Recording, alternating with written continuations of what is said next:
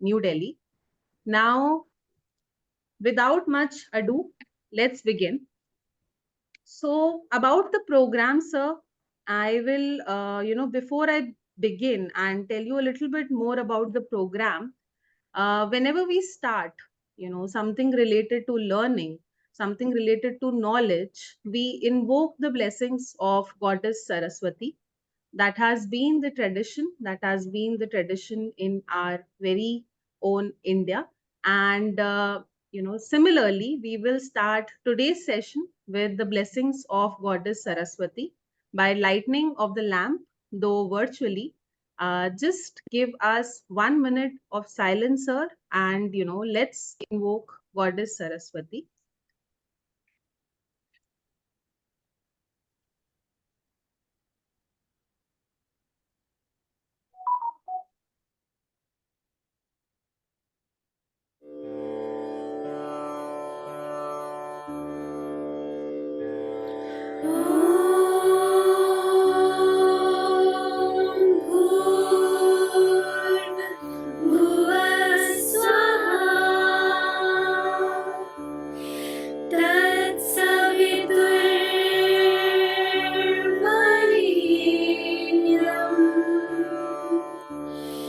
भर्गो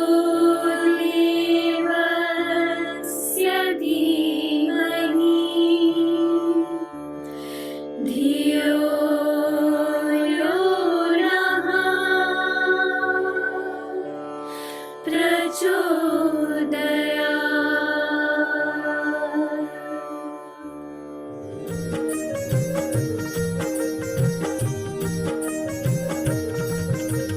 ॐ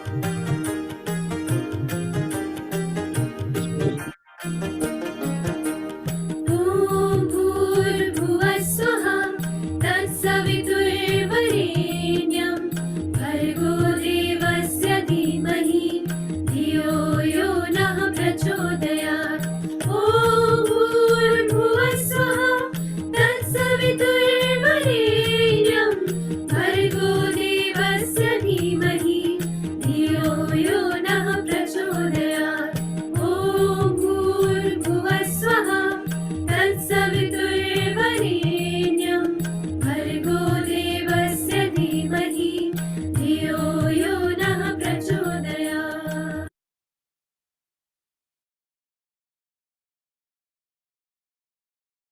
Thank you so much, sir.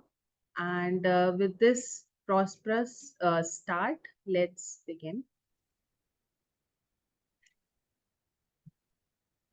So, about the program, sir, I briefly told you a little bit about what to expect. This program is designed to equip you, our DIGs, with the knowledge, skills, and strategic vision to excel in your leadership roles. Through interactive workshops, case studies, and expert mentorship, we will learn strategic management and leadership techniques in order to comprehend operational scenarios, formulate and execute operational plans, lead and motivate and inspire our undercommands in the prevailing scenario, effectively manage all resources of men and material to achieve strategic organizational goals.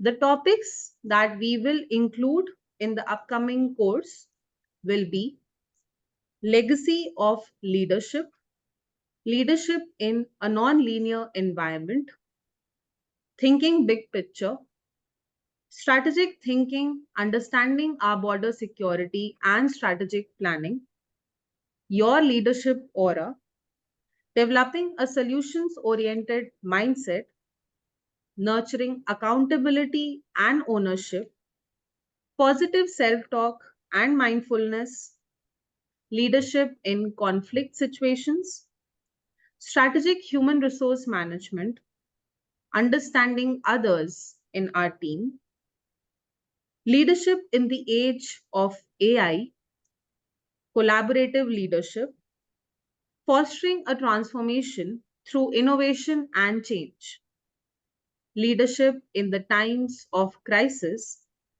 stress management, personal finance management, community participation in border management. So, this program has been catered and created based on the feedback of our previous DIGs as well as you all, esteemed DIGs present here. As we embark on the transformative journey, it's time to meet the incredible team who will guide and inspire you along the way. First, let us meet our mentors for the program. Dr. Nitin Batra, CEO of Amity Institute of Training and Development. Mr. R.A. Tiwari, who is an ex-IG BSF himself, who has been our mentor throughout all these, leadership and management program. Mr. P.J. Rao, ex-DIG from BSF. Brigadier R.K. Sharma, who is the director at AITD. Colonel Sunil Kumar Sharma, who is the Deputy Director at AITD. Now let's meet our faculty coaches with years and years of experience in training, coaching, on leadership minds such as yourself. These will be your personal guides throughout the program. And these are seasoned and renowned experts in diverse fields, bringing a wealth of knowledge and experience to share.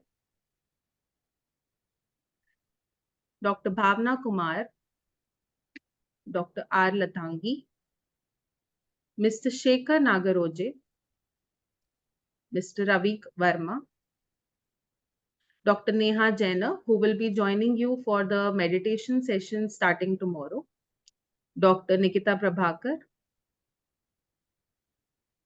some of our guest speakers who are ex-servicemen as well as experts in the field to guide you through, some of the strategic topics throughout this week.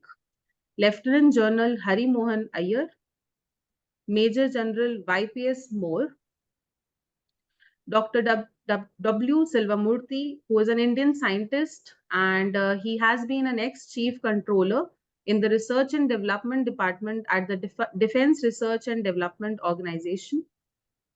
Major General YPS Moore, Mr. M.K. Devarajan, who is a retired DGP and IPS officer.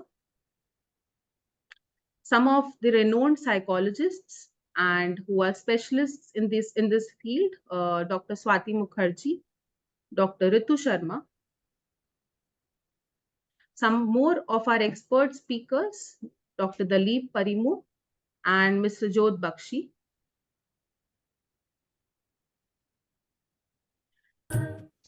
Concluding this session, I would just like to say that leadership is not a destination. It's a continuous voyage of learning, growth, and adaptation. You are not just individuals, you are a collective force, and you are shaping the future of the BSF with your commitment, integrity, and strategic vision. And we hope that we can help you a little bit by giving you some tools to help with that. With this, just we'll take a 5 minutes breather, and I will welcome our first coach of the day, Dr. Pooja Sareen, who will take you through some guides, some tools for the program overview. Thank you, sir. We'll just take a 5 minutes breather.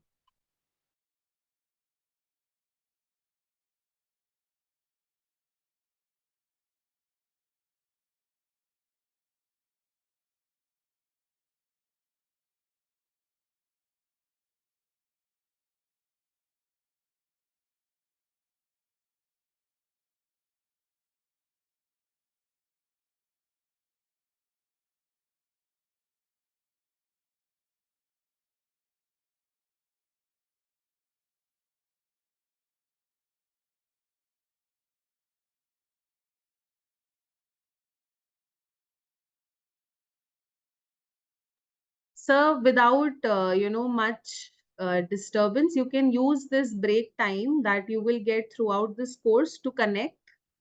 We give these 5 and 10 minutes break for you to connect, and we'll just pause the recording for some minutes.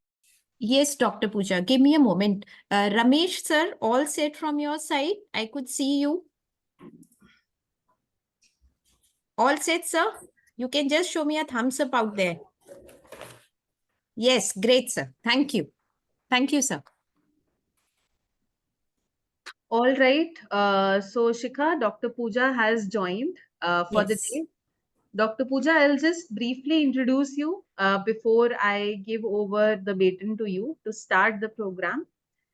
So, Dr. Pooja is a doctorate in the area of human resource management with over 20 years of industry experience in the areas specializing in teaching leadership, emotional intelligence, organizational behavior, behavioral science, and business communication.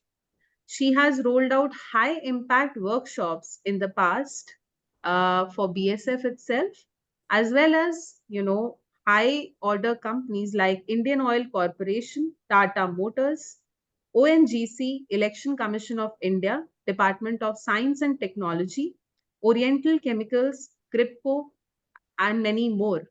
And without much ado, over to you, Dr. Pooja. Thank you so much, Tanvi. And my introduction stands nowhere in front of the cohort that we are with. It's a privilege to be, as a coach here in this cohort, which everyone here present has their own success stories and their own glorious leadership journeys. Namaskar and a very hearty welcome to all of you to this 5-day school leadership and management development program. Am I audible to everybody? Can I see a thumbs up if I'm audible to all the participants and if we are all in? Oh, great. Thank you so much. You are audible. Thank you so much. And आप सबका I would say in online training program में हार्दिक स्वागत है on behalf of Amity University. Just like I said, it's an honor for me to be present here in this virtual session. Each one of you has your own success journey, your own leadership journey. And to begin with, it's my humble request, can we give a thunderous round of applause to each other for your own journey and for the kind of leadership, intense experience that all of you have. I could not hear. Can everybody open up their mics and give this thunderous round of applause to each of the other DIGs? Can we have it again? Yes, that's wonderful. That's wonderful. The way you people take care of the sanctity of our borders and inculcate a sense of security among the people is actually calls for a thunderous round of applause. Very famously said that leadership is a privilege, but I'm sure jitne bhi leaders yahan present hain, they would agree with me that when you are in a leadership role, your influence may affect not only the careers of your subordinates, but also the lives of your subordinates. So actually, leadership is a position of responsibility. If you agree with me, please give me a thumbs up. All the leaders present here. Okay, great. Being a leader will definitely, you encounter a lot of challenges, and to face those challenges, you need a lot of perseverance, and that makes you a true leader. BSF, as we all know, it requires a very high degree of professional integrity and commitment ताकि आप BSF vision और mission को हासिल कर सके, and the kind of stressful conditions that all the commandants, DIGs, and all the officers of the forces have to work, and that too on zero error basis, is actually calls for a very highly volatile, complex, very ambiguous environment, and it requires tremendous leadership skills to survive. I'm sure these 5 days will give you a lot of opportunity. आप सबका काम बहुत है. You are in the online session, but still I feel 5 days आपके पास एक pause लेने का मौका है, ताकि हम थोड़ा सा और सोच सके कि जिस leadership point पे हम अभी हैं, उसको हम और आगे कैसे लेके जा सकते हैं. What are the very small things you can do in your personal and professional lives, so that you climb at least one more ladder in your leadership journey. So with this, I'll quickly take you through how your 5 days shall be and to the program overview. Let's start with a quick ice breaking. How many of you know each other? Raise your hand. How many of you know others in the program? Okay, Sharma sir has raised his hand. I can see Raina sir, okay, Colonel Sunil Kumar Sharma sir wants to join. Okay, Rana sir, आप कितने लोगों को जानते हैं यहाँ पे? Rana sir, how many of you know? I would want you to switch on. Ma'am, I know all the participants. I know all the Wow. participants. Very nice, sir. Very nice. Manoj sir, do you also know every participant here? Yes, ma'am, I know everyone. Acha, you know everyone. Okay, Krishan Kumar sir, what about you, sir? Everybody, sir?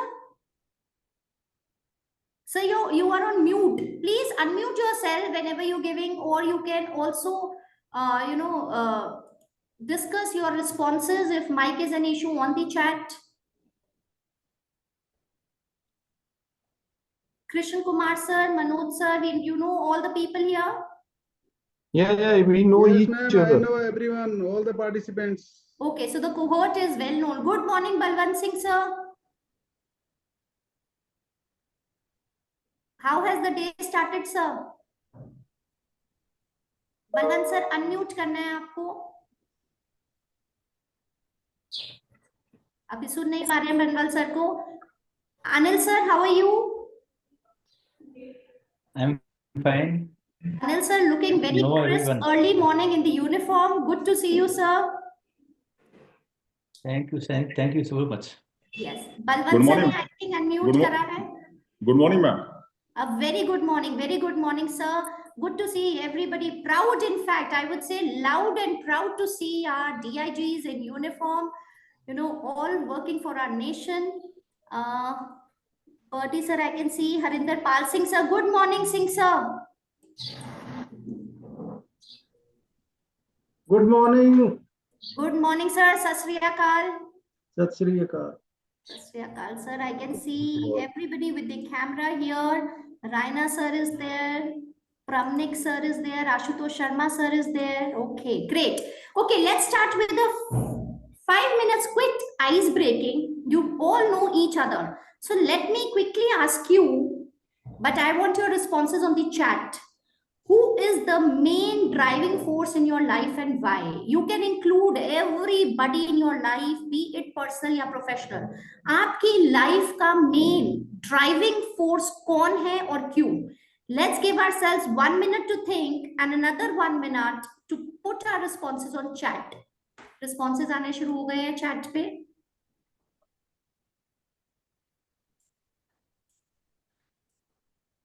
Anybody who's not able to use chat, our IT team is here.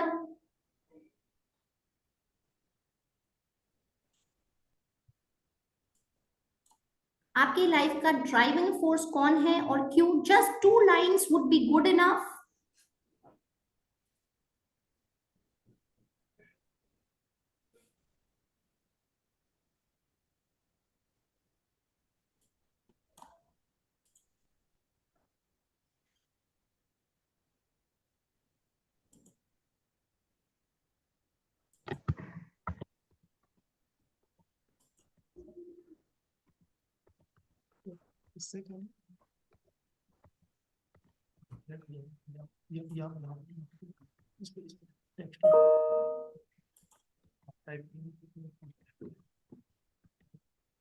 Dhaliwal sir says my parents and then myself. Dhaliwal sir, you have to mention a reason why. That's important. Okay, Subrata sir says myself, as I want to contribute the best I can do to the nation, to the society and to the people. That's wonderful. Sir ही अपनी life का driving force है. Sir वैसे भी हम सबको ही अपनी life में एक driver seat पे बैठना बहुत ज़्यादा ज़रूरी है. Shailesh sir says things taught by my parents and teachers. Shailesh sir, we a humble request, please. We are talking about people. आपकी thoughts, आपकी learnings तो हैं ही हैं, but आपका driving force, if you can name a person and why. Sukhminder Jeet sir कहते हैं मेरे father inspired by his qualities of honesty, integrity, calmness, taking challenges as an administrator. Sukhwinder sir, was he also in forces?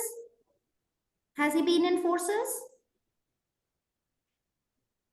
No, ma'am. He was director of horticulture Punjab and is running the department statewide. Okay, great. And I have imbibed his hobbies, that is love for nature and plants from him. Oh, wow. And so you have imbibed your administrative skills from your father? I learned a lot from his stories, you know. Okay. He used to relate his stories, his own experiences, and as growing up, you know, lecture environment is not the one. We imbibe by observing the conduct of those from whom we are inspired. Great, sir.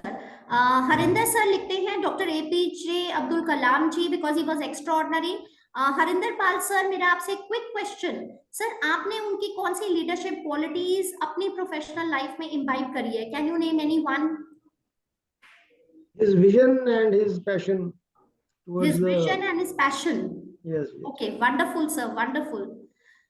Sir, आपका passion क्या है? Can I again raise a quick question to you, Harinder Pal sir? What is it that you are passionate about? One thing. Passionate to do my work with integrity. Okay sir, वैसे भी आपका BSF लोगों से आपका passion जुड़ा हुआ है, जीवन पर्यंत कर्तव्य. Great. Okay, Hemant sir says everyone around me inspires for some or the other reason. Sir has been very, very tactful and politically correct when he says, but actually true. हर कोई इस journey में हमें कहीं ना कहीं कुछ सिखा जाता है. Some things for good and some lessons to learn. I agree with you totally, Hemant ji. Vikram ji says, my father being in uniform force, sir, was he also in BSF or is he currently in BSF? No, ma'am, he was the army. Okay, great. Yes, sir. Therefore, that was the reasons. Okay, wonderful. Sir, आपको क्या लगता है, एक quick question and I think our audience can also relate with it. आपके leadership style में और आपके father के leadership style में क्या आप एक similarity बता सकते हैं हमें? Ma'am, uniform force का almost is the same thing. There's discipline is there, the integrity, the honesty. There are certain things which you can relate.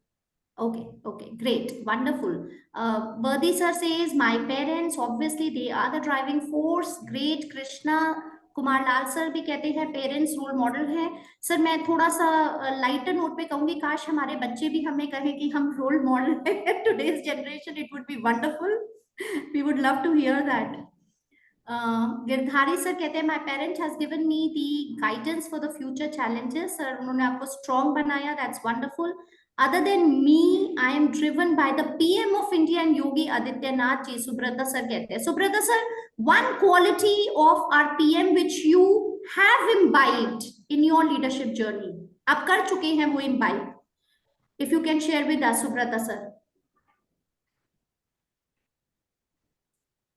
Is Subrata sir there in the meeting? Tanvi, can you please see?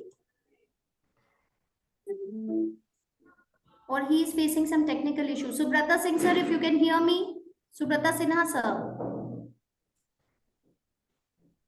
He's there, Pooja. I think then he is facing some technical issue that, okay, never mind.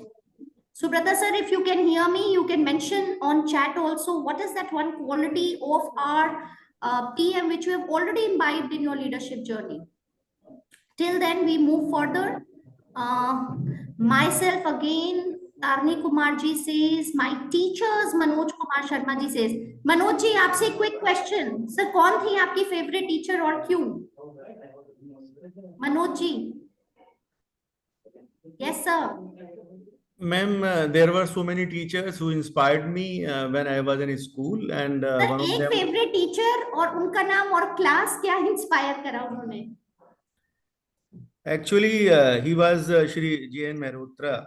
Okay. And he used to tell us the story of our freedom fighters and the great leaders of this country who contributed for making this country in modern time, in ancient time. And he used to give us the small books also about those leaders. So that was the main inspiration. And even he used to give us the library card of a teacher, because we used to get only 2 books as a student at a time. Okay. And So and he was used to more of a motivate us. mentor also to you during your school time period? Yes, you can say. Okay, that's Yeah. great. You know, the role of mentors is very important. Yeah. And for as leaders, you know, if you could mentor any one life in your leadership journey, you know, you do the responsibility of being a leader. Do you Yes. agree with this, Manoj ji? Yes, definitely, ma'am. Definitely. You know, what we learn from others, what we, you know, appreciate of others, if we are able to imbibe the same, Manoj ji, then our leadership journey would also be successful.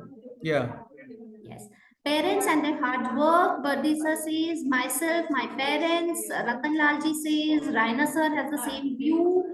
My mother, her boldness and decisiveness. Okay, great. Sir, what was your mother doing during her youth time period? Was she involved in any job? CP, Moglan, sir.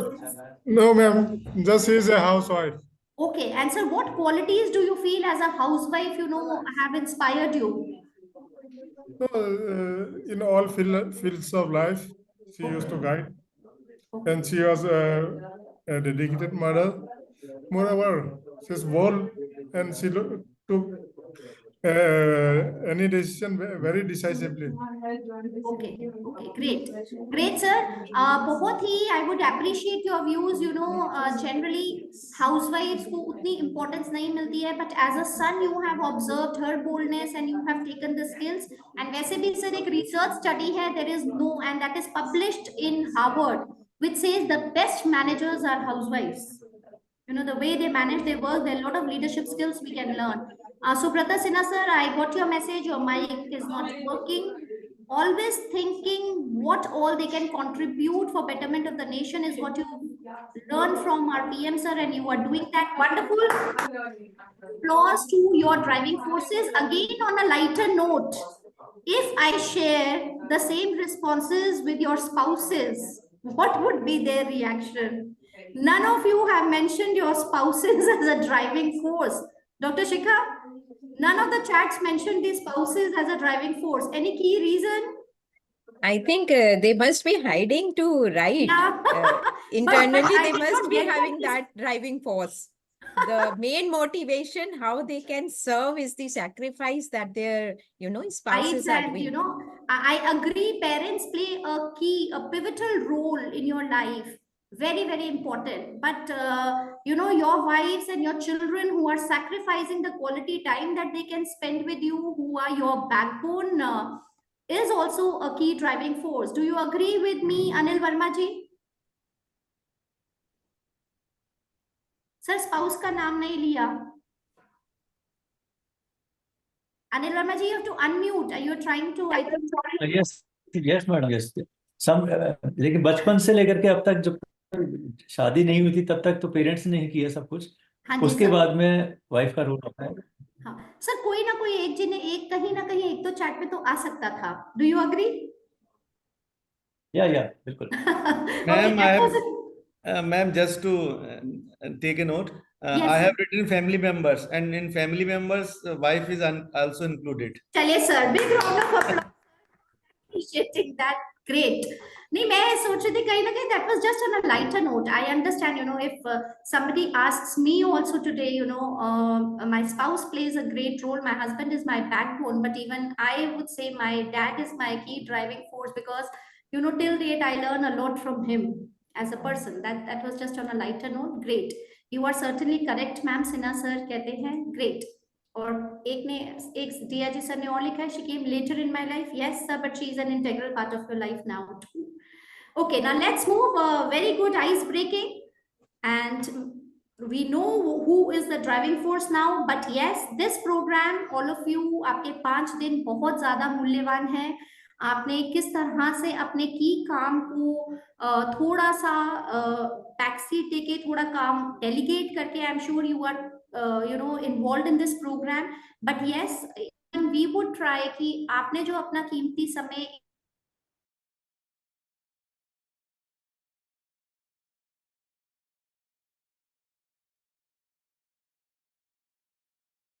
है कि आपको क्या मिले इन 5 दिनों में. If you can mention that on chat. Why I'm asking this is my content team is here, Dr. Shikha, Ms. Tanvi, they would all take a note of it and they would translate the same to our coaches so that they can include those things in their various sessions. So if you can mention on chat at least 2 expectations that you have over 5 days, and my content team will take a note of it. Pooja, we have a response from Balwant sir from the previous question that you had asked. He has written, my parents taught me not to compete with others and always do my best. Learn from mistakes, be thankful for what you have.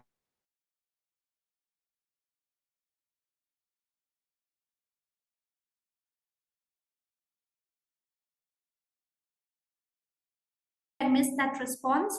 There's so And many responses coming, Dr. Shikha, but yes, since we have to move ahead, I want exactly. to, pay so much of attention to each response.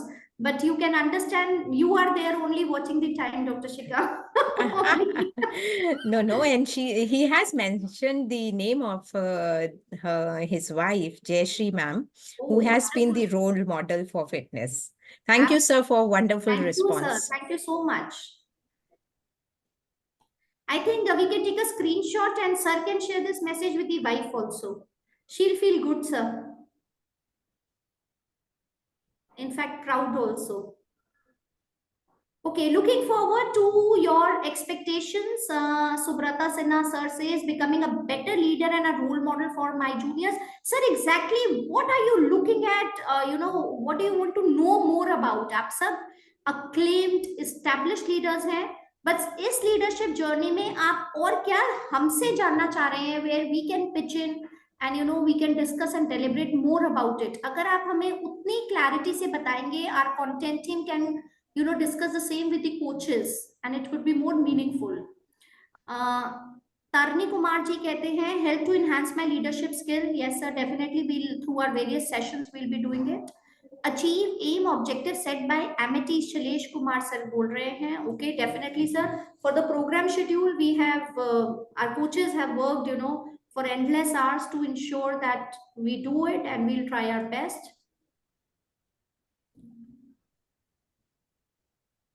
Okay, HR management and stress management, Vikramji. Vikramji, towards the last day, Dr. Shikha, we have a stress management session also.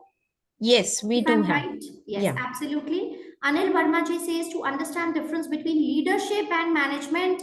Sir, leadership and management के key differences, so I think it's very, very important, sir. A manager may or may not be a leader.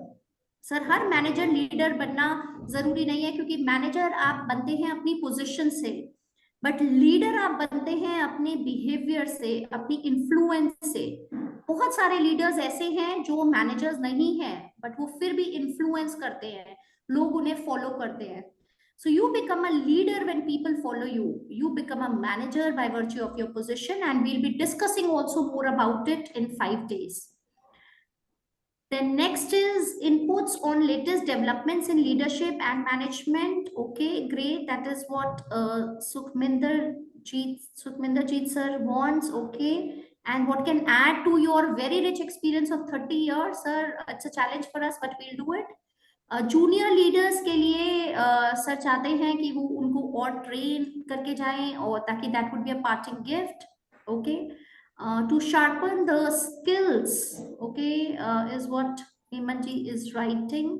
As I can see, number of responses, but I think Dr. Shikha, you have taken a screenshot of all these responses, because I may not be able to read, but yes, these are all with us, and our content team is definitely going to work more on it to customize it. Stress management, Girdhari Lal, I can understand the stressful conditions you all are working in. Operational challenges बहुत है BSF के, and stress management becomes very, very important. Great. Technologies कैसे use करें, so we have dedicated sessions for it. Interpersonal relations के लिए भी हमारे पास sessions है, Manoj Sharma ji. To know different leadership skills, Subrata sir is saying great. So I think we have got a lot of inputs further with which my team AITT can customize the sessions further, and we will surely communicate your expectations to our various coaches. That's wonderful. Thank you, everybody. We move ahead now. Why are we here? We discuss now, talking about BSF vision. No one better than you knows the vision of BSF. आप 24/7 इस BSF vision को accomplish कर रहे हैं. The vision that talks to be a force of excellence, and we are so proud. I think every Indian is so proud because BSF is the world's largest guarding border force in the world, and that's we all can say that loud and proud. BSF की mission, again, you people are working day in, day out to protect the sanctity of our borders. एक sense of security inculcate करने में, especially जो लोग आपकी border के आसपास रहते हैं. all the combating measures, internal security challenges to effectively, administer the civil administration, especially in disaster management, and above all, core values of human right and pride, जो एक BSF mission का core integral part है. जीवन पर्यंत कर्तव्य, yes. That's, and I could also see that, in fact, Dr. Shikha, we could also see that in the chat messages when everybody was talking about what drives them. They want to all, imbibe everything and put it for the nation. That is so clear in it. And I'm sure BSF motto is again what you are living day in, day out. The Panch Pran of Amrit Kal, which talks about goal of developed India, remove any traces of colonial mindset, अपनी roots में pride लेना, unity के साथ काम करना और एक sense of duty citizens में इनकलकेट करना. But what will help these Panch Pran is, if you all agree with me, to the next slide where I'm taking you, is first, like I said, आप सब day in day out 24/7 BSF की vision के लिए काम कर रहे हैं, which talks about credibility, professionalism and efficiency in border management. But ये vision पूरी करने के लिए आपको BSF की mission पे काम करना पड़ेगा, एक sense of security inculcate करनी पड़ेगी border population में, and to guard our borders, which already BSF is doing in an applauding way, in a, the efforts are applaudable. But इस vision और इस mission को पूरा करने के लिए BSF works on the core values, which are regimental spirit, honor, credibility, cohesiveness, साथ में काम करना, मरते दम तक काम करना, duty until death, service before self. So, if you can see, vision or mission तब पूरी होगी जब everyone in the forces is working cohesively towards BSF values. Or here comes your role, you as a leader. आप DIGs एक linking pin है between the commandants and between upper ranks, up in the hierarchy. So you are the ones who through your engaged commandants आप BSF की vision, mission और values को use करते हुए BSF को आगे लेके जाएंगे. आपकी engaged commandants की team ensure करेगी कि जो पूरी troops है, जो पूरा unit है, वो एक engaged unit रहे.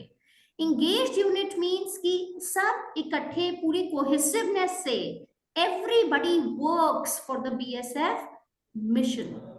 So do you all agree? If you agree with what is shown on the slide, that the BSF mission, vision को अचीव करने के लिए मिशन जरूरी है, विजन और मिशन को अचीव करने के लिए ये जरूरी है कि BSF की कोर वैल्यूज के साथ काम किया जाए. इधर आपका रोल बहुत इंपॉर्टेंट है टू इंश्योर कि आपके सारे एफर्ट्स विजन और मिशन और वैल्यूज की तरफ जाएं. बट आपका ये रोल तब पूरा हो सकता है जब आपके सारे के सारे कमांडेंट्स इंगेज्ड हों और उनके नीचे जितने यूनिट्स हैं वो इंगेज्ड हों. Do you agree how we have placed your role here? Please give me a hands up if you agree. Everyone, please, if you agree with it or if you have different views, then also please let us know. Because this is our view of your role on the basis of which, we have designed. Great, I can see many hands up out here. Thank you. Great here, okay. Balwant Singh sir, आप agree करते हैं इससे? Great. So sir, अगर हम इसे agree कर रहे हैं, तो ये तो सर एक और challenge है, because ये दिखाता है कि आपका रोल BSF vision से भी directly related है, and that can be achieved only through your group of engaged commandants. Okay, moving ahead. Just give me a second. This is again.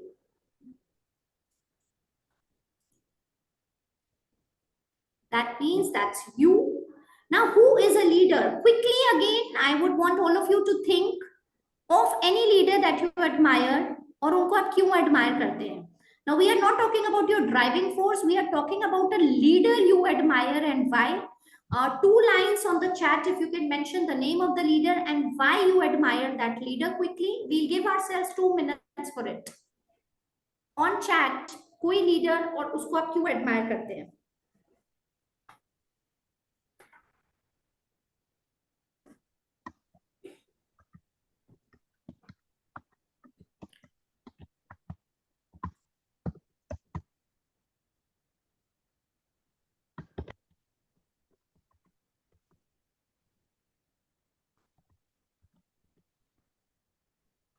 The leader that you admire and why? Sound बहुत कम है।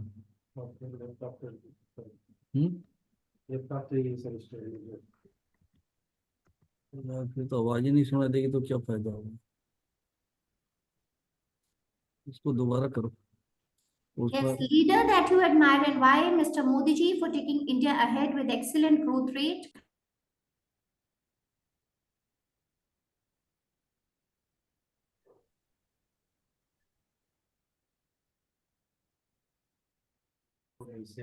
करो करो करो।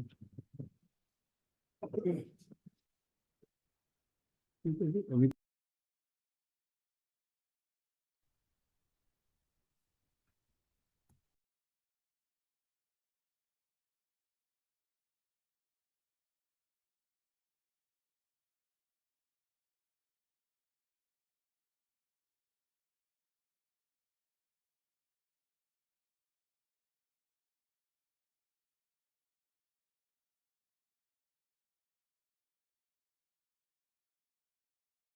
Okay, great. Many responses go towards Modi ji because of his exceptional leadership qualities. Great Netaji Subhash Chandra Bose को भी बहुत DIG ने बोला है, कल्याण कांति सर उनको कह रहे हैं, हेमंत जी भी ने भी मेंशन करा है, जवाहरलाल नेहरू जी, धालीवाल सर कह रहे हैं for his vision of India after independence, undoubtedly sir, Gandhi ji is what Ratan Lal ji mentions because the way he liberated our nation. Great, Shri Nehru ji for being a visionary architect of modern India is what Sukhminder Jeet sir says. Atal Bihari Vajpayee ji for his statesmanship and taking all together. ये बहुत ही बढ़िया धालीवाल जी. Shahid Azam Bhagat Singh. Okay, patriotism and sacrifice is what Kamaljeet Singh says. So many of us are inspired by our freedom fighters and our Pradhan Mantri ji, Shri Narendra Modi ji. The world is admiring our Prime Minister. Ratan Lal Bangaria ji says Patel ji and Nehru ji. Great. So you all are admiring the leaders the world follows. Shri Yogi ji for his excellent work. Shailesh ji says, Lal Bahadur Shastri ji, Vikram ji says, great. So we've got an a total comprehensive view that it is mostly the freedom fighters, the way they have met the challenges, operational issues that they have faced, and how they are taking their followers together. So moving ahead, we further move. Yes, chat messages are coming. Gandhi ji, Girdhari ji says, who led the nation for freedom struggle, and the way the world looked up to us was tremendous even now and when we got our independence. So worth mentioning, these are the leaders we admire. Now my quick question to you, are you, please say yes or no, are you really involving or imbibing their any one attribute अपने day to day work में? Do you do that Anil Verma ji? Sir आप अपने admired leader की quality को अपने day to day work as a DIG में imbibe करते हैं? This is my quick question to you sir. I think his screen is frozen, facing some issues. Manoj sir, if you can answer this question. Yeah, certainly I will. Okay. You great. see, I try to be cool head as Okay. I have spoken about, as I have written about my leader, Shri Narendra Modi ji, हाँ जी. and about his patience of listening. These are the two qualities, and I am working on that. And Absolutely. those are very, very difficult. To be Very cool difficult head, sir, बोलना आसान है, सुनना बहुत मुश्किल है. to be cool in a uniform, Yes. and when you are dealing with so many persons, it's very, very difficult. Absolutely. And the patience of listening, because we all have got so much experience and so many things, so many stories to tell. And at that time when you have got lot of stories, lot of experience of everything, even then, if you have got that patience of listening, that Yes. we must try. Absolutely, absolutely. Yeah, Great, yeah, sir. Great. yeah. So Thank these you. qualities that you all have mentioned of the leaders, we have put it in a form of a circle with 3 parts. In circle के 3 parts क्या हैं? In your leadership journey, सबसे पहले आप हैं. Many of us, in the chat messages, responses, जब मैंने पूछा था who's the driving force, many of you mentioned you are the driving force. Yes, very rightly said. Leadership journey के centre पे, न्यूक्लियस पे आप खुद हैं. That is where we call a good leader is one who takes his own lead before he leads others. जब तक आपके अंदर के स्किल सेट्स एक लीडरशिप विजन और लीडरशिप जर्नी को स्ट्रॉन्ग नहीं करेंगे, you cannot become a good leader. So the very first thing in your leadership journey is that you lead your own self, and we will have a lot of sessions on that. फिर leadership journey से जब हम थोड़ा सा आगे ऊपर जाएंगे, then it is leading others. That is where you can, have engaged commandants and engaged units. So after leading your own self, there are certain attributes as a leader which you need to lead others. And last but not the least, her leader की एक leadership journey organisation vision और mission पे combine करनी चाहिए, because then you do justice with the organization that you are working for. So in this case, when you are working directly on the vision and mission of BSF and make it future ready, then you become a complete leader in all aspects. So starting from leading self to leading others to leading BSF will make you a complete and a comprehensive leader. And I'll just come on this a little later towards the end. So based on this framework, हमारा 5 दिन का framework has been developed based on AITD's 20 years of experience. और ये framework is also based on the leading, the researches and the theories of leadership by major business schools around the world, be it Harvard, Stanford, MIT. All have talked about these leadership skills, and इनके basis पे हमने एक 7 talent framework बनाया है, which we would be covering in these 5 days. This framework says if you have all these 7 skills, then you actually become a complete, impactful and a powerful leader. Now these skills हम ये सारे 5 दिन में discuss करेंगे. The first is, like many of you mentioned, आपको मोदी जी, नेताजी सुभाष चंद्र बोस या गांधी जी या नेहरू जी जो आपने मेंशन करा है, you have talked about their vision. Yes, vision एक complete bird's view of the situation देखना लीडर के लिए बहुत important skill है. Second talent that we would be working in the 5 days is how do you manage progress. बहुत famous quote है, having vision alone is not enough, because then it only becomes a hallucination. सिर्फ vision और सिर्फ planning पे काम करेंगे तो sir काम कौन करेगा? So it's very important that you manage progress. Execution excellence आना बहुत ज्यादा जरूरी है. And again, as DIGs, it's a core critical leader skill that you should have. Third is आप अपनी टीम को, कमांडेंट्स को, अपने यूनिट्स में होप कैसे बिल्ड करें, उनको आप एक साथ यूनिटी से कैसे काम कराएं ताकि आप मैक्सिमम मोमेंटम जनरेट कर सके. That becomes very very important. The fourth talent that we'll work on is how do you build strong relationships अपनी टीम में. As we discussed in a circle, there is no leader can reach to higher platforms unless and until you are at the mid of the circle, that is leading others. And again, ये बहुत important talent है when you have to lead others. The next talent that we would be working on, how do you develop BSF as an organization?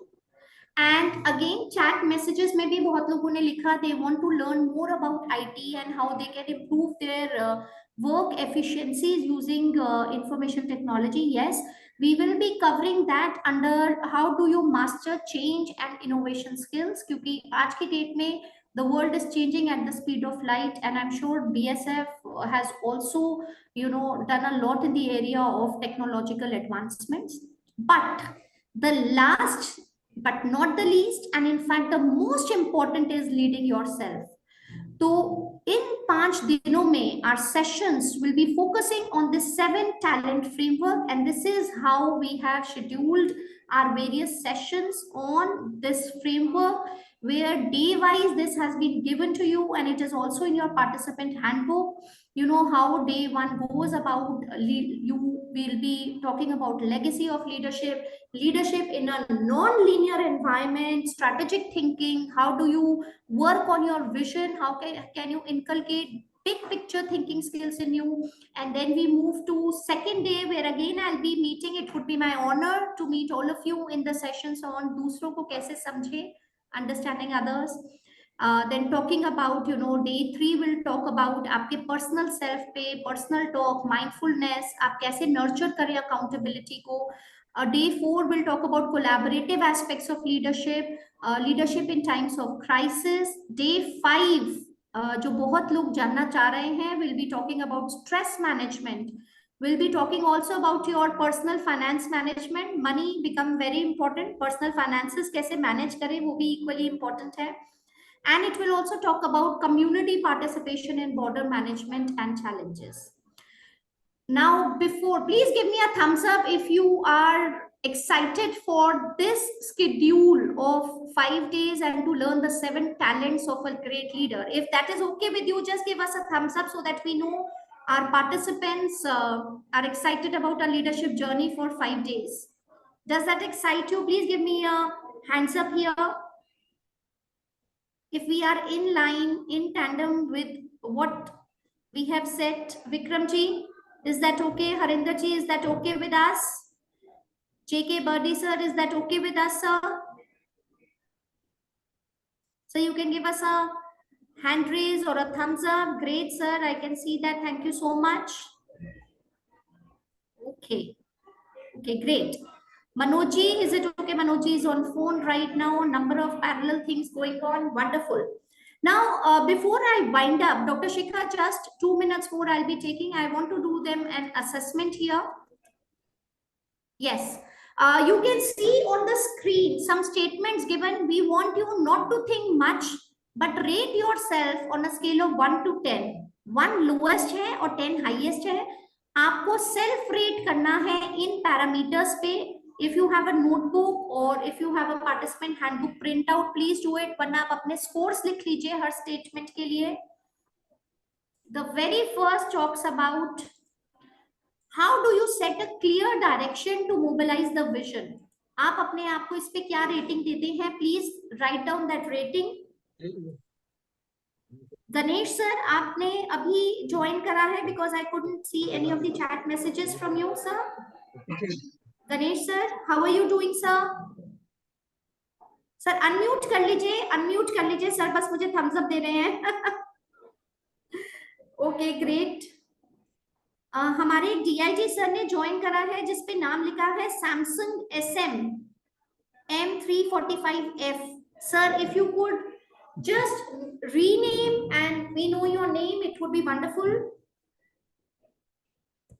Okay, in between that, the second statement says, how do you share your power and influence with others? Please rate yourself on scale of 1 to 10. Third is motivate people around to be better in life and at work.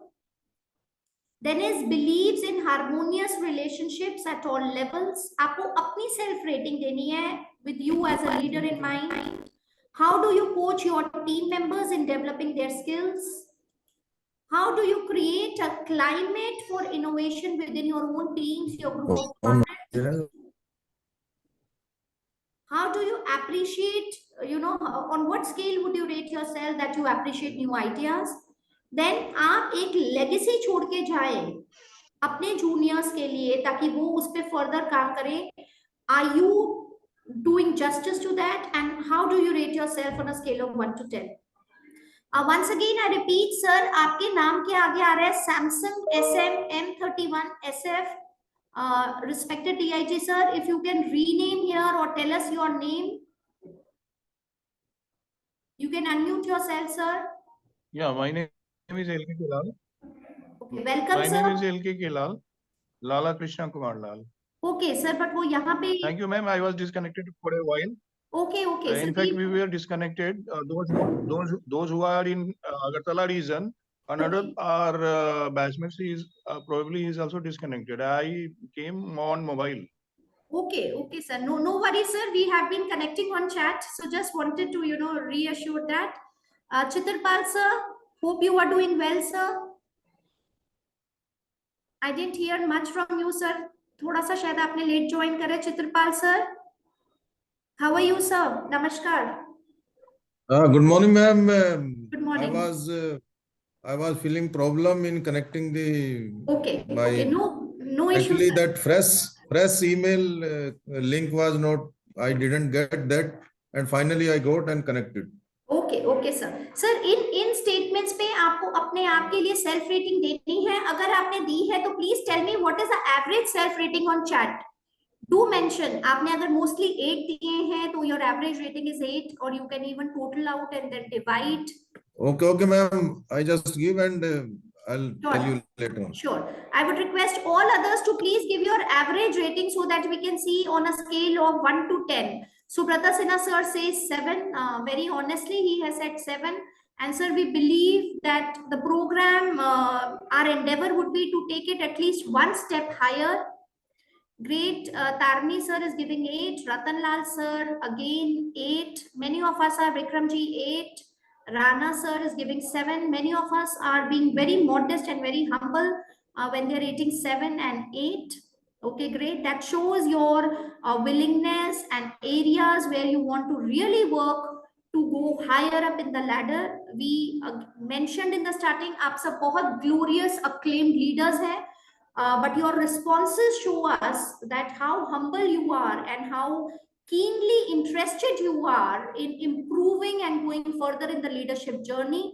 That's wonderful. Dr. Shikha, if you can see from the responses, hardly I can see any response which says 10 on 10 as a leader. That shows a lot of commitment to keep on working and to keep on learning. Yes, Pooja, and this is what we are here for, Exactly, that exactly. wherever there is the scope of improvement, we always dive deep to understand and explore ourselves. Okay, absolutely. And Shailesh ji is so precise that he says it's 8.99. He has done the entire mathematical calculations. Appreciated. No, Shailesh ji. ma'am, what I did with all the 8 questions, I gave numbers from 8 to 10, and Yes, then sir. I took the average. Divided So by this 10. is not for one question, this is for the whole 8 Yes, questions. sir. Yes, sir. Sir, आपका mathematical bent of mind इसमें भी चला. That's really wonderful. चित्रपाल sir ने 7 दिए हैं. I think we have got a lot of food for thought how we can customize our further sessions, Dr. Shikha and our content team. And I'm sure all the respected DIGs have also got a brief sense of how the 5 days will be. Shailesh ji, does that work with you? हमारे अगले 5 दिन कैसे होंगे? Have I done a little justice here in explaining what talents we are going to work on? No, thank you, ma'am. Kudos to you. You are doing outstanding job. Thank you so much, sir. And again, I would like to mention, we all will meet tomorrow again in my session on understanding others. That would be my session tomorrow afternoon. And any doubts, anything, I'm here for next 30 seconds, and then we'll switch. Another coach will take over from here. Anything anybody wants to ask? Next 30 seconds, we are together. Ma'am, in the hierarchy of BSF, like any uniform service, we have a vertical hierarchy where we are supposed to be a leader and manager both. We Okay. need to manage our resources given to us and lead the troops by example. So Exactly. we are supposed to be both. Ji sir. And sir, we will be discussing both. I understand the issue that you addressed in the chat also, and our sessions will also work on, how every manager actually can become a good leader. जब आपके पास वो position है, तो आप उस position में not only being a good manager, but you turn out to be a good leader. Those are various sessions that we would be having over the next 5 days. So thank you everybody, and hope you have a great, exciting day ahead. Namaskar once again, and see you soon tomorrow. Until then, have a blessed day ahead and full of learning, full of sharing experiences with the team AITT. Thank you, Dr. Shikha. Thank you to all the participants.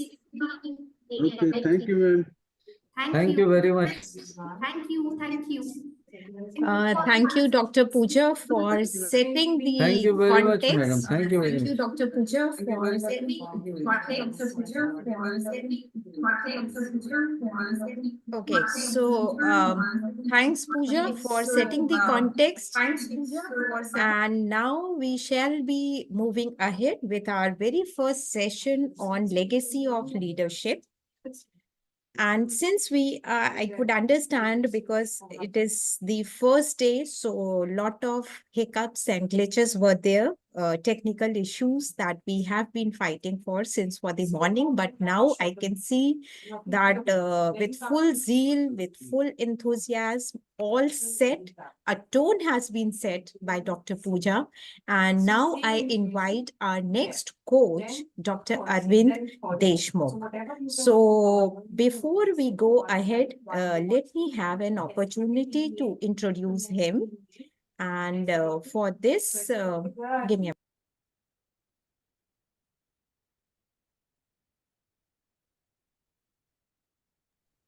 So let me have an opportunity to introduce Dr. Arvind. Dr. Arvind Deshmukh is a certified corporate coach, author, and learning and development professional with over 18 plus years of experience. Arvind holds a bachelor engineering degree with honors in instrumentation and control and masters of business administration in international business from Thunderbird School of Global Management, USA. He has developed and delivered several in-person and online training workshops in both developed countries and emerging markets. He's a certified global mindset facilitator and design thinking coach. As a L&D professional, he has worked with highly reputed academic institutions such as Thunderbird School Global Management, Arizona State University, and had bagged a number of books in his credit.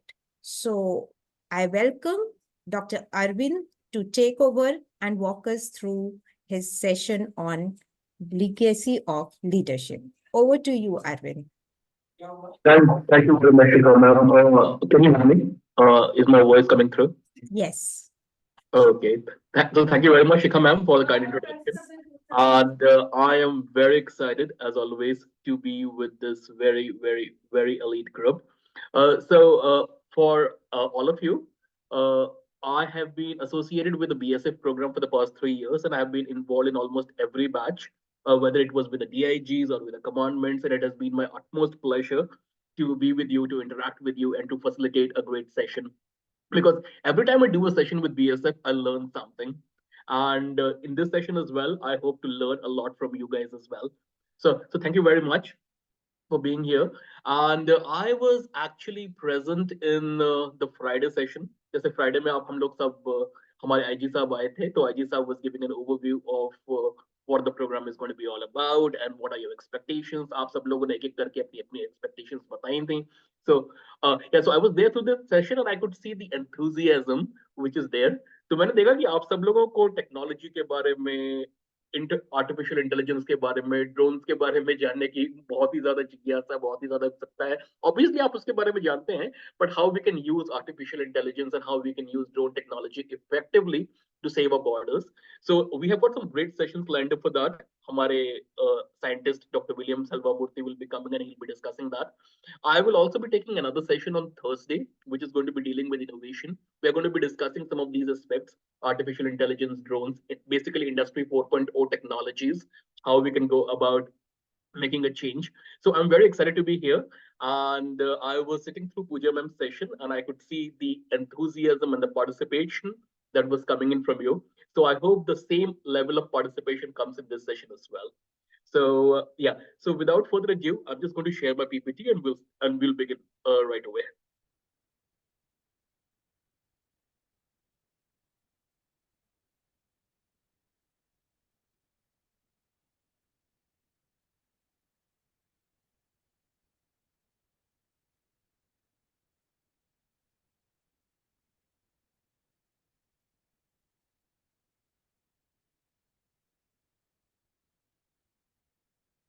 Is my screen visible?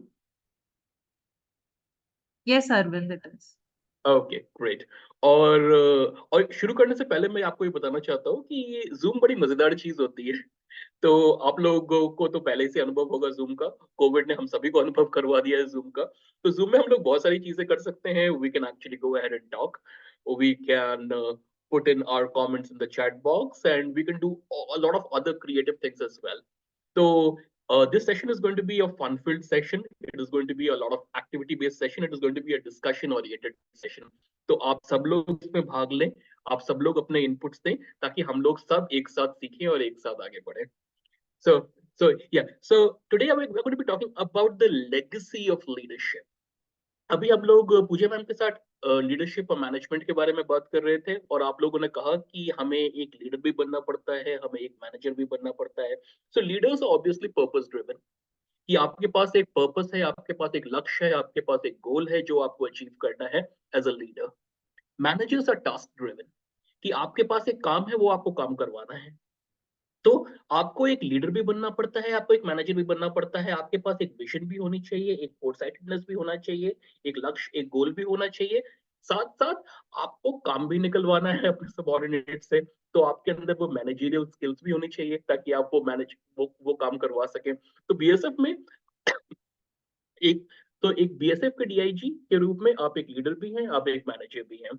तो हम लोग इस session में leadership की legacy पे focus करेंगे कि आप लोग क्या प्रभाव छोड़ना चाहते हैं, क्या इम्पैक्ट छोड़ना चाहते हैं अपने लोगों के ऊपर। तो again, to set the context of this presentation, let me show you these pictures. अभी हम लोग थोड़ी देर पहले हम लोग लीडर्स की बात कर रहे थे कि who is the favorite leader। आप लोगों ने कहा मोदी जी, आप लोगों ने कहा गांधी जी, आप लोगों ने कहा नेताजी। अब ये 5 लीडर्स हमारे सामने हैं, इनको अब देखिए और उसके बाद बताइए कि इनको देख के अगर आपके दिमाग में एक शब्द उभरता है, किसी भी लीडर को देख के आपके दिमाग में अगर एक शब्द उभरे तो वो कौन सा शब्द होगा? Which is going to be that word that comes to your mind when you see each of this person, any of these people? अगर आप पूर्व राष्ट्रपति एपीजे अब्दुल कलाम जी को देखते हैं तो आपके दिमाग में क्या आता है? अगर आप प्रधानमंत्री मोदी जी को देखते हैं तो आपके दिमाग में क्या आता है? गांधी जी को देखते हैं तो आपके दिमाग में क्या आता है? धीरूभाई अंबानी को देखते हैं तो आपके दिमाग में क्या आता है? तो आप तो या तो आप बताइए या फिर आप चैट पे लिख के बताइए मुझे आपके दिमाग में क्या आता है। एक शब्द आपके दिमाग में आ रहा है इनके बारे में, तो वो क्या है?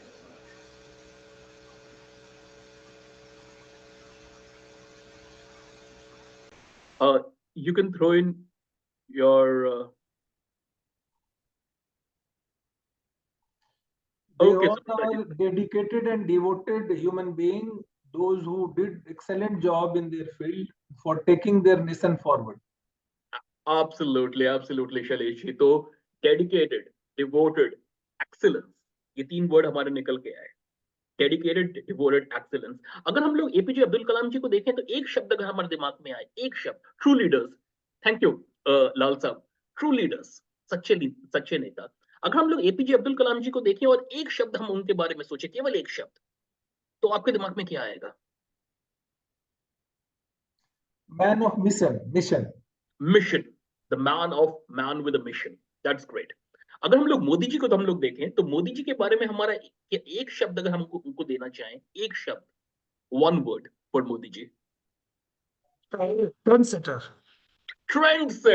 थैंक यू नेगी साहब, ट्रेंड सेटर। इन्होंने नए ट्रेंड सेट किए हैं। गांधी जी के बारे में आप एक शब्द,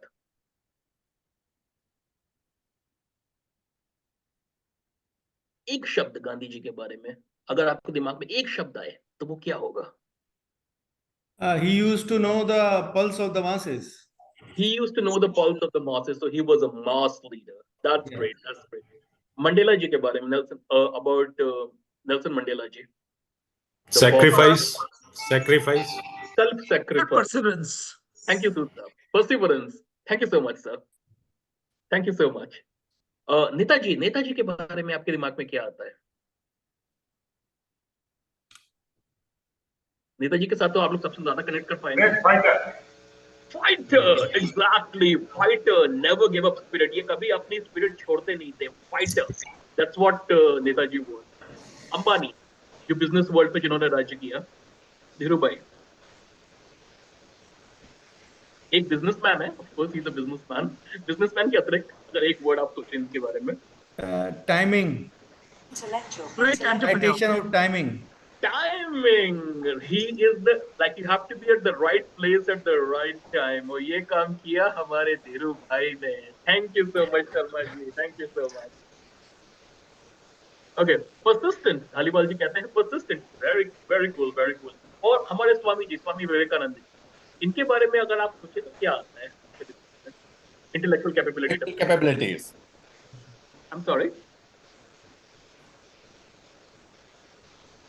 स्वामी विवेकानंद जी के बारे में आप सोचे तो आपके दिमाग में क्या आता है?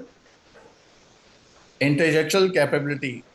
Intellectual capability. तो उनका इंटेलेक्ट इतना हाई था कि अपने वचनों से, अपने लेखों से वो कितने लोगों को प्रभावित करते, और यही प्रभाव एज ए लीडर आपको अपने लोगों पर करना है, और उसी के बारे में ये पूरा सेशन है, how you can create an impact on your. Okay, तो we are going to be discussing that in detail. तो उससे पहले हम लोग देखते हैं कि हमारा बीएसएफ का मिशन क्या है। तो ये हमारे सामने मिशन है, to be a force of excellence in guarding the borders of India by means of a highly professional, credible and efficient border management, जीवन पर्यंत कर्तव्य। तो आप में से कोई इसकी थोड़ी सी परिभाषा कर सके, इसके बारे में हमें थोड़ा सा बता सके, इस विजन, इस मोटो के बारे में? जो बीएसएफ का एक मोटो है, हमारा जो विजन है, to be your force of excellence in guarding the borders, इसके बारे में, जीवन पर्यंत कर्तव्य के बारे में आप लोगों में से कोई थोड़ा सा विवरण दे सके? If you, any one of you can explain a little bit about it. BSF is the largest border guarding force of the world. Absolutely. Number Absolutely. one. Secondly, it has a legacy since 65, and we all know it was born out of Indo-Pak War. Mhm. Pakistan surprised us in Gujarat and Punjab, western border. Then this force was raised, and that's why this force, and that started with a Mr. Rustam ji. He was given task to visit all the border, all the frontiers, and then this is the only force where we have got, apart from our ground forces, we have got water wing, we have got dog squad, we have got camel, we have got horses, we have got all-terrain vehicle, we have got ships, we have got floating BOPs. Now all these things are there. So that's why, since it's a special force, not only acting on land, it is acting on water, then desert and all. So this makes us a special force where we are supposed to excelling in our field. Even in our counterpart, they have got different forces for different areas.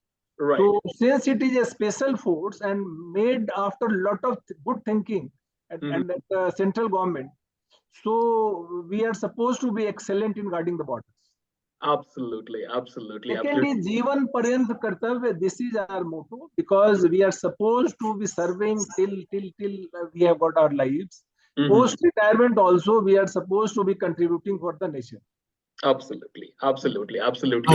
यानी कि केवल retirement तक हमारी duty नहीं रहती है, हमारा कर्तव्य है कि जीवन पर्यंत कर्तव्य, जीवन भर हम राष्ट्र के सीमा की रक्षा करेंगे। So thank you very much, Shailesh sir, for putting all of that together. So this means that this BSF is an all-encompassing force.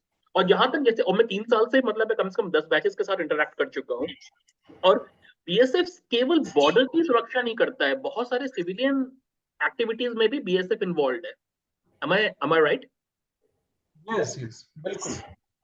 Right. इसीलिए आप लोगों का जो एरिया ऑफ ऑपरेशन है, it is not just the borders. Borders is, of course, like borders is the most important area, but apart from that, BSF is doing a lot more, and that is why it becomes very important for us as a leader to create an impact across our cadres so that they can go and excel in whatever they do, in whatever region, in whatever task that has been assigned to them. और यही हमारे session का objective है कि हम एक strong impact कैसे create कर सकते हैं एज अ लीडर. ओके, तो अब मैं आपसे एक सवाल पूछूं कि what makes it difficult to create an impact? अगर हम लोग एक इम्पैक्ट क्रिएट करना चाहते हैं अपने लोगों के बीच में, समाज के बीच में, क्योंकि आप लोगों को बहुत लोगों के साथ डील करना पड़ता है, because I also come from a border town. हमारा जो होम टाउन है असम में, वो भी एक बॉर्डर पे है, तो BSF has to deal with many entities. So what makes it difficult? कभी कभी आप लोगों को ऐसा लगता है कि हम लोग एक इम्पैक्ट करना चाह रहे हैं लेकिन थोड़ी सी मुश्किल आ रही है हमें. So what makes it difficult to create an impact? एक प्रभाव बनाने में क्या समस्याएं आती हैं? आप लोगों से थोड़ी सी इनपुट लेना चाहूंगा. थोड़ा सोचिए इसके बारे में. What makes it difficult to create an impact? हम एक लीडरशिप इम्पैक्ट क्रिएट करना चाहते हैं अपने लोगों के बीच में, उस समाज के बीच में जिसमें हम लोग काम कर रहे हैं, but we're not able to create that impact. I mean, or we're not able to create that impact the way we want to do it. We want to achieve 100%, but we are achieving only 70%. Then what is making it difficult? What are the roadblocks that are coming in? What are the bottlenecks? Maybe a resistance to all change. Resistance towards change. Thank you, Sharma ji. Absolutely, there is always a resistance towards change. जब भी कोई नई चीज आती है, जब भी कोई नई पॉलिसी आती है, जब भी कोई नई टेक्नोलॉजी आती है, उसको अपनाने के लिए एक रेजिस्टेंस होता है. So that is definitely there. Thank you very much, Sharma ji, for mentioning that. Anything else? Aloofness of people. Subrata ji, thank you very much. हाँ, people get aloof. I mean, वो लोग बात नहीं करना चाहते हैं, वो लोग हटके रहना चाहते हैं. They don't want to get involved. वो लोग कॉपरेट नहीं करते हैं. So that is also one of the important matters. कि Sometimes non-cooperation from state or border population. Thank you Kawaljeet sir. कि नॉन कोऑपरेशन केवल अंदर से नहीं है, बाहर से भी है. नेता लोग हमें कोऑपरेट नहीं कर रहे हैं, बॉर्डर पे जो लोग हैं वो हमें कोऑपरेट नहीं कर रहे हैं. उनको समझाने बुझाने में ही इतना समय लग जाता है कि हमें काम करने के लिए हमें उतना समय मिल नहीं पाता है. Apart from that, what are the understanding of local sentiments? Okay. Thank you, Sharma ji, for mentioning that. Okay, Manoj ji, sorry. Yeah, understanding of local sentiments, lacking in understanding their actual needs. तो हम लोग कभी कभी जो local population है उनकी need समझ नहीं पाते हैं, क्योंकि there might be cultural differences, there might be demographic differences, there might be different kind of challenges.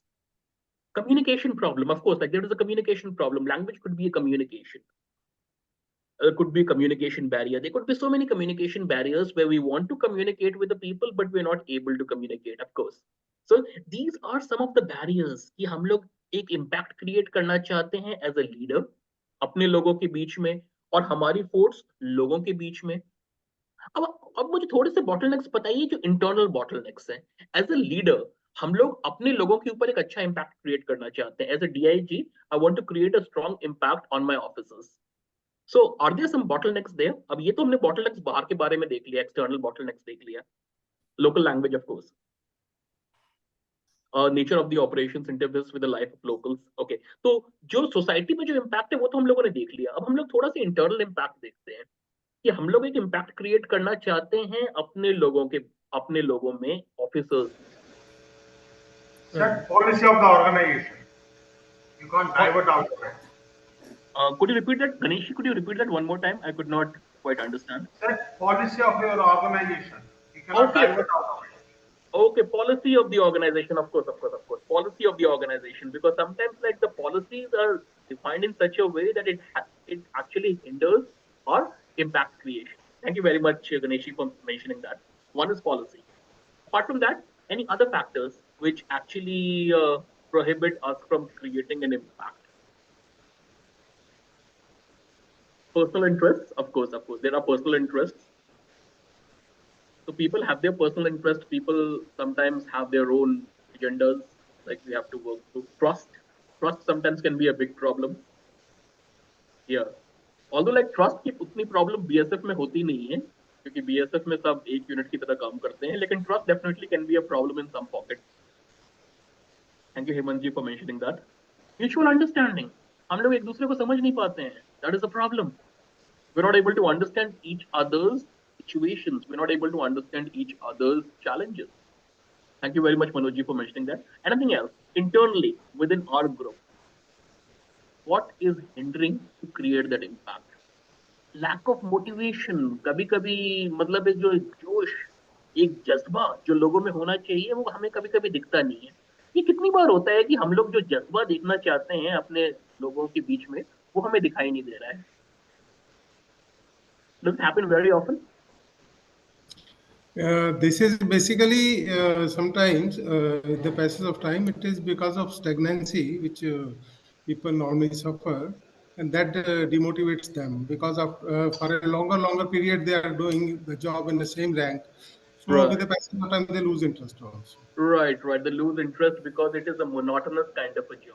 अरे वही बॉर्डर पे जाना है, वही 12 घंटे खड़े रहना है. So because of the monotonous nature of the job, sometimes they lose interest. Thank you, Dhaliwal sir, for mentioning that. And हम लोग जब innovation discuss करेंगे, we are going to be discussing some of the strategies कि हम लोग मतलब how we can make the things a little more interesting, how we can kind of pep up the lives of our men on the border. Lack of career progression, of course. I mean, people think कब हमारा promotion होगा, कब ये होगा, because everything is very laid out very perfectly. So there's kind of no ambiguity around it. There is no uncertainty around it.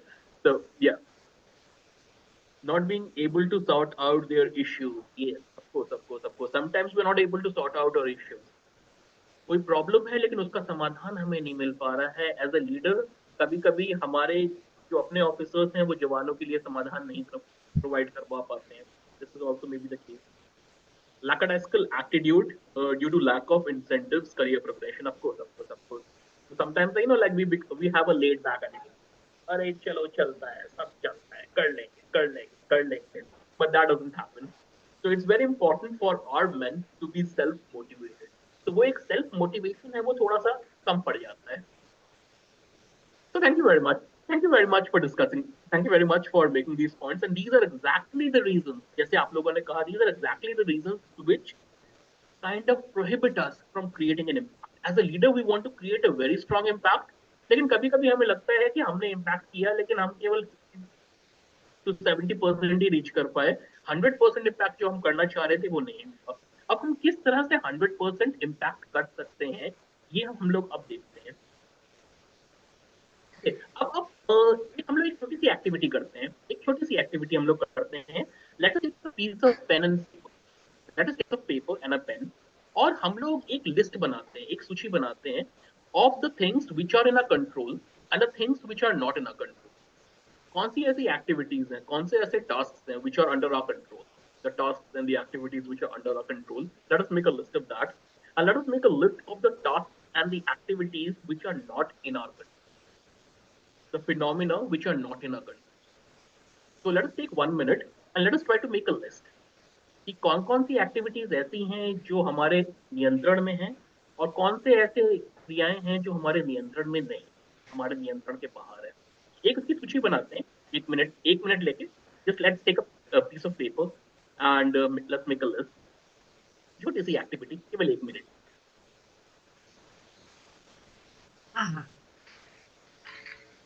बस 1 minute हम लोग लेंगे और एक ये छोटी सी एक्टिविटी करते हैं. कौन-कौन सी एक्टिविटीज ऐसी हैं जो हमारे कंट्रोल में हैं, कौन सी ऐसी एक्टिविटीज या फिनोमेना हैं जो हमारे कंट्रोल में नहीं है. एज अ लीडर हमारे रेगुलर लाइफ्स में, एज अ DIG, कौन सी चीजें यहाँ पे कंट्रोल में है, कौन सी चीजें यहाँ पे कंट्रोल में नहीं है.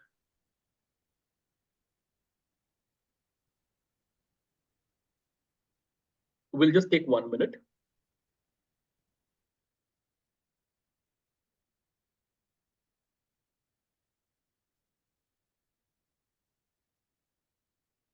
Things which are in our control, things which are out of our control. कौन सी चीजें हम लोग संभाल सकते हैं, कौन सी चीजें हमारा उसके ऊपर कोई इन्फ्लुएंस नहीं है, कोई कंट्रोल नहीं है.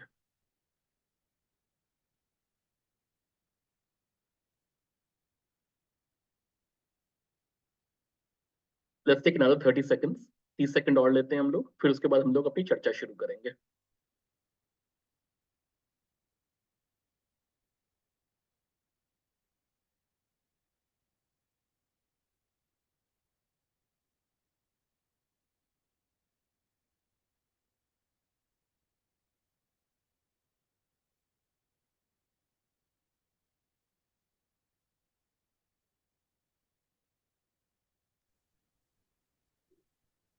ओके, तो लेट अस डिस्कस कि कौन सी पहले हम लोग देखते हैं कौन सी ऐसी एक्टिविटीज हैं जो हमारे कंट्रोल में हैं.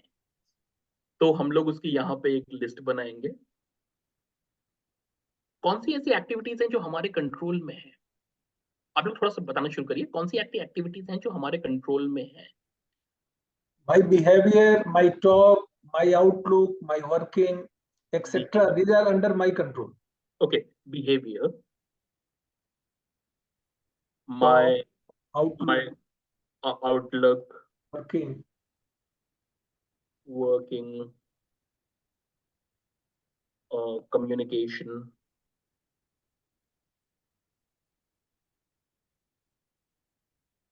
What else is under our control?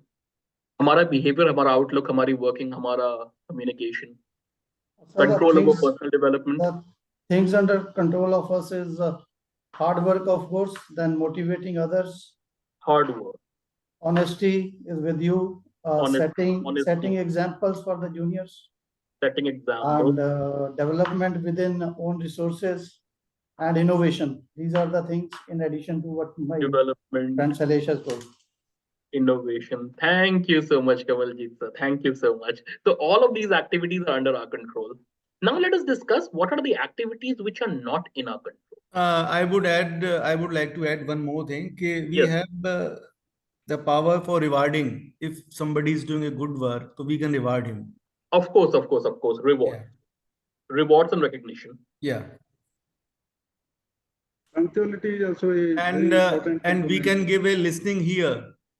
Suppose if somebody has got some problems, at least we can listen him patiently with patience. Of Yeah. course. We can listen to the person. Yeah.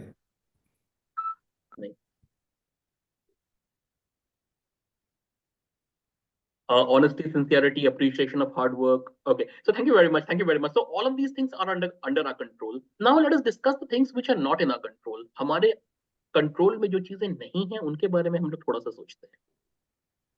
First thing is that is pertaining to the policies. Whatever policies, those are already set in.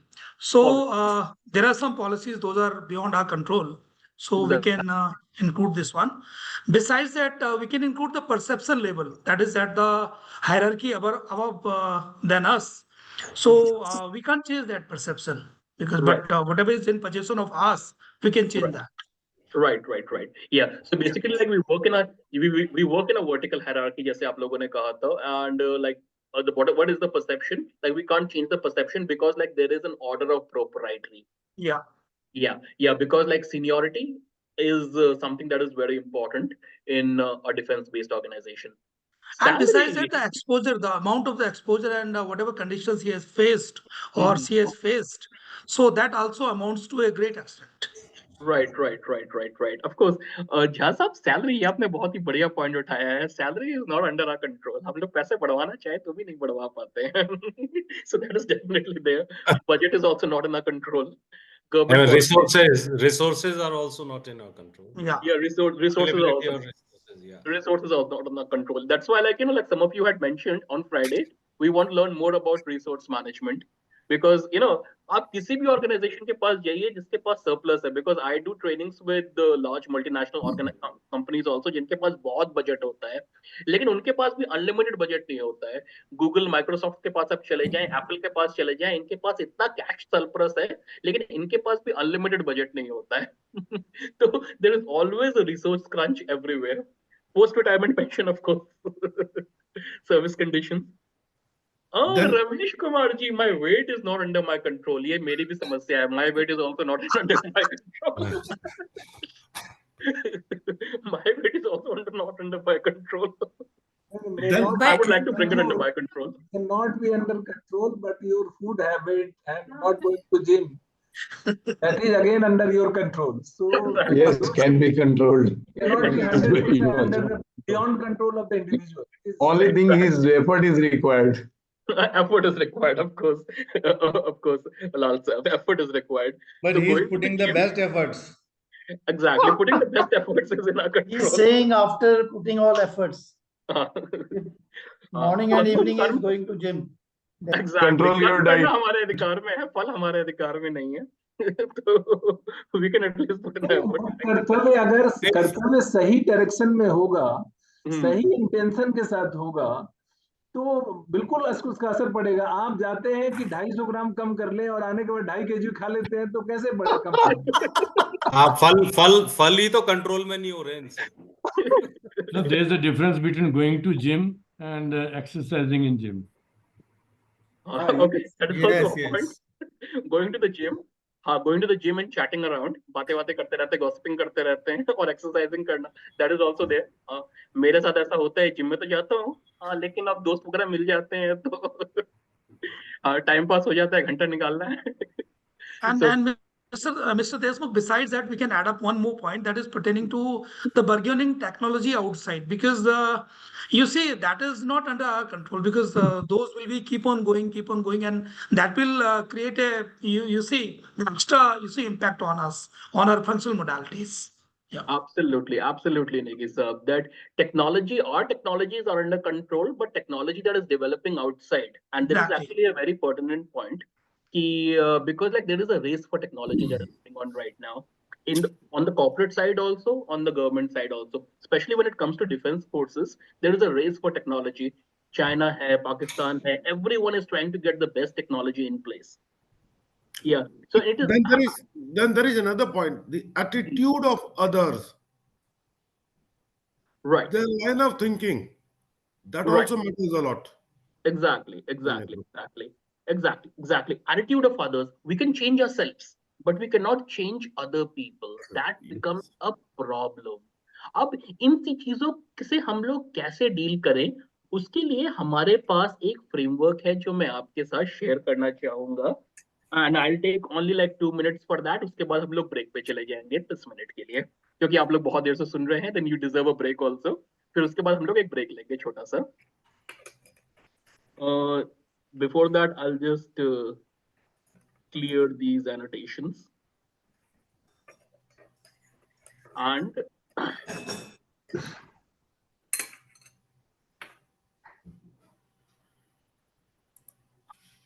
तो अब हमारे पास एक management concept है which is called the circle of concern and a circle of influence.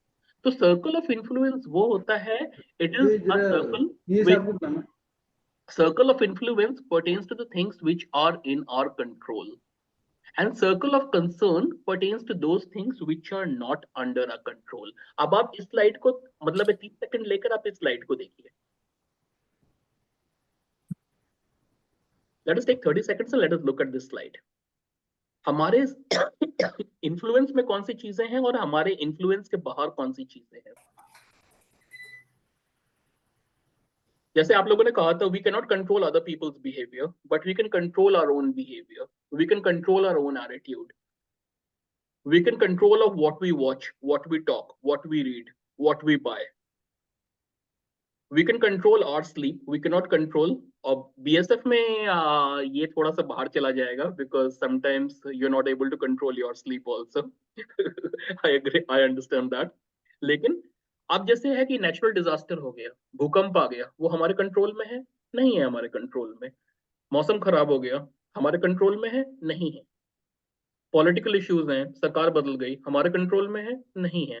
जंग छिड़ गई, हमारे control में है? नहीं है। तो हमारे कंट्रोल में क्या है? हमारे कंट्रोल में इन समस्याओं की तैयारी करना है, और वो हम लोग डिस्कस करेंगे एक छोटे से ब्रेक के बाद। तो आप लोगों को ब्रेक चाहिए कि आप लोगों को लगता है कि ठीक तक हम लोग चलते रहे? कि do you think you need a break? Break needed?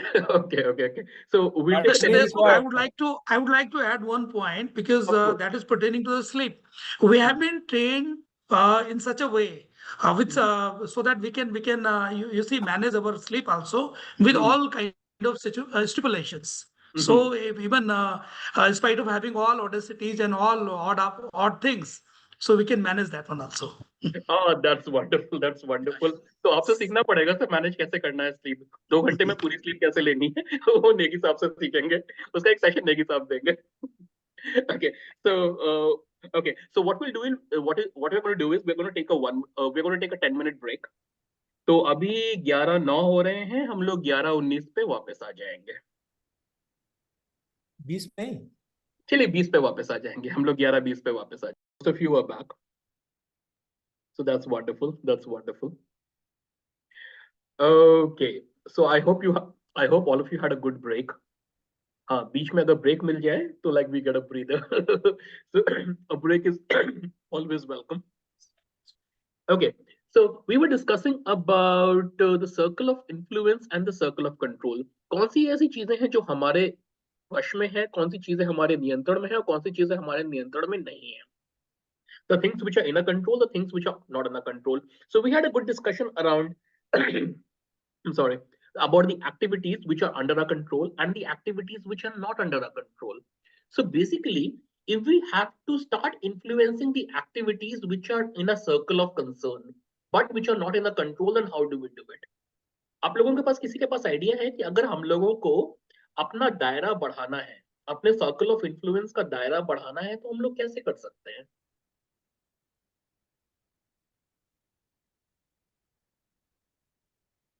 If we want to start influencing the things which are not in our control.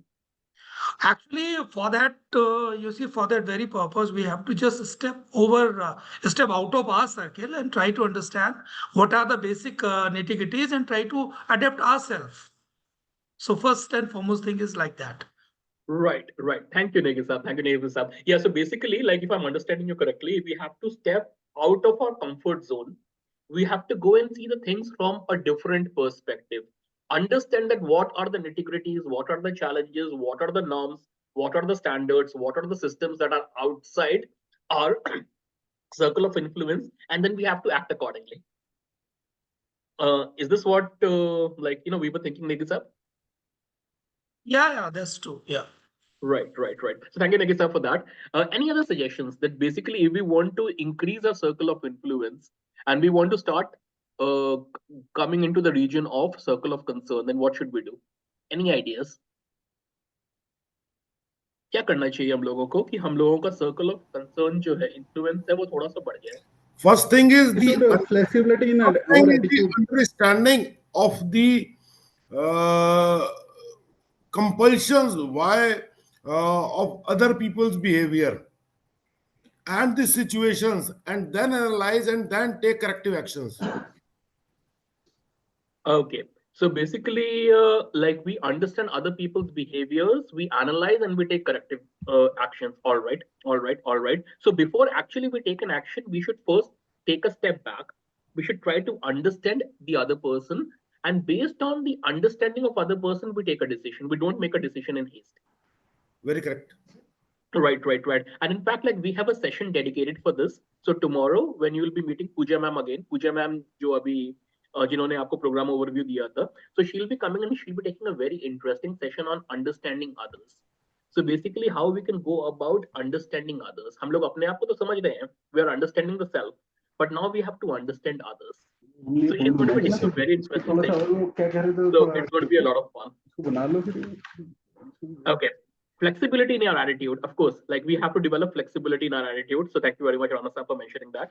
Any other ideas? So acceptance. Say whatever happens, it happens for a reason.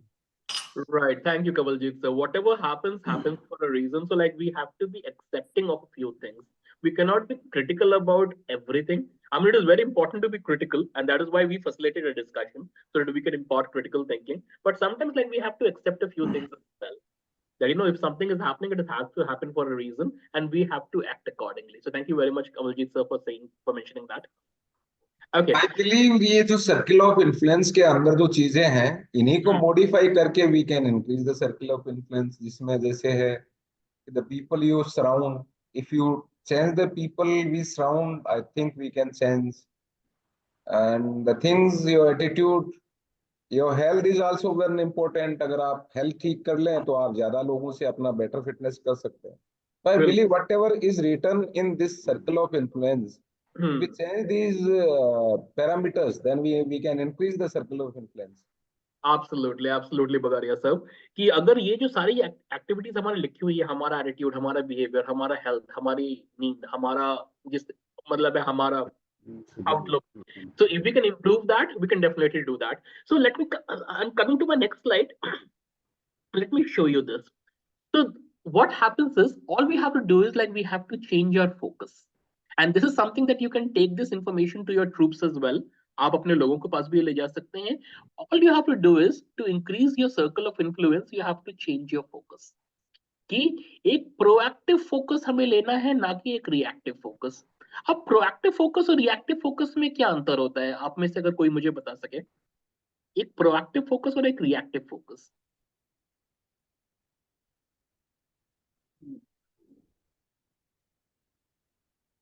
Proactive focus, reactive focus. Basically, the proactive focus is per se by yourself, because you are not responding to the situations.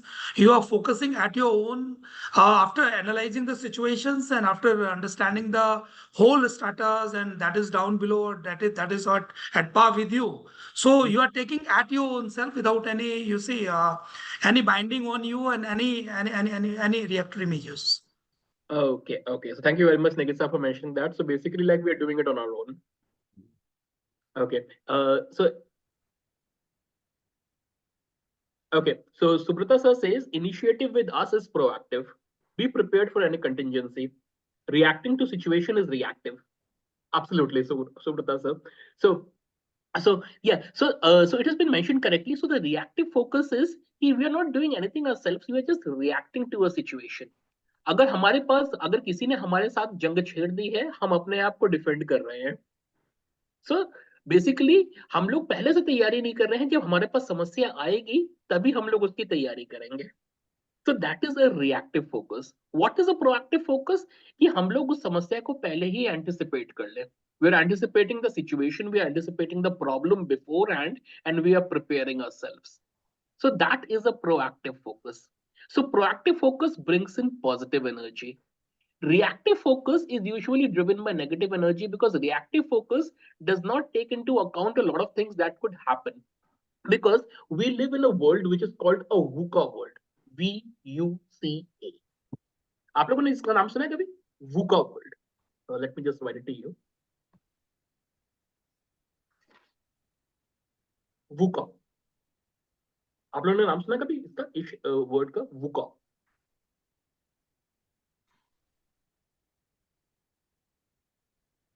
VUCA. तो ये management में this is a very important concept, VUCA. VUCA means volatile, uncertain. तो volatile की एक volatility होती है एक environment में, कि हमारे में, जैसे हमारे एनवायरनमेंट में वोलेटिलिटी है, कभी भी कुछ भी हो सकता है, कभी भी कुछ भी हो सकता है. Anything can happen at any point of time. या एवरीथिंग इज एम्बिगुअस. हमें पता नहीं है क्या है. There is uncertainty in the area. So that is VUCA world. It is volatile, it is uncertain, it is ambiguous. So it is we are living in a VUCA world. हम लोगों को पता नहीं है कि अगले मोमेंट में क्या हो जाएगा. इसलिए it is very important that we have to be proactive. We cannot be reactive. अगर हम लोग रिएक्टिव रहेंगे तो हम लोग पीछे छूट जाएंगे. अगर हम लोग प्रोएक्टिव रहेंगे, एक पॉजिटिव एनर्जी के साथ आगे बढ़ेंगे, तभी हम अपना सर्कल ऑफ इन्फ्लुएंस आगे बढ़ा पाएंगे. How many of you agree with me?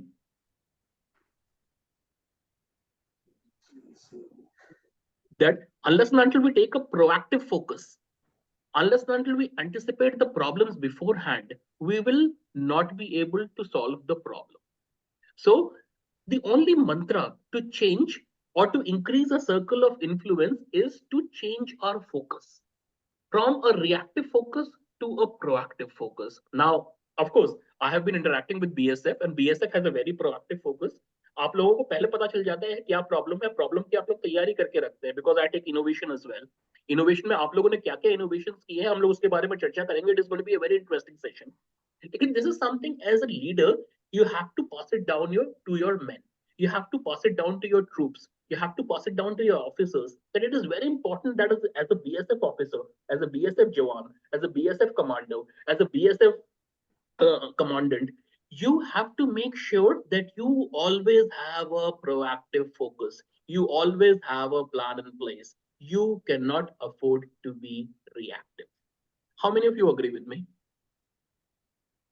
Agree.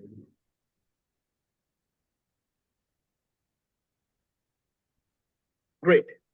Yes, true, because we are supposed to be proactive. That's why we make contingency plan and foresee all the contingency, and accordingly have our plan made for that.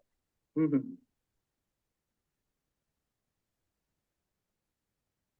Absolutely, absolutely, absolutely. Absolutely. So it is very important for us. So it is very important for us that we have to be proactive because we are living in a VUCA world. We are living in a world which is volatile. We are living in a world which is uncertain. We are living in a world which is very, very, very complex. And we are living in a world which is ambiguous. हम लोगों को पता नहीं है कि क्या होने वाला है at the next moment.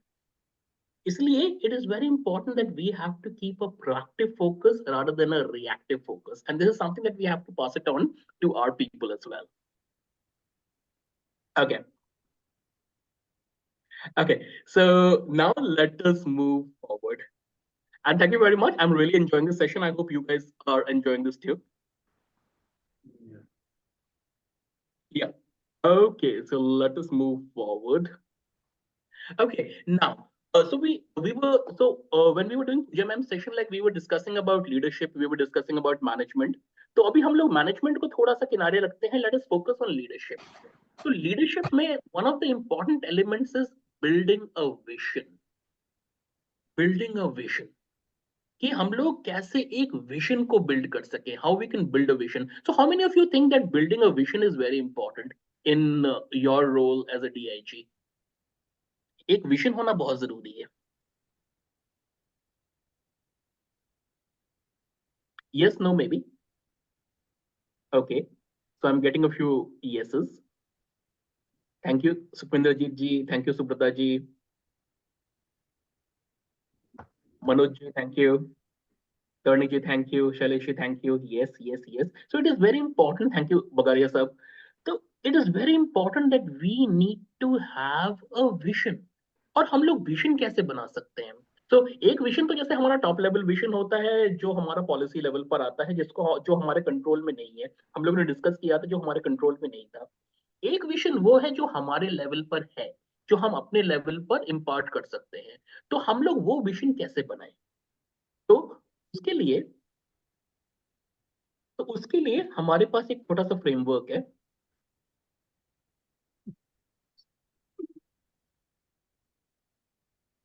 तो उसके लिए हमारे पास एक छोटा सा फ्रेमवर्क है कि हम लोग एक विजन कैसे बना सकते हैं. तो एक विजन बनाने के लिए it is very important that first we have to sense the purpose. The purpose means why, क्यों. फिर उसके बाद हम लोगों को we have to identify the values, we have to identify the goals and we have to describe it. So we'll go one by one. सबसे पहले हम लोग पर्पस पर थोड़ी सी चर्चा करते हैं. What is the core purpose? अगर हम लोगों को किसी चीज का भी विजन बनाना है, हम लोगों को बॉर्डर मैनेजमेंट का विजन बनाना है, हम लोगों को रिसोर्स मैनेजमेंट का विजन बनाना है, हम लोगों को टेक्नोलॉजी मैनेजमेंट का विजन बनाना है, हम लोगों को इनोवेशन का विजन बनाना है, हम लोगों को रिसोर्स ऑप्टिमाइजेशन का विजन बनाना है, हम लोगों को बेस्ट रिक्रूटमेंट ऑफ टैलेंट का विजन बनाना है, हम लोगों को बेस्ट इंप्रूवमेंट ऑफ टैलेंट का विजन बनाना है. तो उस विजन के लिए व्हाट इज द पर्पस? तो सबसे पहले हम लोगों को डिफाइन करना है कि व्हाट इज आवर पर्पस. तो हम लोग फिर एक छोटी सी एक्टिविटी करेंगे. So what we gonna do is कि हम लोग will take another 30 seconds and will try to come up with one purpose that you have to define a vision for. अगर आप लोगों को लगता है कि हमें किसी पर्पस के ऊपर एक विजन तैयार करना है तो उस एक पर्पस के बारे में हम लोग चर्चा करते हैं. आप लोग 30 सेकंड के लिए सोचिए कि कौन सा ऐसा पर्पस हो सकता है जिसके लिए हम लोगों को एक विजन बनाने की आवश्यकता है 2024 में. हम लोग 2024 में आ गए हैं. अब सिचुएशन वो नहीं है जो 1990 में है. We are living in different times. So आज की डेट में 2024 में what is the purpose for which we have to make a vision. आप लोग 30 सेकंड के लिए सोचिए और फिर उस पर्पस के बारे में हम लोग चर्चा करेंगे.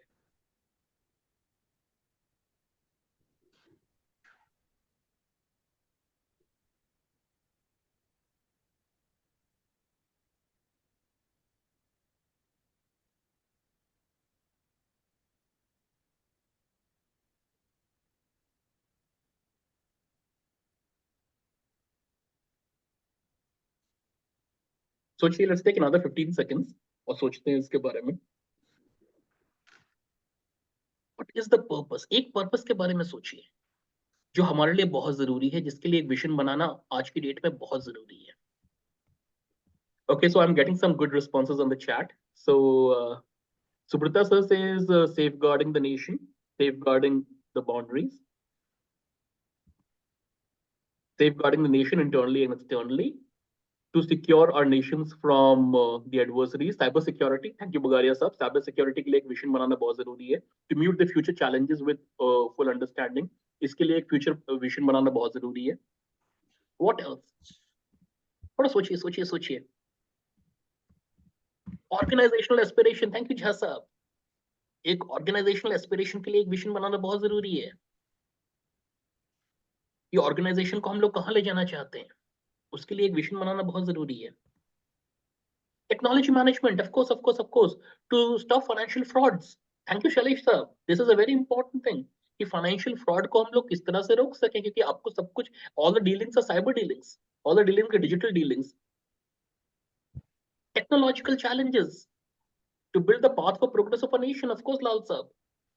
तो एक विजन बनाना बहुत जरूरी है, और विजन के लिए it is very important that we have to sense a purpose. We have to answer that question why. WHI, why. We have to answer कि जो हमें करना है क्यों करना है. So that is the first step in building a vision. To secure border under electronic surveillance, of course, WhatsApp. To make forces professional, of course, Tarni Saab. And we're going to be discussing this when we discuss values. Professionalism हम लोग कैसे लेकर आ सकते हैं. So thank you very much. So the first step here is the purpose.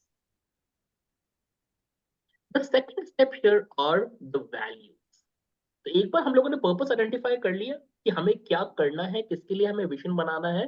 The second step are the values. So what do you think are the important values of BSF?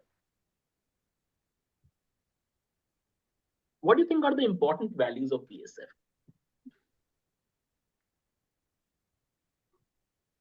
BSF की जो important values हैं, जो हमारी core values हैं as an organization, आप लोगों को कौन सी लगता है, कौन सी values हैं? आप लोग थोड़ा सा बताइए मुझे. Honesty and commitment to the nation. Thank you, Subrata ji. Honesty, professionalism, of course, Sukhminder ji. Professionalism.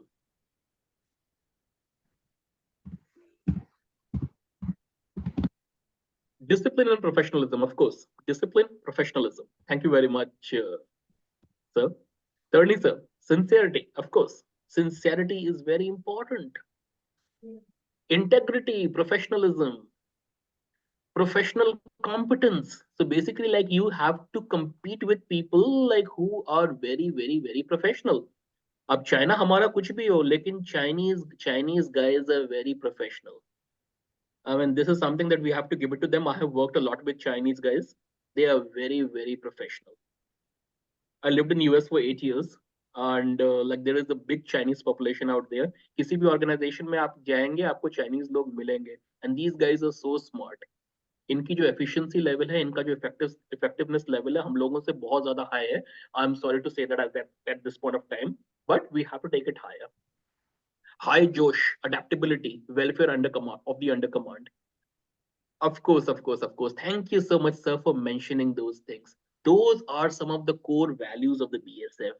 And during our discussions, we were able to identify these 5 values which are very important to BSF. Just take a look at this slide and let me know if I'm right. Justice and fairness, respect to others, duty until death, of course. Dedication and commitment to duties. अब ये जो 5 values हैं, ये हमारे जो हम लोगों ने जब ये program तैयार कर रहे थे, when we were preparing this program, we were speaking to our counterparts in the BSF. तो ये 5 values निकल के आई. Credibility, integrity, honesty of character, inclusion, professionalism, and compassion. ये 5 values निकल के आई थी. So do all of you agree with me that these are the 5 core values of BSF? Credibility, integrity, inclusion, professionalism, compassion. Yes, no, maybe. Do we agree that these are some of the important values? Great. Ashutosh ji, you want to say something? No, please carry on. Oh, thank you, sir. Okay, perfect. Okay, so now what we're going to do is that ये जो 5 values हैं, इसके ऊपर हम लोग एक छोटी सी activity करेंगे. We'll do a small activity on these 5 activities, or on these 5 values. पहले credibility. तो आपकी जो टीम है, जो आपके अंदर काम करती है, आपके अंडर कमांड है, आपकी जो पूरी बेसिकली लाइक आपके अंडर कमांड है और आपके अंडर कमांड के जो अंडर कमांड है, आपकी जो पूरी बटालियन आपके अंडर है, उसको आप 0 to 10 में इस वैल्यू पे रेट करिए. क्रेडिबिलिटी पे कितने क्रेडिबल है.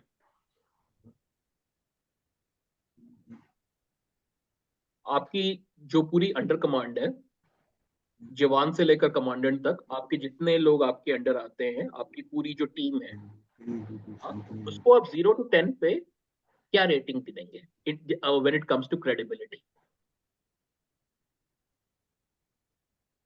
Okay, so I'm seeing a few responses out here. 777, 888, 8889, 887, 8, 8, 7, 7, 8. Okay. Okay, so most of you gave them a rating of 7 or 8. So why is it 7 or 8? Why isn't it 10 on 10 when it comes to credibility? Because credibility is a very important value. Okay, integrity 10. Okay, integrity is 10. तो integrity पे हम लोग बाद में आते हैं. पहले हम लोग credibility पे थोड़ी सी बात कर लेते हैं. Thank you Jhasa for that. What are the reasons कि हम लोगों को लगता है कि इनकी credibility जो है, that is like 7 or 8. It is not a 10 on 10. We want it to be 10 on 10, right? So why do you think it is not 10 on 10? It is a 7 or an 8. Anybody?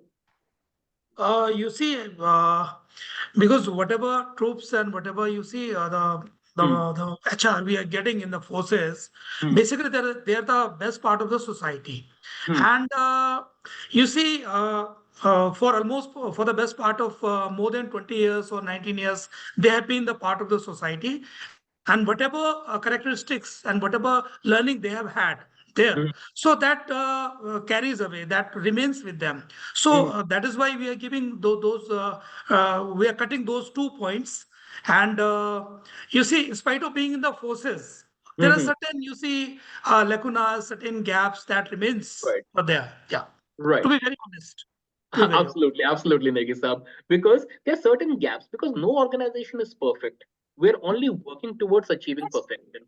Any organization for that matter, whether it is a defense organization, whether it is a government organization, it is a non-profit organization, or it is a corporate organization, no organization is perfect. We are working towards perfection, right? And as you rightly said, there are certain gaps which remain. Okay, so we're going to discuss those gaps. Okay, I'll just read one comment that Subrata sir has posted. At times, men are not fully committed from their inner. They join force only as a source of earning. Sometimes this happens, but I'm pretty sure that with the training that they get in BSF, they start getting motivated. Because I have interacted with people I have interacted with Javans as well. Yeah, and I know, like, initially when they joined the forces, like, they may have joined this only for getting a permanent job and getting like a stable salary. But as and when they started growing in the organization, they started feeling that change. They started understanding the situations around. Yeah, because I come from a border town, so like I keep on interacting with BSF. Okay, now let us rate on this very important value, that is integrity, honesty. इसमें आप अपनी team को 0 से 10 में कितने marks देंगे?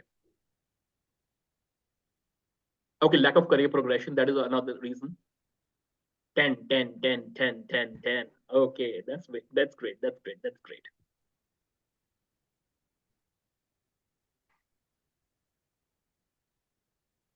8, okay. Okay. 10. Okay, so when it comes to integrity, when it comes to honesty, like, we are giving our team a 10 on 10. लेकिन in spite of the fact that we find them completely honest, फिर भी उनकी credibility थोड़ी सी कम है. हम लोग पूरी तरह से उनके ऊपर विश्वास नहीं कर सकते हैं, ऑल्दो हमें मालूम है कि वो पूरी तरह से सच्चे हैं. We know that we are completely honest. क्यों? Because there is a small gap in the skill set, right? So it is not about the intent. The intent is perfectly honest. लेकिन when it comes to execution of a task, it is not just intent that matters. Like there is also an amount of skill set that needs to be developed in the people, and that skill set पे हम लोगों को विश्वास नहीं होता है कि हाँ ये बंदा करना तो चाहता है लेकिन ये कर पाएगा कि नहीं पाएगा, इस पे हम लोगों को थोड़ा सा संदेह होता है. So that is the gap that we have to identify and we have to solve. The gap is basically because of VUCA factor. Yeah, and the gap is definitely because of the VUCA factor. And in this program, like we have defined certain courses. बहुत सारे ऐसे courses हैं जहां पर you will be able to identify that what exactly are those gaps and how we can go about fixing those gaps. When I'm doing innovation on Thursday, I'm going to be discussing some of these gaps as well when it comes to innovation from a perspective of innovation. कि what are the gaps? कि हम लोग कहाँ पर क्या सोचते हैं और किस तरह से काम करते हैं. We'll be discussing different concepts. Improvisation भी हम लोग discuss करेंगे, जुगाड़ भी हम लोग discuss करेंगे, technical innovation भी हम लोग discuss करेंगे, structural innovation भी हम लोग discuss करेंगे, and we are going to understand those gaps. Okay, so thank you very much. Let's move forward. Inclusion. When it comes to inclusion, सबका साथ सबका विकास, सबका विश्वास. Inclusion में आप 0 to 10 में अपने टीम को कितने मार्क्स देंगे? Inclusion.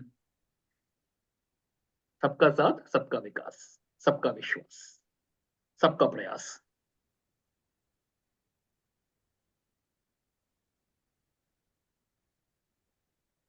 Okay, 9, 9, 8, 10, 8, 9, 9, 9, 9, 8, 8, 9, 8. Okay, wonderful, wonderful, wonderful, wonderful. So like we are a 9, 8, 8 because there is a spirit, because like in BSF, like there is a spirit of camaraderie. सब लोग एक दूसरे के साथ सबका जुड़ाव है. अगर एक जवान को चोट लगती है तो दूसरे जवान को तकलीफ होती है. अगर भगवान ना करे किसी जवान की अगर बॉर्डर पे मृत्यु हो जाती है तो सभी को दुख होता है. जवान से लेकर डीआईजी सभी को तकलीफ होती है. That is the spirit of inclusion. So spirit of inclusion is very strong in BSF. तो इसके बारे में मैं ज्यादा चर्चा नहीं करूंगा because this is like थोड़े बहुत जो gaps होते हैं those are because of communication. Those are because of cultural gaps. कभी-कभी ऐसा हो जाता है कि like you may be a South Indian, you're posted in the Northeast. You may be from the Northeast, you're posted in Rajasthan. तो खाने पीने वगैरह इन सब चीजों में छोटी-छोटी gaps हो जाते हैं, but those can be fixed over time. Dr. Arvind, मैं यहाँ पर I would like to bring out one aspect is that decision making जो है उसके अंदर inclusion in a force like ours can only be up to a certain level. It cannot be full. So decision making, although everybody is taken on board, but certain decisions are taken from top down. Exactly. So exactly, that's the nature of the organizations itself. That is the nature of the organization that like you cannot be completely democratic about it because it is defense. और यहाँ पे like we don't expect the defense forces to be completely democratic. And whenever I do trainings with BSF, I tell them that this is not a democratic organization. यहाँ पर जो करना है सो करना है, जो order को follow करना है वो follow करना है, and you have to follow the order to the core. जो आपका एक system है, like there's a very meticulous system in place in BSF, and you have to follow the system.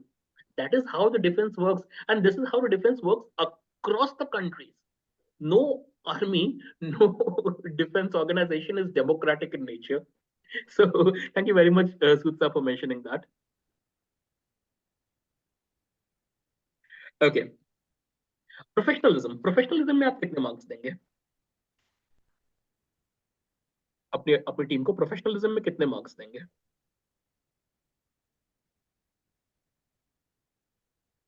8, 9, 9, 8, 6, 8, 7, 8, 7.5, 8, 7, 8, 9.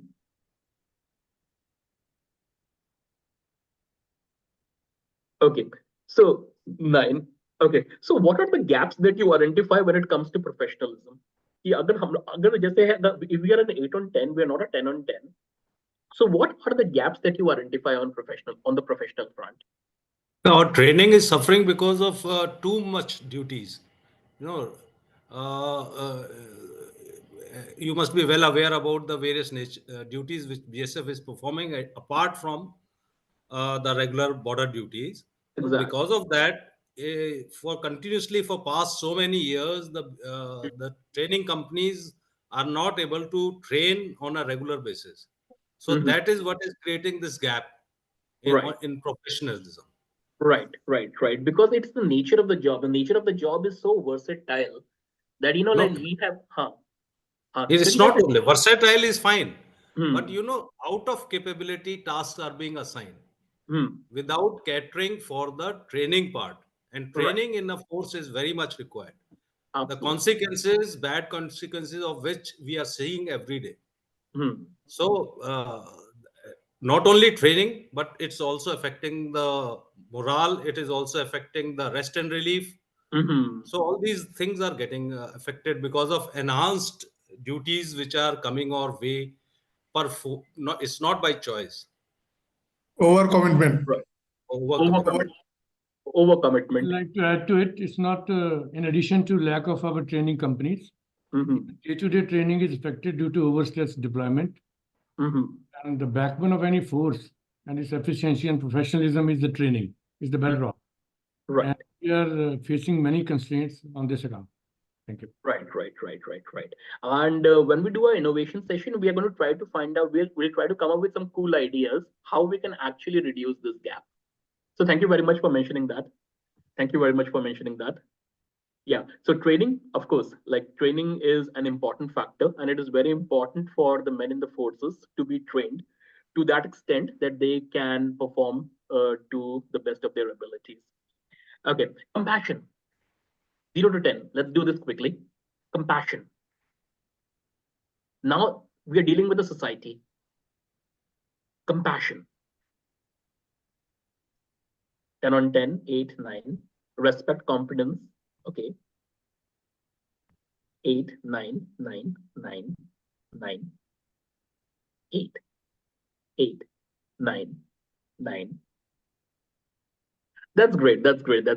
And this is something that I have also found in the BSF, like in my interactions, right from the BSF Jawan level to the DIG level, that there is this inherent feeling of compassion towards our own colleagues as well as towards the people whom we work in the society, because like you have to deal with different kind straight of people in the society as well. So it is very important that we have to take that compassionate feeling with us. So compassion is definitely there. So these are like the core values, like the 5 core values of BSF, and these values have to be worked upon. हम लोग अपनी values का जो हमारा framework है उसको हम लोग नहीं छोड़ सकते हैं. So as leaders, it becomes very important for us to make sure that these values percolate to the very end of the pyramid. So basically, like the person who is on the front line, who is standing and guarding the borders, should share the same values with the same enthusiasm as you guys are sharing. So that is very important that these values have to be very, very, very strong. Okay, now we discuss about goal setting. So there is a word in management which is called BHAG, BHAG, BHAG. Bhago. So BHAG means big, hairy, audacious goals. किसी भी organisation को अगर कुछ बड़ा achieve करना है तो उनको अपने लिए एक गोल बड़ा रखना होता है. How many of you agree with me that if you want to achieve something big, it is very important to think big and make a big goal for yourself? Okay, so I've got one agreement, Sukhvinderjeet Singh ji. Okay, thank you, Balwantji. Okay. That's great. So it is very important that the goals that we are setting for our organization should be so compelling. They should be clear and compelling. They should be outside the comfort zone. जैसे हम लोगों ने बात की थी, there is resistance to change. कोई भी हम लोग नई चीज लेकर आते हैं, कोई भी हम लोग नया गोल लेकर आते हैं, उसके लिए एक चेंज है. हम लोगों ने देखा अग्निवीर के लिए कितना रेजिस्टेंस हुआ लोगों के बीच में जब हम लोग एक नई पॉलिसी लेकर आए. तो BSF does not have Agniveer, I know that. BSF में अग्निवीर पॉलिसी, अग्निवीर अभी लागू हुआ नहीं है, लेकिन when Agniveer came, there was such a strong resistance to change.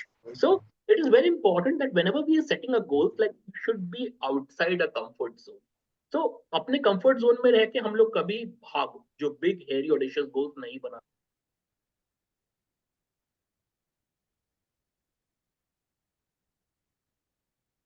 Motivation जो हमारे लोगों में रहता है, that should be there. And finally, it should be consistent with why we exist. हमारा एक purpose है, हमारा एक लक्ष्य है, हमारा एक motto है that we have to protect our borders at any cost. So whatever goal we are setting should be aligned to this particular objective, our core objective. Okay. Okay. So please elaborate more on Bhag. Okay, yeah. So Bhag are big, hairy, audacious goals. So this is basically an organizational framework, and we are going to also send you some literature around it. So what happens in Bhag, what happens in an organization is like whenever you have to achieve a high goal, whenever you have to achieve a high target, you set up a big goal for yourself. Now the goal cannot be small. If we actually set up a small goal, we'll achieve it and we'll be happy about it.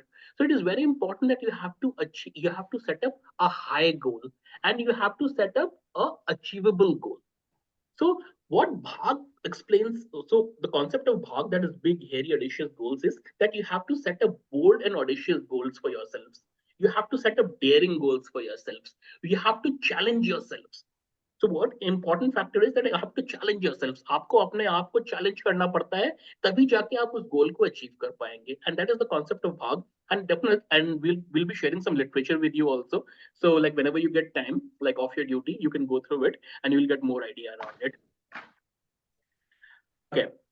So we are kind of nearing the end of the time.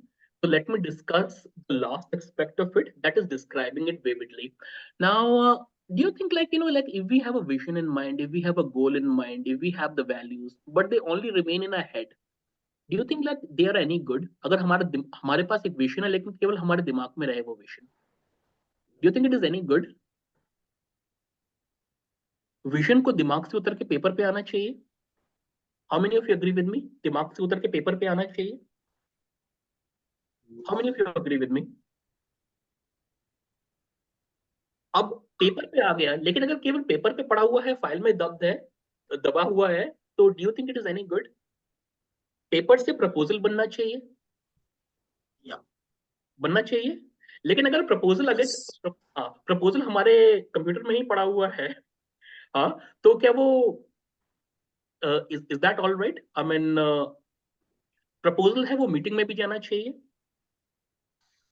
Proposal के ऊपर discussion भी होना चाहिए, उसके pros and cons की चर्चा भी होनी चाहिए, और फाइनली उस प्रपोजल का जो आउटकम है, उस आउटकम को भी डॉक्यूमेंट होना चाहिए. अगर वो प्रपोजल आगे बढ़ता है, it should also be a part of the policy, तभी जाके विजन बनेगा. That it is very important that the goal has to be described vividly. आप किसको इंपैक्ट करना चाहते हैं? What matters to them? What do you imagine as the future for them, so that who are going to be benefiting from them? तो ये सारी चीजें जो हैं आपके विजन में होनी चाहिए. आप किसके लिए बना रहे हो, क्यों बना रहे हो, कब तक आप उसको पूरा करोगे, how it is going to benefit people, and what are the strengths, and what is the kind of mindset that you should be doing. So it is very important that as a leader, as a manager, as a respected Defense Forces officer, you have to create a legacy for yourself. You have to leave something behind. Even after you retire, you have to leave something behind. तो अभी आप लोग, अभी हमारे पास time की कमी है because there is only 1 minute left, but this is one homework that all of you can take. आप लोग जब आप घर जाइएगा तो एक ऐसी चीज के बारे में सोचिएगा जो आप छोड़ के जाना चाहते हैं after you retire towards your men. और हम लोग जब इनोवेशन सेशन के लिए मिलेंगे थर्सडे को, तो हम लोग उसके ऊपर चर्चा करेंगे. तो एक ऐसी चीज जिसमें आप इम्पैक्ट क्रिएट करना चाहते हैं, एक एज अ विजन, एक ऐसी लेगेसी जो आप छोड़ के जाना चाहते हैं, हम लोग उसके बारे में चर्चा करेंगे. And now it's already 12 o'clock, so I am out of time now. So thank you very much. This was a very interesting discussion. I really enjoyed, as I always do, and I hope all of you also got something out of it. We are going to again meet on Thursday. We are where we are going to be discussing a very important topic on innovation. कि हम लोग किस तरह से innovate कर सकते हैं अलग-अलग तरीकों से. And we are going to be discussing some of the technological aspects as well. So with that being said, thank you very much for the patient hearing. Thank you. Namaskar. Jai Hind. Thank you, Dr. Arvind, for such a thought-provoking session, I must say. And we have been pondering towards the circle of influence, circle of control. Lot of thoughts, and our participants' engagement has been there with such a wonderful answers that they have been sharing with us. Yes, our coaches are a bit, difficult to handle when they come up with giving homework to our participant and cohort. But I'm sure that we gain something from these insightful sessions ahead.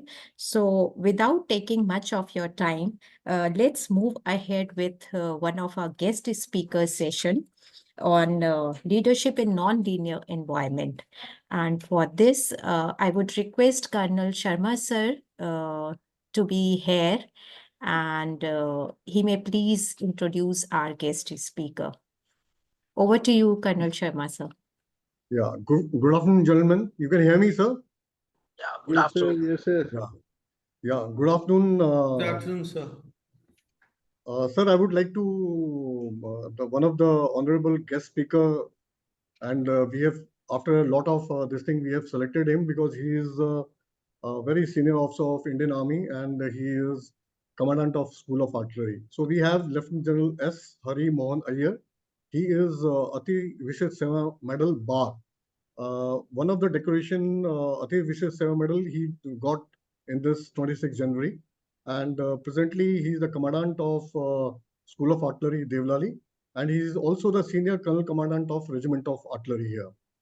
A little brief about Lieutenant General S. Hari Mohan Iyer. Bar to Ati Vishesh Seva Medal. He is an alumni of National Defense Academy, and he was commissioned into Light Regiment on 8 June 1985. The general officer has attended various prestigious courses in his career, and these are Defense Services Staff College at Wellington, Senior Command and High Command at MAU, College of Combat MAU, and also he has done the National Defense College at New Delhi. That means he has done NDC also. He has held various command, staff, and instructional and foreign assignment.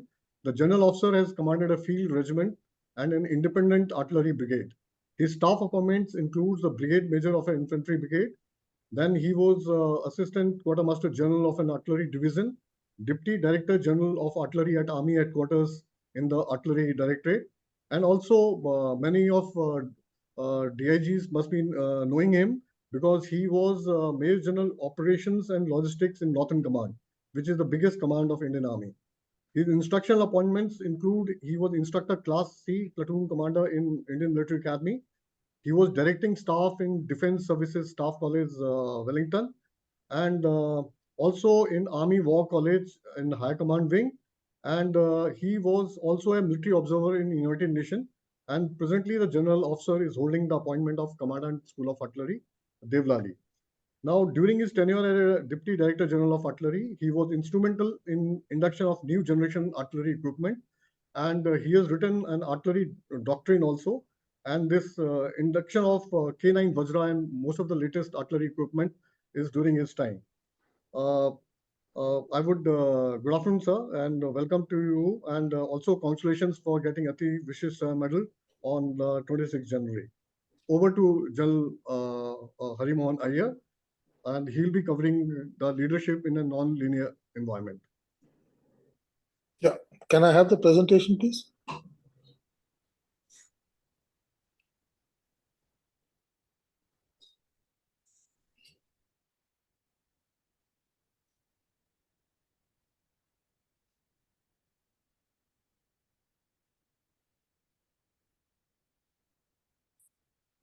Yeah.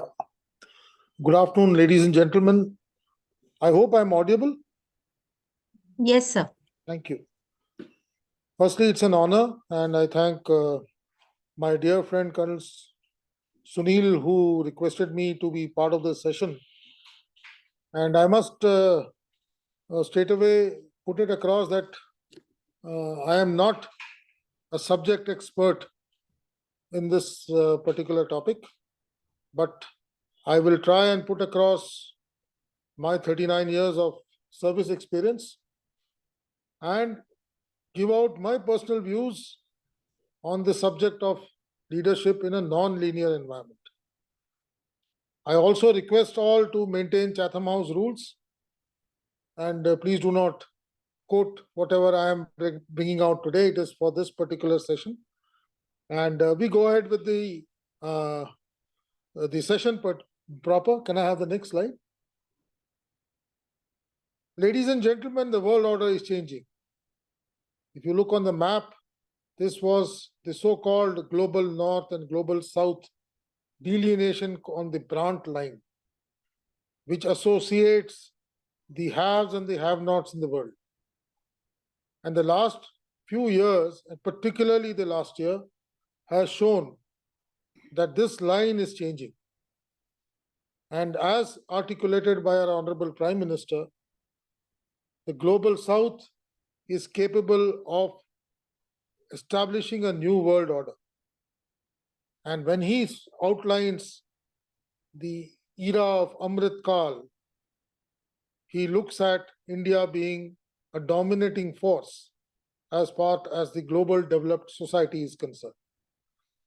So with that as a start, I've been told to look at a global scan as things stand in the world today, and I'll attempt my little bit on this part. Next slide, please. As we look at the world today, you have two sets of things that are happening. While on the left side, you have technology rising, artificial intelligence is showing its face, agricultural productivity is growing up, nations are coming together. You have G7, G8, G20, etc. coming to the forefront. Energy security is being talked about. Every nation is putting their hands together, trying to live together and create a sustainable planet for the future. While this is happening on one side, on the other side, you have strained diplomacy. You have conflicts wherein military hegemony is persisting. There is expansionism which is coming out in big way. Large number of countries like Russia are expanding their domain. Terrorism is still right in the forefront, and it is only growing with new and new entities coming out. And while we are looking at a sustainable planet, the future of a planet and value of life is questionable. So if I was to put it in one nutshell, the world is hanging in a balance. It depends which side tips, the world will orient itself to that opposite direction. Next, please. I was asked in the outline of this presentation to give a little global scan of events that are happening in the world. I have tried to put across some of the flashpoints which are visible in the world today, and I will give you my personal reading on what these flashpoints mean to the world today. While there can be more than these, I have restricted myself to this part because even this will be very difficult to cover in this short period of this particular session. But I'll try and do as much I can for each of these events which are having some relevance to the world order today. Go to the next one, please. The first one I'd like to talk about is the Russia-Ukraine conflict. It's one of the longest running conflicts today, almost 2 years on, and we don't see an end in sight. Ukraine, ably refitted by the entire Western world, is contesting a superpower. And I'm using the word contesting because it is not gaining anywhere, and every passing year is only making Ukraine weaker and susceptible to be occupied by Russia. We all, by and large, understand as to what is the cause of this conflict.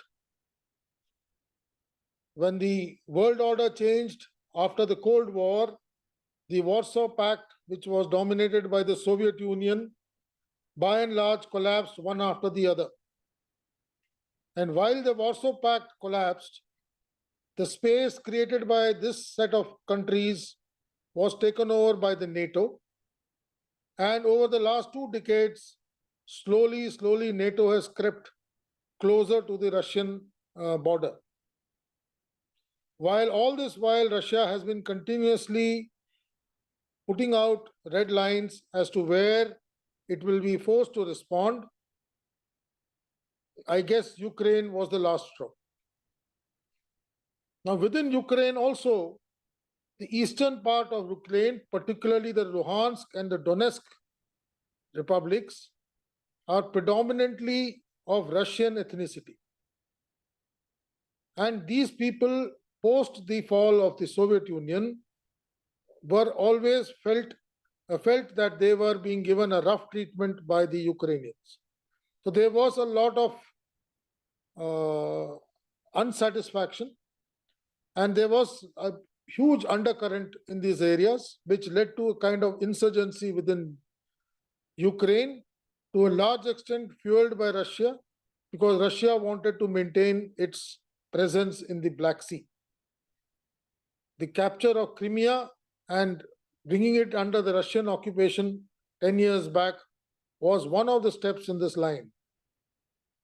While Russia was quite happy with the Crimean Republic coming under it, the problems in Luhansk and Donetsk continued. And that is why the current conflict, in my mind, went on. Possibly it was an attempt at a regime change in Ukraine, because the regime which was in Ukraine was a Western-supported regime under President Zelensky. The Russians did not achieve regime change.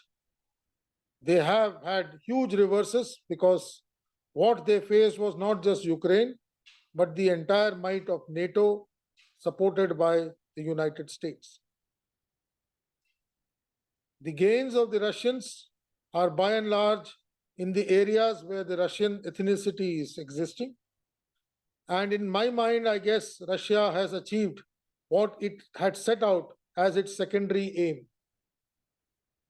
How do I see this conflict going ahead? They are saying that there's going to be another springtime offensive of the Ukrainians in a couple of months. But the last attempt in 2023 resulted in huge failure. So I don't see Ukraine launching a major offensive to regain whatever it has lost. But I don't see this crisis coming to an end also, because there is a lot of prestige at stake, particularly the Americans. And with an election year coming up, the Americans will try and create environment to keep this pot boiling. The conflict has resulted in a large amount of displaced population, food and energy crisis. And another worthwhile takeaway from this crisis is the huge number of sanctions which were placed on Russia by the Western world did not work. The Russian economy has survived.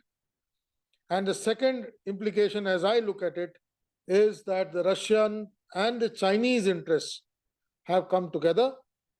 And there are also reports that the North Koreans have also joined in this melee.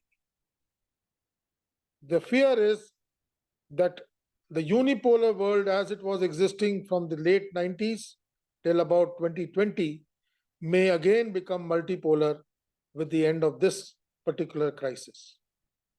Next, please. The next point which I would like to scan and discuss is the Hamas crisis, which is happening in Israel.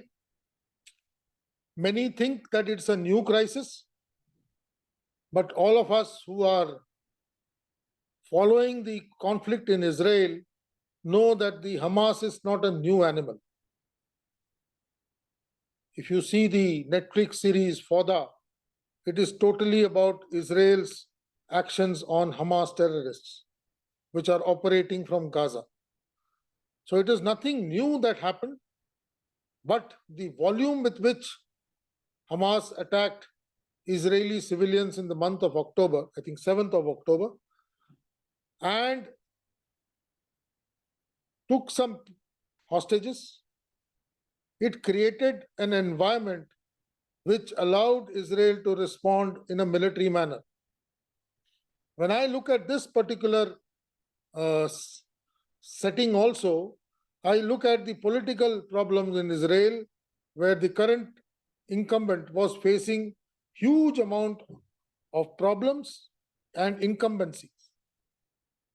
And this possibly was a excuse for him to divert attention of his country, unite the political space against a focused problem, and that is where it stands today. The point which we'd like to flag here is India's response to the Russo-Ukrainian conflict has been very neutral.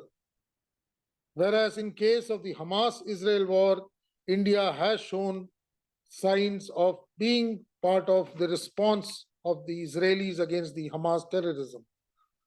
So there are two distinct differences in the way our diplomacy worked in the two major crises that is happening in the world today. It has also led to certain humanitarian crises. And another takeaway from this particular event is the likelihood of friction between Saudi Arabia and Israel, the United Arab Emirates and Israel, because there is a call to unite the Islamic countries to wage a war against Israel once again.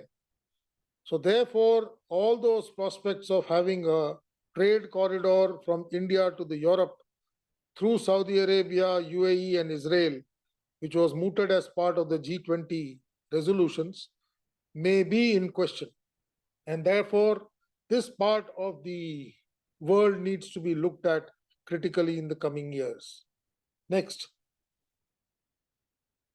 Another thing which has started happening very recently is the Houthis who operate from Yemen and Eritrea.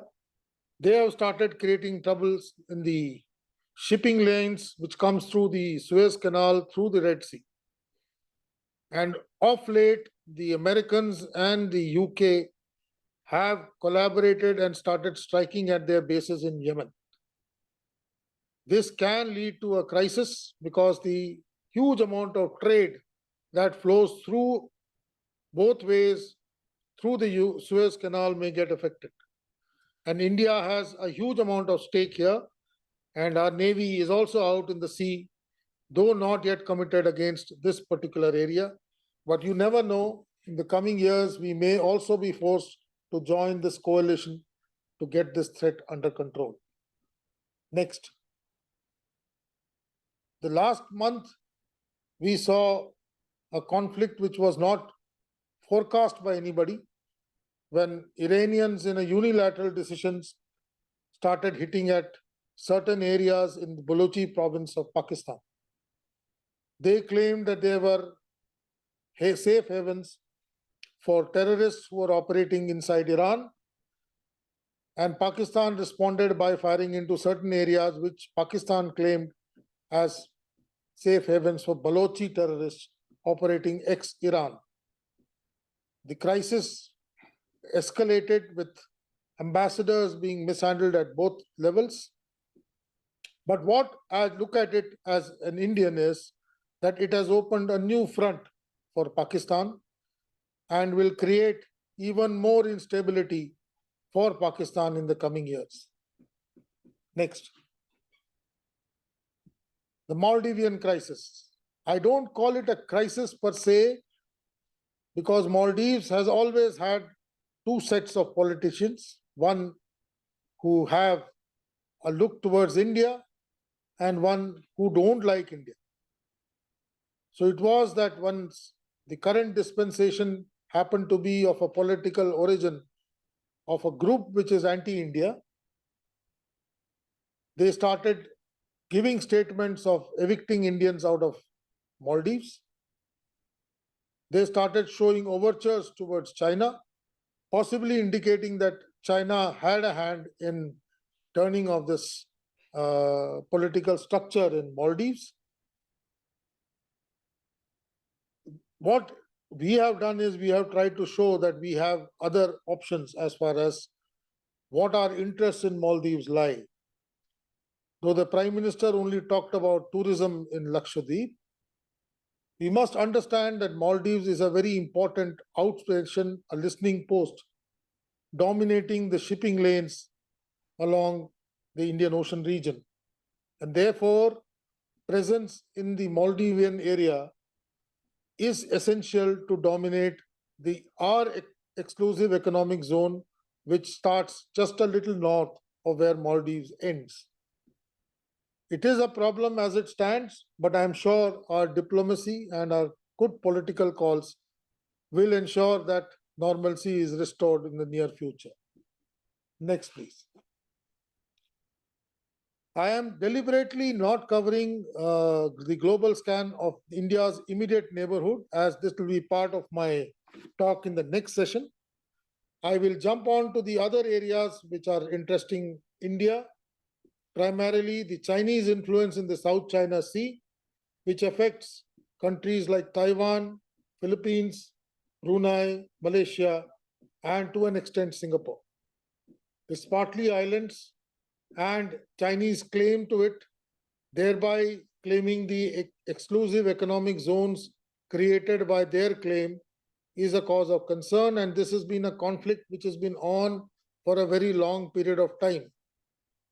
The American presence in Philippines, also in their influence in Taiwan, creates a kind of a place where a conflict is possible at any time. Though we have not seen physical conflict here, but for over 2 decades, the situation has been tense and has had implications in the entire ASEAN region. Why it is important to us is because we have a huge amount of trade which comes from the ASEAN region, and any action in this area will have some consequence to this kind of a trade for India. Next. I will also touch upon the North Korean crisis, though it is in a kind of a limbo for a very long period of time. But the point of concern is, despite all efforts, the North Korean regime continues to flourish. Not only flourish, it is able to influence operations both towards Japan and towards Yellow Sea.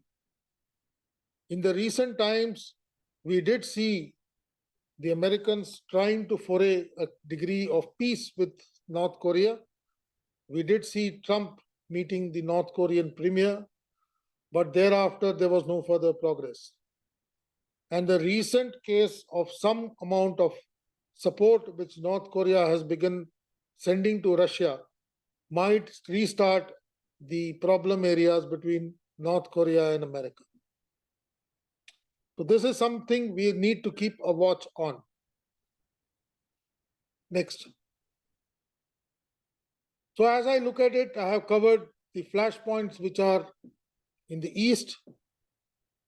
We may also include Taiwan, China as one of the flashpoints, and it is the claim of the Taiwan as Chinese mainland which is the cause of concern.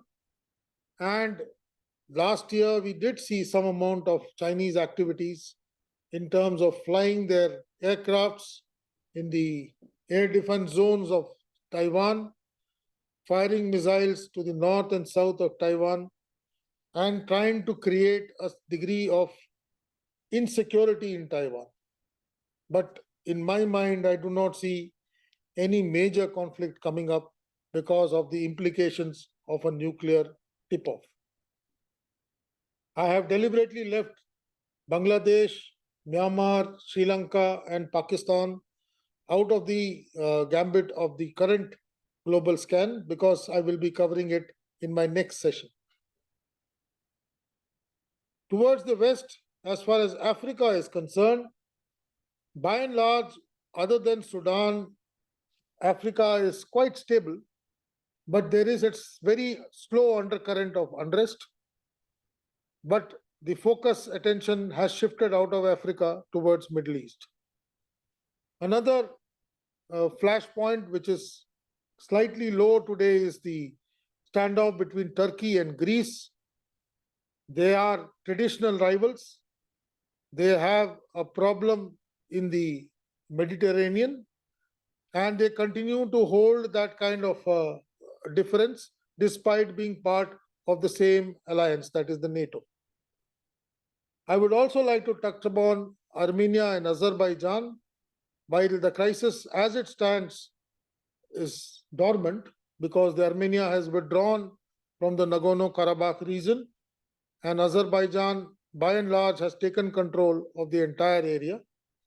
But then this particular area does come back every 10 years for the last 3 decades. So we may see something again coming up a little later. Here is a case where an Indian-supported nation has not succeeded in holding on to their land, and therefore there is a case of looking at our diplomacy as far as Armenia and Azerbaijan is concerned. With that, I will move on to the next part, which is by and large the larger context of today's session, that is deciphering non-linearity.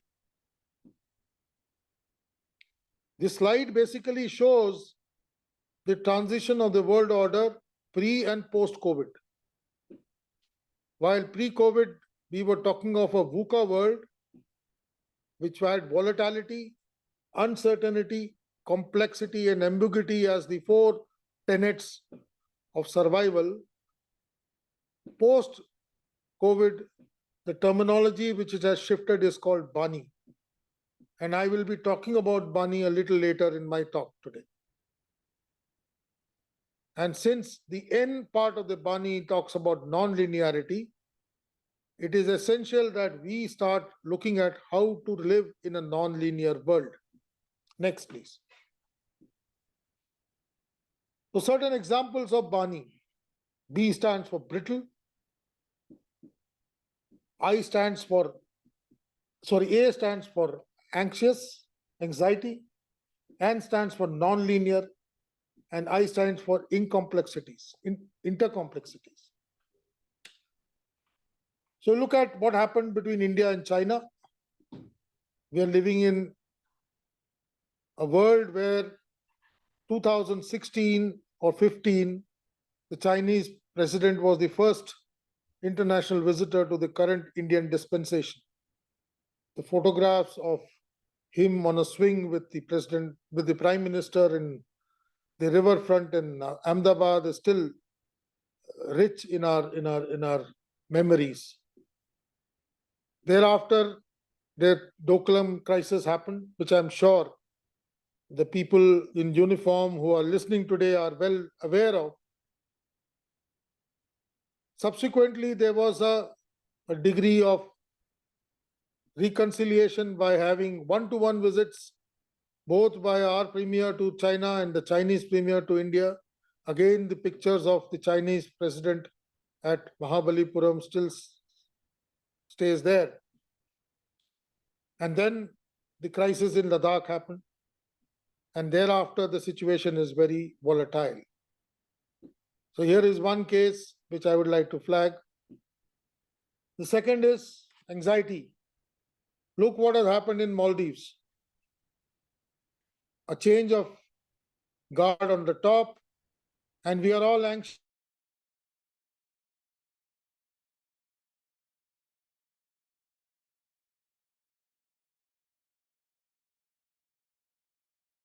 Inferences to what is happening in Maldives. And entire community in Maldives has become anxious. You find people cancelling their holiday packages. And imagine the number of passport holders are not even half of the number of holiday packages which are reportedly cancelled. So that is the kind of anxiety that has created by one small event that has happened in the world.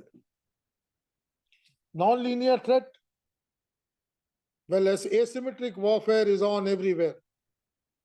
So a very small event has very large consequences. Hamas has been hitting Israel regularly, possibly at levels which were maybe just lower than what happened on 7th of October. But a little increase in the levels, and the result was a very heavy-headed operation coming up on them. And that is something we need to be very wary of. Look what happened in Manipur. It's totally unexpected. You had somebody telling us that Manipur is totally normal. Miss India finale is going to happen there. And within 3 months, you saw that video of women being paraded without clothes, and the kind of events that took place thereafter. So this is the kind of world that we are living in, where non-linearity is the order of the day. And therefore, leadership has to try and hone itself to meet the requirements of the current day. Next. Border management. I will not like to talk much about this because the people I am talking to are more experts than me. Having served alongside BSF personnel for a very long period in time, I am very sanguine that you people know more about border management than anybody in this country. But the point I would like to flag is the complex center and state relations which are coming up, and it's a challenge for the BSF today, especially in states which are not oriented towards the center and are border states. For example, West Bengal, then also in Tripura, then there were cases in Rajasthan earlier. So there are problems because the law and order being a state subject and the conflict between center and state in border related areas persist.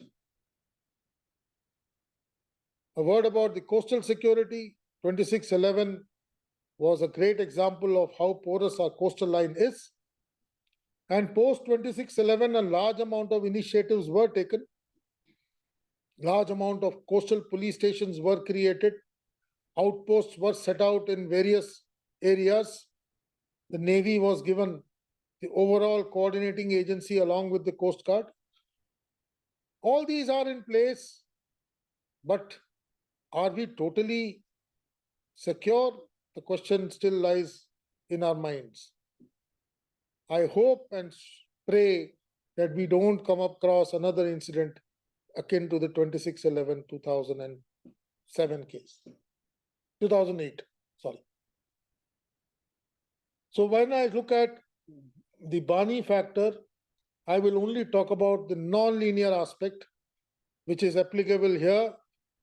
And it is more applicable to the BSF because the people holding the posts are at junior level. So a tactical action by a junior leader may end up in having a strategic ramification all over. That is the issue at which I would like to say that leadership has to change and adapt to the current scenario that is prevalent in the world. Next, please. So what is the leadership framework? Next. Once again, I'd like to put a disclaimer. Like I said, whatever I'm going to speak, whatever I'm going to put across is from my experience in service, both in the border areas and in the hinterland, and also as part of whatever I have learned during the various courses of instructions, both at home and abroad. This slide basically tells out as to what is the characteristics that most of us hold, and it is applicable to everyone in uniform. Next. So there are certain questions which I would like to put across, and I'm sure all of you should ask yourselves, like, are we ready to unlearn? Do we find ourselves making effective decisions on most occasions? These are all questions that we must ask ourselves and our groups. Next, please. if I was to put it across, the most unpredictable the environment, the greater the opportunities. And leadership must possess requisite skills to capitalize on the diverse and intermittent variables, which I will talk about in the later part. This brings me to the theoretical aspect of 8 equivalences in a strategic leader. Next, they are given out on the slide. Unambiguous, capable of functioning in a joint multilateral environment, understand the big picture, should know what his role in a system is. He should be able to absorb technology, develop consensus, shed limiting beliefs, discern and understand the intricacies of human behavior. So these are from theory, and I will request each of you, the DIGs in the BSF, to see where you fit into these 8 strategic leadership equivalences. Next. So how does a leader work? So there are 2 major factors, the competencies and the enabling skills. There is a saying which says the leaders are born and not made. At the same time, you find leaders who, with absorbing skills, can become better leaders. If you look at certain world leaders like Napoleon, they worked on their own views of things, and they were able to achieve a large amount of success based on their own intuitions. So they were competent leaders. But I am sure that while they were in their respective jobs, they were acquiring additional skills to hone their leadership capacities. And therefore, I will be talking about this dynamic self-correcting loop, wherein a leader needs to anticipate what is coming at his way, challenge the problems, interpret where the problems lie, make decision, then align. What's the last one? And then create a solution. And while doing all that, he ends up learning more. And when he learns, he applies itself and the loop starts again. So these are very important tenets which needs to be understood by leaders of the future. Now I'll be talking about the competencies and enabling skills. Now, competencies are high impact leadership behaviors. Needless to say, a leader needs to have some degree of visionary ability to be able to pursue long-term vision. He should be able to bring change and adapt to change. There are two facets to it. He should be able to be part of a collaboration wherein he can identify other organizations that impact himself. For example, a BSF officer may require to collaborate with state police at certain areas. And the end result which I am trying to hint at is, though you want to progress your own requirements, in order to have successful collaboration, you must ensure that the other agency does not lose. It should have its face.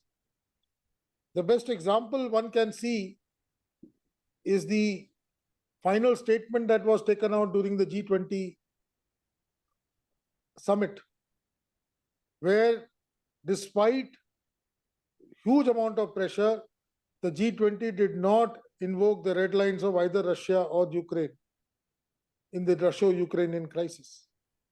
So that is one example of collaboration which I can put across. Full spectrum ability. He should be able to impact large amount of areas by his leadership. As I mentioned earlier, a tactical decision has the potential to have strategic outcomes. A leader needs to be innovative.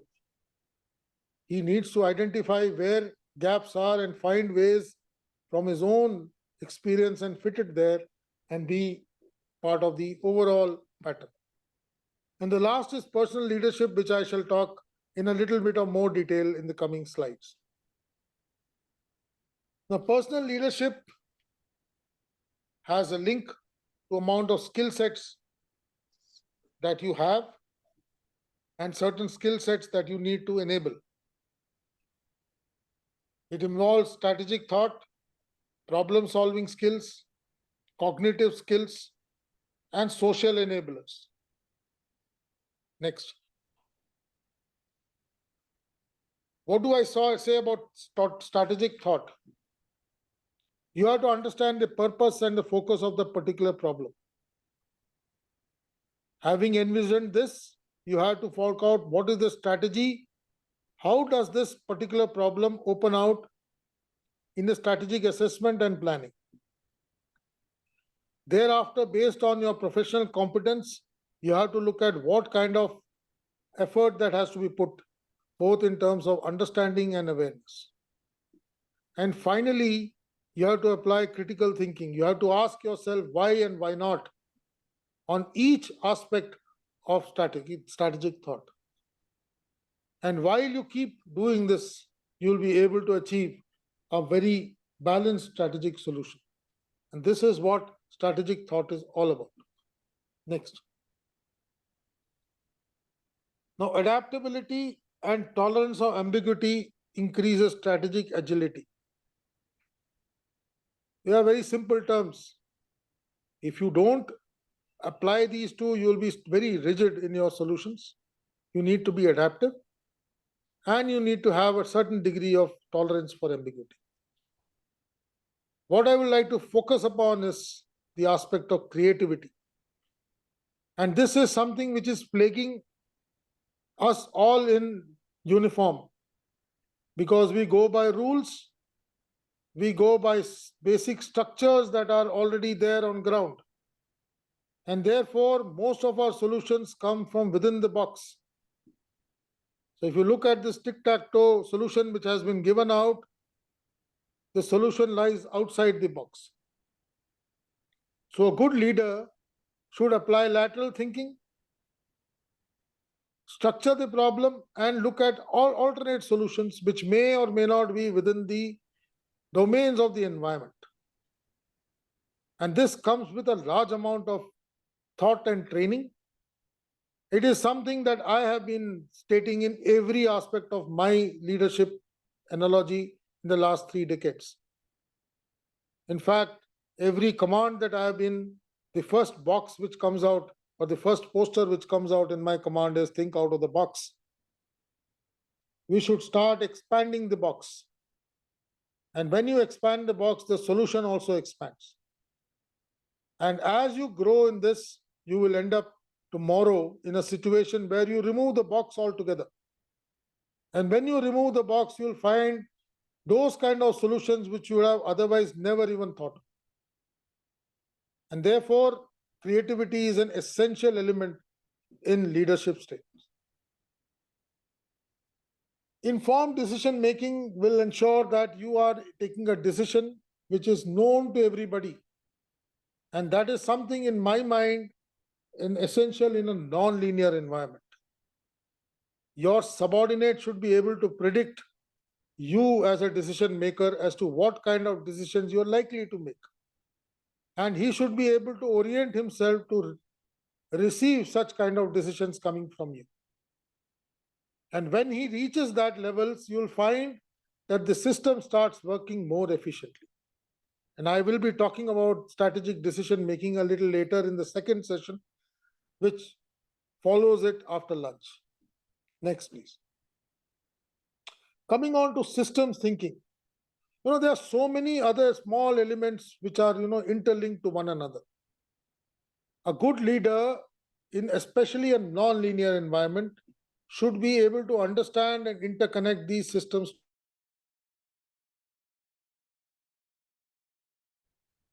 You must also understand that every element has a counter reaction. And therefore, if you are able to understand this particular cycle, you will be able to create a cognitive decision by interlinking all the systems that are involved. The other aspect is organizational change. One method of changing is change the leader. The system starts changing. But I believe if the leadership starts thinking differently, the leader automatically changes. Similarly, if the management that is working under the leader starts thinking differently, the management also changes. So therefore, rather changing the leader, I will recommend change the method in which the leadership thinks. आप अपना सोच बदलिए. आप सोच बदलेंगे तो आपकी organisation का सोच बदलेगा. और अगर आपकी ऑर्गेनाइजेशन का सोच सही दिशा में है, the overall effect of the leadership will be oriented to the results that you are expecting out of it. Next. Coming on to the last set of skills. Consensus building is very important in today's world because everybody has an aspiration and everybody wants to be part of a decision, especially in a non-linear environment where you may not be able to correctly assess what is the situation at which the decision has to be taken. And therefore, quick consensus building is an important aspect that needs to be inculcated in yourselves. Negotiation. There will be conflicting views. You should be able to negotiate and arrive at an optional answer to the response that is to be given to the problem at hand. And that will help you achieve conflict management in the smallest cycle. So these are three interlinked articles which I would like to put together. Behavior skills, it will change with person to person. And I believe today's leader should be good at communicating his method of leadership down to the last person on ground. Next. This brings me to what we are very used to as far as leadership is concerned, the autocratic style, which means the head of the organization decides and pushes down the orders through an intermediary to the person who is operating at the base. And the feedback comes back from the base again through the same stream. While this used to work well in the earlier world where communication and systems were not in place, I don't agree that this may be the right method in a non-linear environment. And therefore, I believe, go next please, we should switch on to what they call as the directive style of leadership, where a leader should be able to set the vision and the tasks and thereafter let the system take on. You should make decisions so that the followers can focus on their tasks. The action should be so directed that the followers know where to go and what to do. A directive style of command indicates what you expect from your command and let the command work its way to achieve that expectation in their own way. And you don't tell the person what to do and how to do. You put a larger sense as what to do, what are the boundaries, and let the person work to achieve that results. Possibly that is what is more applicable in a directive style of command in a non-linear environment, and particularly more so with an organization like the BSF, where leaders are operating so far away from their command. Of course, there will be certain absolutes. You will have to put on certain terms of references, which will ensure that the decision is made within the parameters of your requirements. While you are giving the decisions in this fashion, you should be prepared to give a little leeway to your subordinates to take suitable actions. And I will also recommend that every action at the subordinate level can be monitored, and you may like to apply some amount of correction to the decisions taken, moderate it, modify it to suit your requirements. And don't expect that the result will be 100% of what you had set out to be. And that is why I say you should give out a broad vision of what you want to do and what should be the likely end state. And let the person on the ground decide how to reach that particular end state. The feedbacks, of course, may follow the routine hierarchical manner so that everybody in the chain is aware as to what all actions have been taken at each levels. This is something which I prophesized in my command, and I have always benefited very largely from it. I have also ensured that the junior leaders who were on ground were able to achieve tasks which are way beyond their capacities, gave them encouragement to do bigger jobs. And for me, it gave me the success of whatever I was looking out to happen on ground. I have applied it both in operational and non-operational administrative functions. And so far, I have never found anything to complain about. And therefore, I give it as a recipe to the current and the future world, where situation is going to be extremely dynamic and things are going to be very volatile. So therefore, clear-cut directions may or may not be the option of the day. I think with that, I have come to the end of whatever I had to speak in leadership on non-linear environment.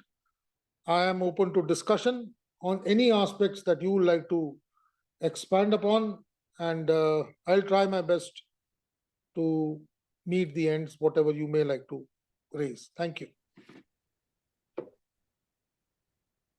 Sir, you discussed about various issues the world is having, and number of issues spread all across the world. But my request is about what do you see about the future of the conflict, ongoing conflict with India and China in Eastern Ladakh? Okay, I'll take 3 or 4 questions and then I'll try and put it together. Anybody else? Good afternoon, sir. Sir, I'm Rajkumar Negi, DIG. Sir, if you see in the latest development, the US and the NATO forces, they have shifted their all focus practically from the Russia-Ukraine conflict towards the IDF and Hamas conflict. And due to that, there are a lot many new, you see the players, those have emerged in the Red Sea and the Gulf of Aden side, like the Houthis and the Irans. And at the same time, there's a huge involvement of the US Navy and the UK, even the Indian Navy. So how do you foresee, because it all is affecting the world trade, because the maximum the world trade that occurs to the Iowa region only. So, sir, how do you foresee the India's role in this latest development, sir, in the latest conflict? Okay. I'll take one more and then I'll start. Any other? Good afternoon, sir. I'm Kamaljeet, DIG of Gujarat Frontier, sir. My question is on Israel-Hamas conflict, sir. Generally, we follow the dynamics of Israel when we talk about border management and surveillance. But in this Hamas conflict, it is evident that this was failed. So how do you see the misadventure by Hamas and the technology could be a force multiplier and it cannot be substitute for the manpower? That is my concept. Thank you. So I'll start with the third question first. And somehow I'll graduate to the second one and then I'll take the first one later. Okay, as far as the Israel-Hamas conflict is concerned, now I did mention during my talk that Hamas hitting Israel at a regular basis is nothing new. The number of tunnels that Hamas had made inside Gaza, from where they were operating to hit targets inside Israel, not only in the western part of Israel, but also towards the West Bank area of Israel. It is nothing new, right? So what did Israel do for all this? Israel had been trying all this while. It's a very difficult conflict because of this tunneling effect where you don't know where this tunnel is going to emerge from. And a large amount of intelligence was set out. In fact, a huge amount of Israeli intelligence was operating from inside Gaza. Particularly, large amount of Mossad elements were operating from inside Gaza, and they were trying to find out that where all these tunnels are existing and how these tunnels are interlinked. And if you had read what the Israeli Defense Force officer, I think is a rear admiral rank officer, he mentioned in one of the interviews that it was like a metro, underground metro, which was there in Gaza, where these tunnels were crisscrossing various areas. So by and large, a huge amount of data was available with Israel, but they were not able to collaborate them together to launch a consolidated attack. So as far as border management was concerned, the Israel-Gaza border was always porous. And the second problem was that the people in Gaza were employed for work inside Israel. So they used to go through these various checkpoints and go and work in Israel during the daytime. So this was a kind of an accepted norm which was existing pre-7th of October. Now, what actually happened on 7th of October is something different. They actually created a kind of an environment where they launched assaults beyond the tunnels. And it was, if I was to put it, I won't call it an intelligence failure, but I will call it a degree of laxity that has set in, fatigue that had set in as far as border management was concerned in the Israeli minds. They were not expecting a hit of this nature, of this volume in Israel, and they felt that their intelligence networks were very effective and were giving the right amount of feedbacks as far as the Hamas activities were concerned. So it was more like being slapped on the face on something which they were not expecting. And that also very akin to what happened to them in 1973, when the Egyptians attacked them on Yom Kippur Day on an obstacle system which Israelis felt was not breachable. And they were able to give them a huge bloody nose. So it was a kind of two-sided events which happened on 7th of October. One was loss of face, and other was, of course, huge amount of damage which happened because of that. And due to social media, this thing spread so fast that it gave them an excuse to launch a whole-sided operation. So that is how I look at the Israel-Hamas conflict in basic nutshell. And I also feel that somewhere in August, September, the current Israeli dispensation, which is a very weak majority, was feeling the pressure of not being able to deliver on the promises that it had given when they came to power. And therefore, there was talks about the current premier getting, changed. So in this kind of a circumstance, when a hit of this nature happened, it gave them an excuse to go ballistic. Now, where I see this different from a normal operation is, this was also exploited by agencies who did not want the Arab and Israeli world to come to have some kind of, détente. Over early part of 2023, later half of 2022, large amount of, treaties were signed between UAE and Israel. There were talks that Saudi Arabia had also recognized Israel as a nation, and therefore it was coming closer. So there was a case where the Islamic world wanted this system to again blow up.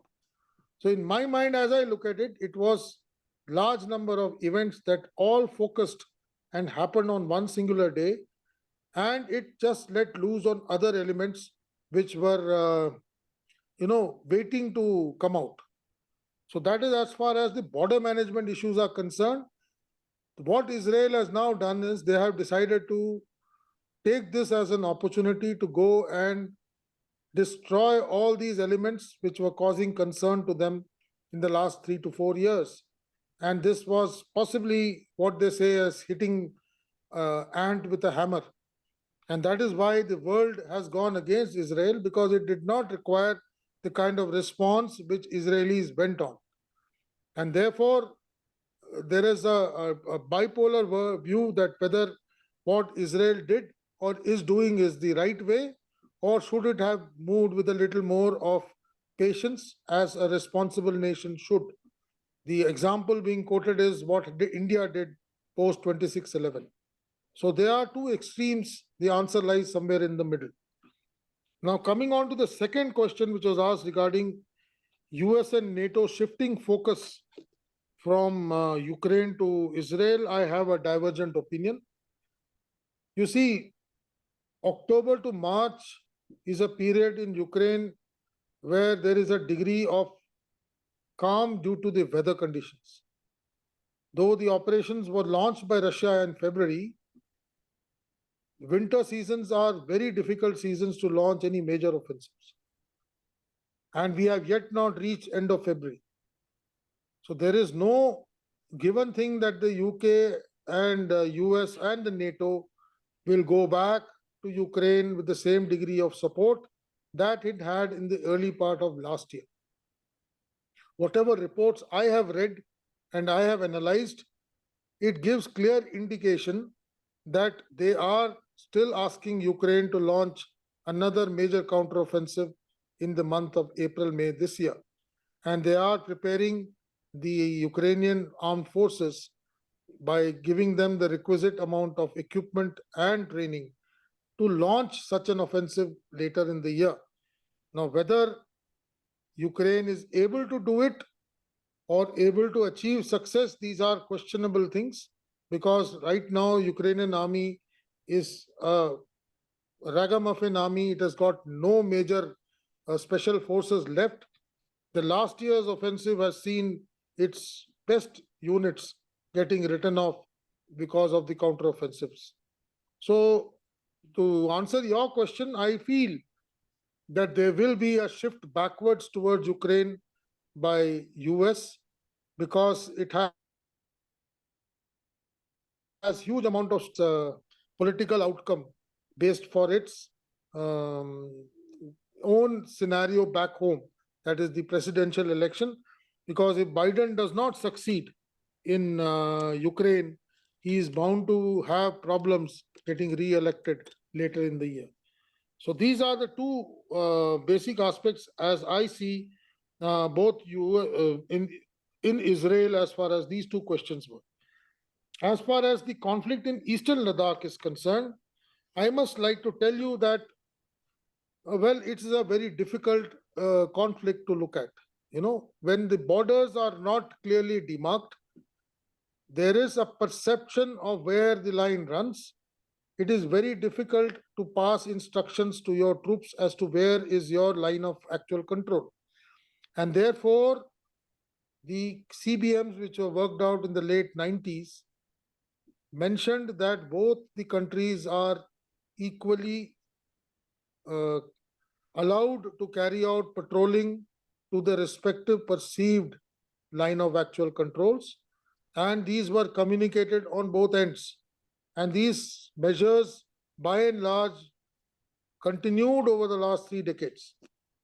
Now, what was the difference in 2020 was that not only did the Chinese patrol to those areas, they started creating pickets and started establishing bases there. In addition, they started mobilizing their offensive formations, which were in the hinterland, and they brought them closer to the line of actual control, giving an indication that they are planning something more than normal border activity, which promulgated a response from our end, and we also mobilized equal amount of forces to counter any future Chinese misadventure. Now, when such a mobilization happens from two ends, it is very difficult to make one side blink first. पहले कौन वापस जाएगा? This is a question today. और वापस जाएगा तो कहां तक जाएगा? That's the second question today. And अगर वापस चला गया तो क्या गारंटी है कि दूसरा आदमी फिर वापस वहां नहीं आएगा? Now these are areas which don't have answers and they are complex problems. And these problems can only be resolved if at the apex levels, the government starts talking to each other. It is not a military solution. It has now got to be a diplomatic solution wherein the governments will have to talk the way they talked in the late 90s. New confidence building measures will have to come in. New red lines will have to be laid out. And thereafter, new orientation of forces will have to be done. Now, these are dynamics which are way beyond my pay grade. In fact, everybody who's sitting today in the discussion, it is way beyond our pay grade. We can only speculate that situations will improve because it is coming at a heavy cost both to us and to the Chinese. And the world order has to also step in. The beauty in this case was that despite having two nuclear capable nations coming face to face in a conflict, the world order did not step in and try to deassociate us. It's something like a boxing match. When the two boxers, they start grappling each other, the referee comes in between and separates them. तो किसी को बीच में आना पड़ेगा. It is a complex issue. And if I was to go at what happened in Doklam in 2017 and where we are in 2024, no major changes. Similarly, what happened in Ladakh in 2020 and where we are today in 2024, no major changes. The only thing which has happened over there is we have disengaged. When we say disengage means we are no longer eyeball to eyeball. I guess BSF knows it best. It is not a Wagah border or a equivalent kind of a thing where the BOPs are facing each other. So today we are created a kind of a buffer, about 5 kilometers to 8 kilometers at places, where both the countries have moved back, and we have decided not to patrol those areas which are contentious, both sides, and it is a military solution which is there on ground.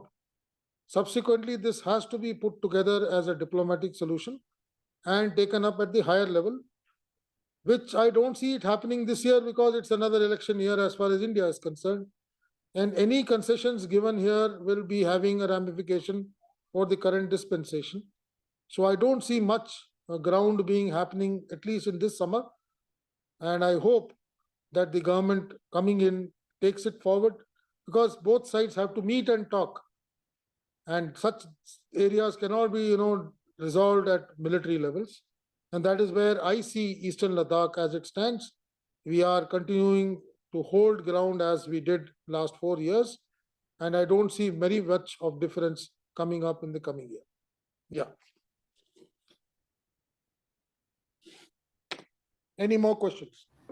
So, while discussing leadership in non-linear environment, there was a point of consensus building by the leader so that the juniors are able to anticipate the decision and act accordingly to it. How much is the concept of consensus building relevant in the uniformed forces? Is it possible? Yes. Okay. Any other? Any other questions?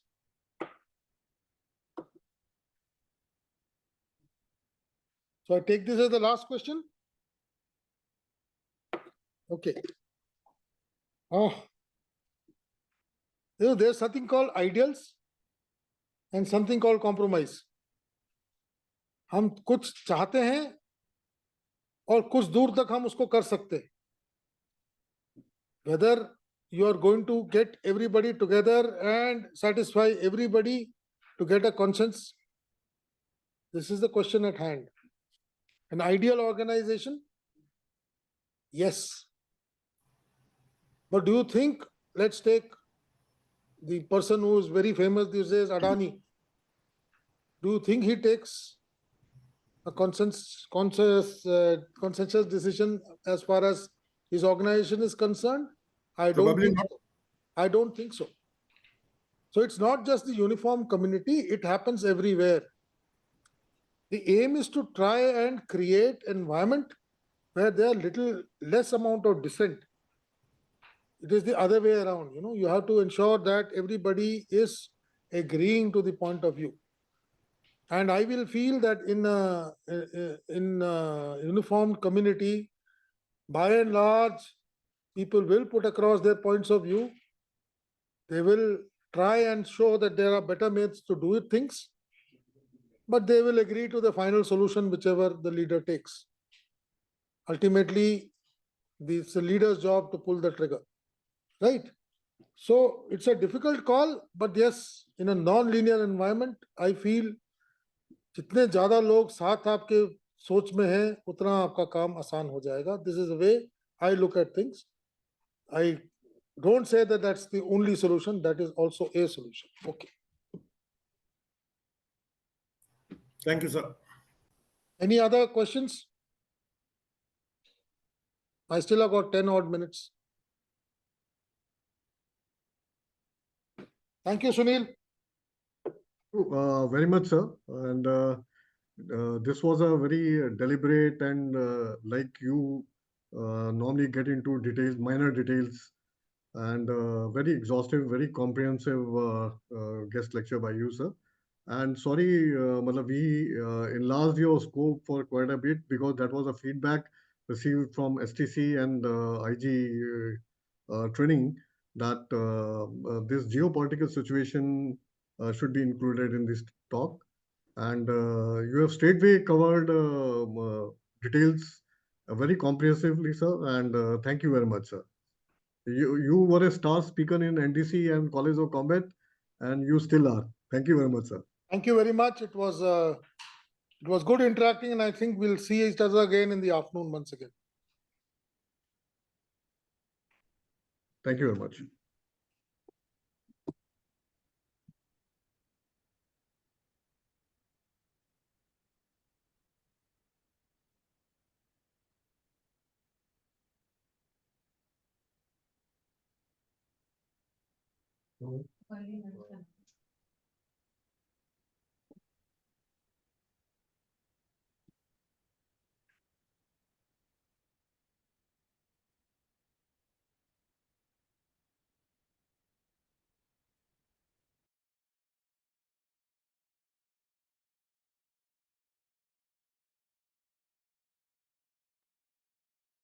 So everybody, we will be having a early lunch then. So the schedule was planned till 1:30, including your questions, but it's okay. It's the first day. Let's go for an early lunch, and we shall resume at 3 p.m. post lunch break. Enjoy your lunch. Thank you, everyone. Thank you so much.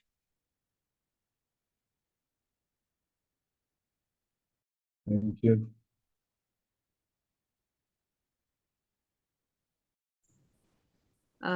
I can see that some of you have your cameras off. Request all of you to put your cameras on for some time so that we can see that all of you are back again with us. Yeah, good afternoon, ma'am. Good afternoon. Good afternoon, sirs. Good afternoon, ma'am. All Good right. afternoon, ma'am. Good afternoon, sir. Good afternoon. Good afternoon, ma'am. Very good afternoon, sir. Very good afternoon. दूसरी वाली कौन सी खोलो से? Okay. So I see most of you are back and we can see you on your cameras as well. Thank you. And with this, we begin the post-lunch session on thinking big picture. To give a little bit of, introduction to the session, our previous speaker, General S. Harimohan Iyer, mentioned that in the 8 skills of strategic leadership, seeing the big picture and understanding the concerns to offer better solutions is one of the most important skill for leaders. To throw more light on this topic of thinking big picture is our coach, Mr. Ravi Verma. Before Ravi shares his slides with you and begins his session, I'll briefly introduce Ravi to you. Ravi brings with him over a decade of experience in training and coaching and has worked with organizations requiring intra-entrepreneurship development, employee motivation, employee empowerment, and customer relationship development. He is a certified coach and counselor. He is also certified in multiple intelligence and behavioral science. He has done extensive work in the area of building healthy relationships, and his other interests include consulting and entrepreneurship. Having extensive experience in delivering high impact workshops, I am sure that he is going to take you through this workshop greatly as well. And we welcome with you, Ravi, with this. Thank you very much, Tanvi. Thank you Over for to the you. thank you for the kind introduction. Namaskar, cohort. Namaskar, gentlemen. Jai Hind. It's always a pleasure when I'm connecting with the BSF DIG and anything which has to do with BSF. It is just amazing. It's a great feeling.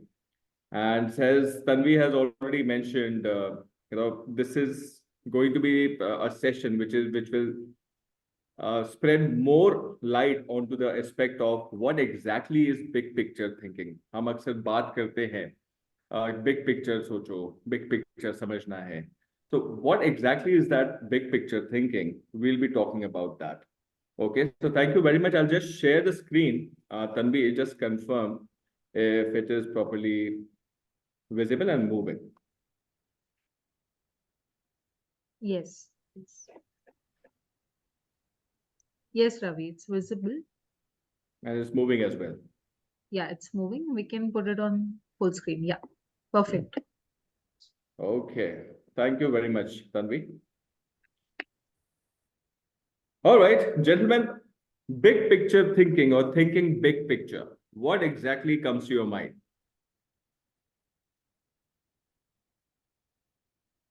Sirs.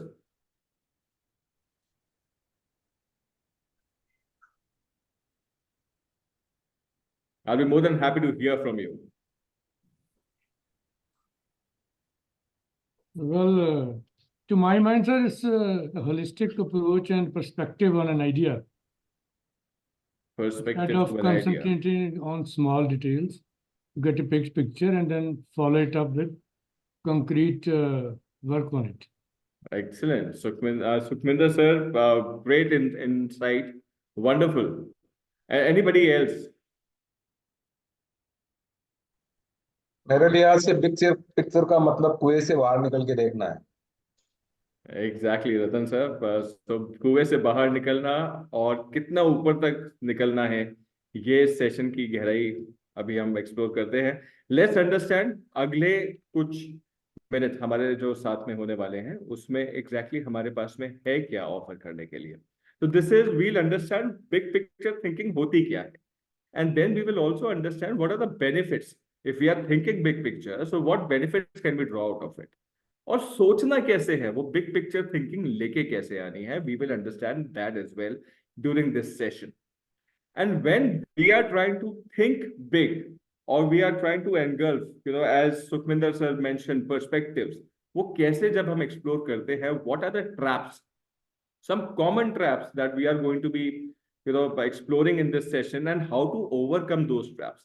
पहले वो traps है कौन से, like attention की बात है या simplicity की बात है. We'll be understanding those traps and then from those traps, how to overcome those.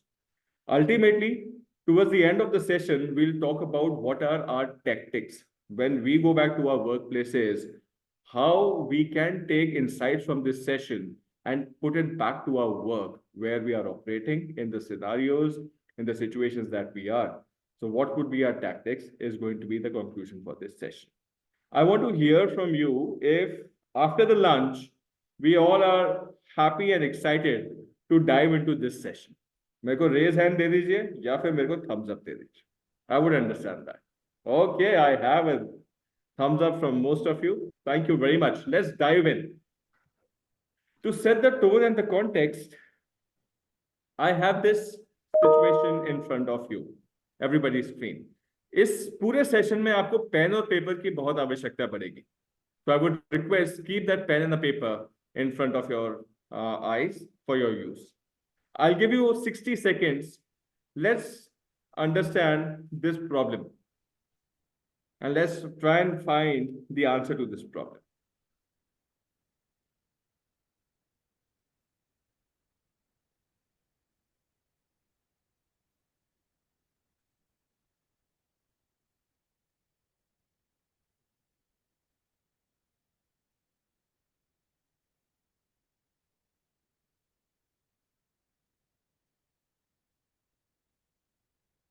So for the ease, there are 4 people who have come to a river at night.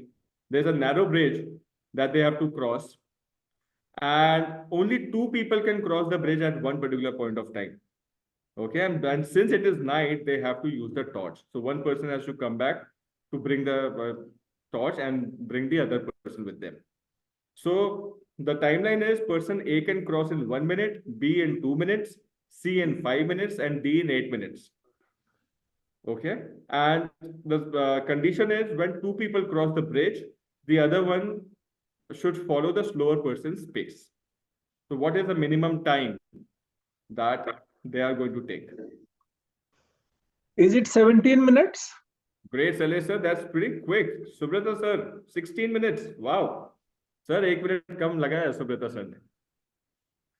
Let's understand this. Okay. 16 minutes. Wow. Ganesh sir, thank you for sharing. That's pretty quick and calculation.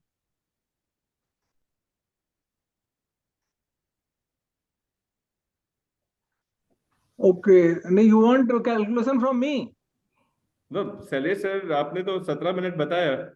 Ji, 16 So I'm just waiting. I'm waiting for others to come up with the solution to this. Thank you, sir. 17 minutes.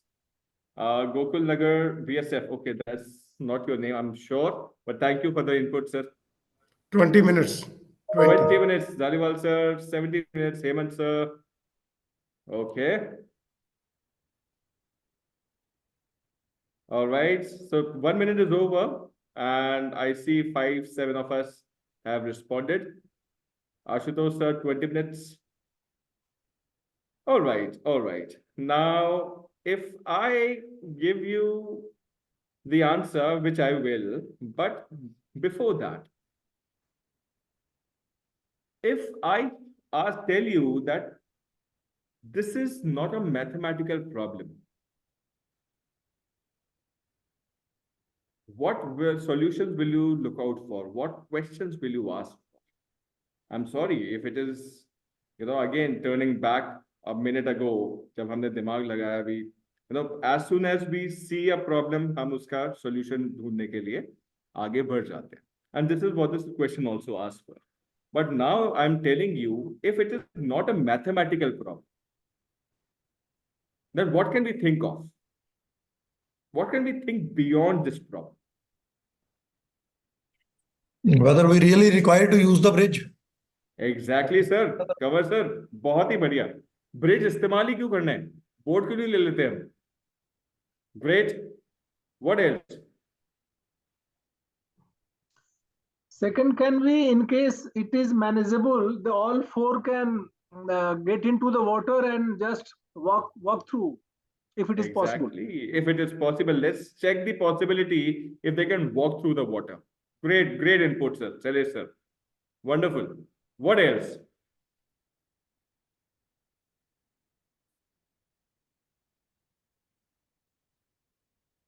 Think beyond, sir. सोच के देखिए. I'm just setting the tone. Right, wrong, मेरे को नहीं मतलब. They can just try to find out the narrow, narrow gaps, and they can jump over also at the same time. Yeah. So why walk, jump? Why walk, jump? Great, Rajkumar sir. Wonderful insight. What else? As per the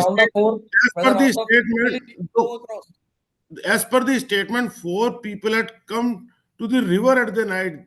It is not necessary they have to cross it.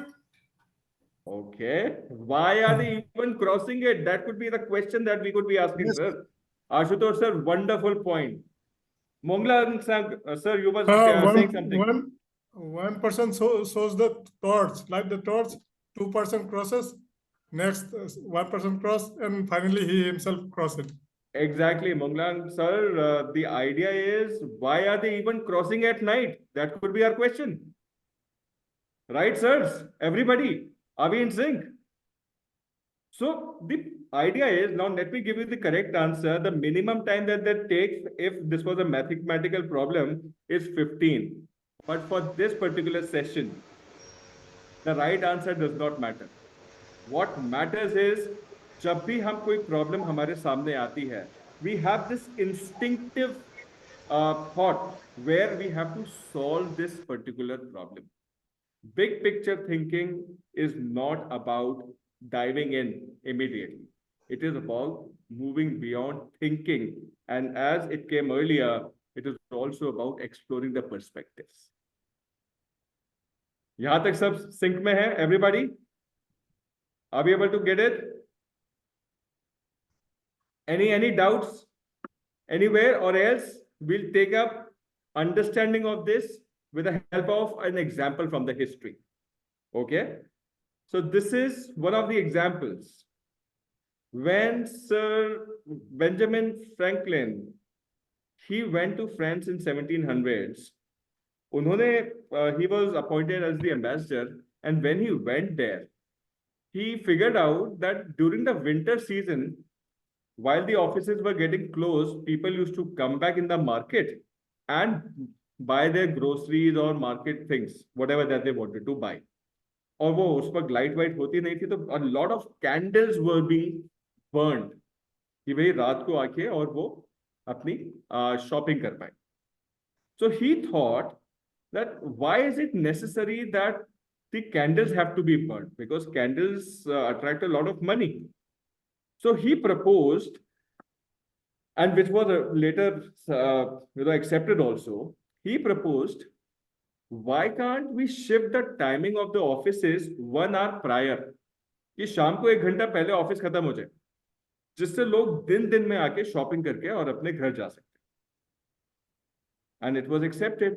Ultimately, what was the result, sir? He saved, a big amount of money on burning of the candles. While in the winter season, people could come back, comfortably shop and go back to their homes. So this is a real example from the history. और यहीं से हमारा happy hour shopping शुरू हुआ. We must have seen this happy hours written at many restaurants and pubs and bars. Why? Because there's a lenient time. Happy hours come and occupy the seats. So the idea is, big picture thinking is more about rising above, holistically viewing things and bringing about a change that benefits the entire arena that we have in front of us. Okay? So from this, what can we think of? What are the benefits that we can draw from big picture thinking? क्या लगता है, sir? We just saw it from the example of Benjamin Franklin. A lot of money can be saved. What else can we think of? It can be saving on other resources also, apart from money on candles, timing, and then again people can be back home, so they will be able to do certain other things. So other resources also will be saved. Yeah, creating and saving resources. Great point, Sarissa. What else can we think of? To find out solution beyond the existing paradigms. Yeah, so there could be more solutions to an existing problem. Yeah.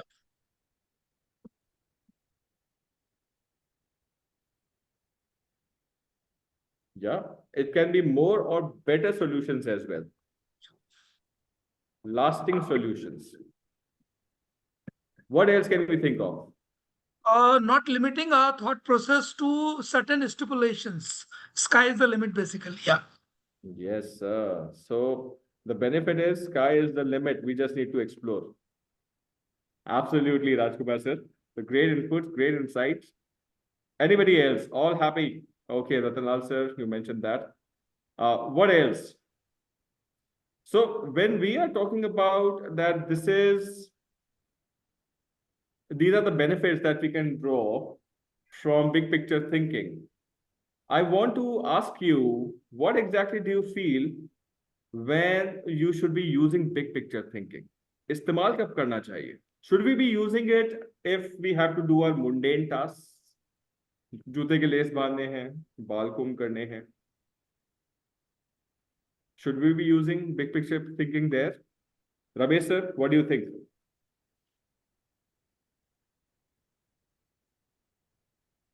When should we use big picture thinking? जहां भी scope है वहां करना चाहिए. जूते का फीता बांधने में अगर स्कोप है तो जरूर करना चाहिए. अगर नहीं है स्कोप तो सिंपल तरीके से बांध लेना चाहिए. Okay, great. I'll accept that, sir. Of course, scope है तो बात करें. How do we explore that scope? It's coming up right away for us, sir. But big picture thinking is not just meant for small little tasks. शायद उसका कोई बहुत ज़्यादा value ना हो. But we should be using big picture thinking in scenarios where we feel we are stuck, where we feel there's an entire mundane activity going on. पूरा routine ऐसे के ऐसे चल रहा है. Now there's nothing new happening. What can I figure out? Okay, so there I need to apply. When I need to accelerate things, जो हो रहा है उसको और speed से करना है मुझे. I need to apply big picture thinking on. I have to complete a project and that's just 3 months left. How do I make sure that it gets completed? So I need to speed up. I need to allocate. जब भी मेरे पास में resources या time किसी भी तरह का constraint सामने आता है, specially because big picture thinking requires critical amount of time to think, explore perspectives and reflect. तो बिग पिक्चर थिंकिंग हमेशा वहां करें जिसका एक इम्पैक्ट बहुत बड़ा होने वाला. Okay, so for this I want you to explore and tell me your thoughts on what do you see on this picture.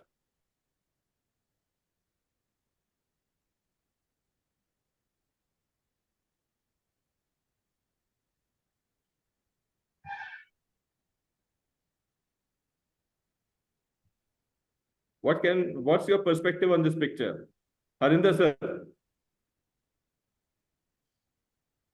Only the wearer knows where the shoe pinches. A man who has not gone to see the depth will not be able to comment properly. A man who is standing at the bank may have a different perspective. And basically, there might be difference of height. Great, Radhan sir. So now you are exploring the perspective. The man who's standing on the right could be a taller person, and who's down there in the pothole, it could be a shorter person. Great. Yeah. Absolutely. What else?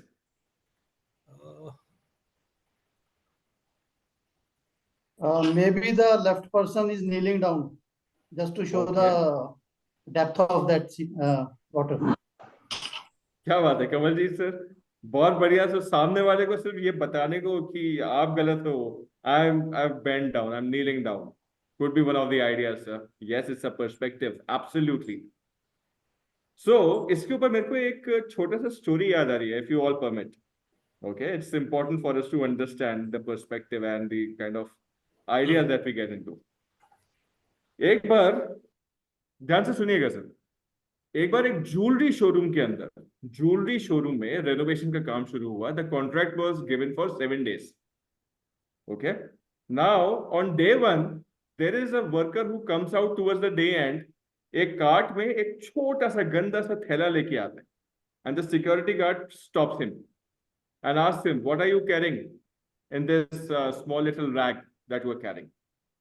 कहते, "Sir, look, this is all broken thermocol and some pieces of wood slash, वो जो भूसा बोलते हैं जैसे, जो काम में आया. तो ये तो कचरा था, तो मैं इसको लेके जा रहा हूँ मेरे घर में कंस्ट्रक्शन के काम में ले लूँ." तो he said, "No, I want to check क्या है इसमें." तो he checks everything very thoroughly. He checks that worker thoroughly and he finds nothing and he says, "Okay, go." वो जाते अपना लेके, first day he goes off. Second day again the same thing happens. Cart में छोटा सा bag रख के लेके आते हैं and then again the guard stops him. New guard, he stops him. Same thing happens. Third day also same thing happens. Fourth day also same thing happens. Fifth day, the guard on day 1, he is again there. The worker is again there, same situation, and the guard says, तुम फिर आ गए, मेरे को शक है कि तुम कुछ चोरी कर रहे हो, बट ऐसा क्या है, आज क्या है तुम्हारे इस थैले में?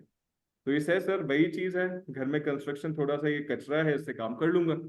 वो पूरा थॉरोली चेक करता है, अंदर बाहर ऊपर नीचे, उसको अच्छी तरह जांच कर लेता है, एंड ही फाइंड्स नथिंग। बोले ठीक है, कुछ नहीं मिला, जाओ। अब वो जा रहा होता है, उसको दोबारा रोकता है गार्ड, बोले रुकिए, बोले मेरे को गट फीलिंग है कि तुम कुछ चोरी तो कर रहे हो, लेकिन मेरे को मिल नहीं रहा है, तो मैं तुम्हारे हाथ जोड़ता हूं, मुझे बता दो सच सच कि तुम क्या चुरा रहे हो, मैं तुम्हें कुछ नहीं कहूंगा, मैं कोई कंप्लेन नहीं। तो वर्कर बोलता है साहब अगर ऐसी बात है सो मैं कन्फेस करता हूं। कहते बताइए। बोले साहब मैं काठ चुरा रहा हूं। जिस काठ में वो लेके आ रहे थे वो काठ चोरी कर रहे थे। So what happened in this situation sir? मेरी बायसेस क्योंकि ज्वेलरी शोरूम की है, so I might get have a perspective biased only towards jewellery, कि शायद कोई जूल होगा, कोई गोल्ड होगा, या कोई कीमती चीज होगी, while the perspective can go beyond, and this exactly sets the tone for perspective.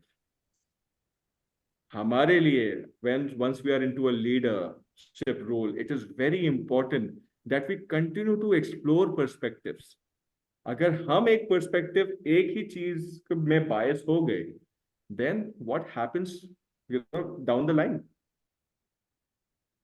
So it is very important for us कि हम पर्सपेक्टिव एक्सप्लोर करें। अब ये सिर्फ पर्सपेक्टिव मैं वर्ड नहीं दे रहा हूं, I will also tell you in a moment कि पर्सपेक्टिव एक्सप्लोर करने का फ्रेमवर्क होता क्या है। So are we all ready? Can I get a thumbs up? Okay, great. So big picture thinking is about these three things. First of all, understanding my situation completely. Okay, from different and multiple viewpoints or perspectives. Second is reframing that complete perspective, based on certain possibilities that could come up. And after we have reframed them, we can always make a decision. So decision making becomes easy for us. जो चीज जैसी दिख रही है, क्या वैसे ही solve करनी है, or do we need to explore some newer perspective after adding more information from different viewpoints? We'll understand how do we understand a problem completely. For that, this is the framework, sir. Why, what, and how. ये तीन सवाल हमको पूछने होते हैं. Why? For this particular question, it's more about rising 10,000 feet above the ground, looking from the bird's eye perspective.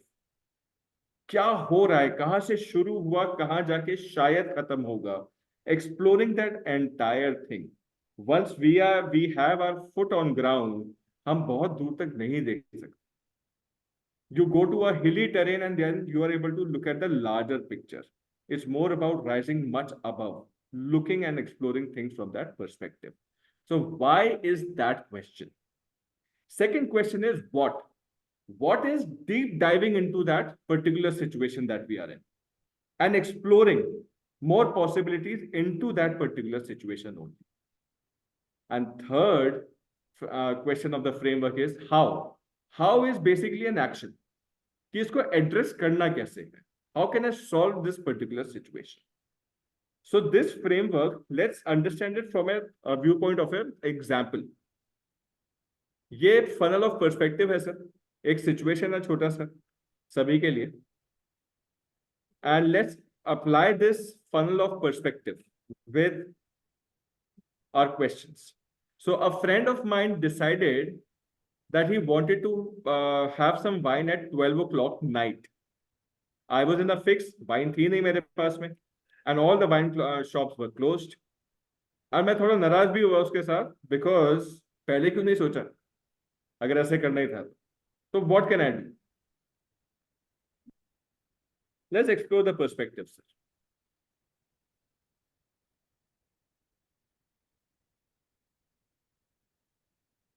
What can we think of? How can we explore perspectives? My friend says, I want to have wine.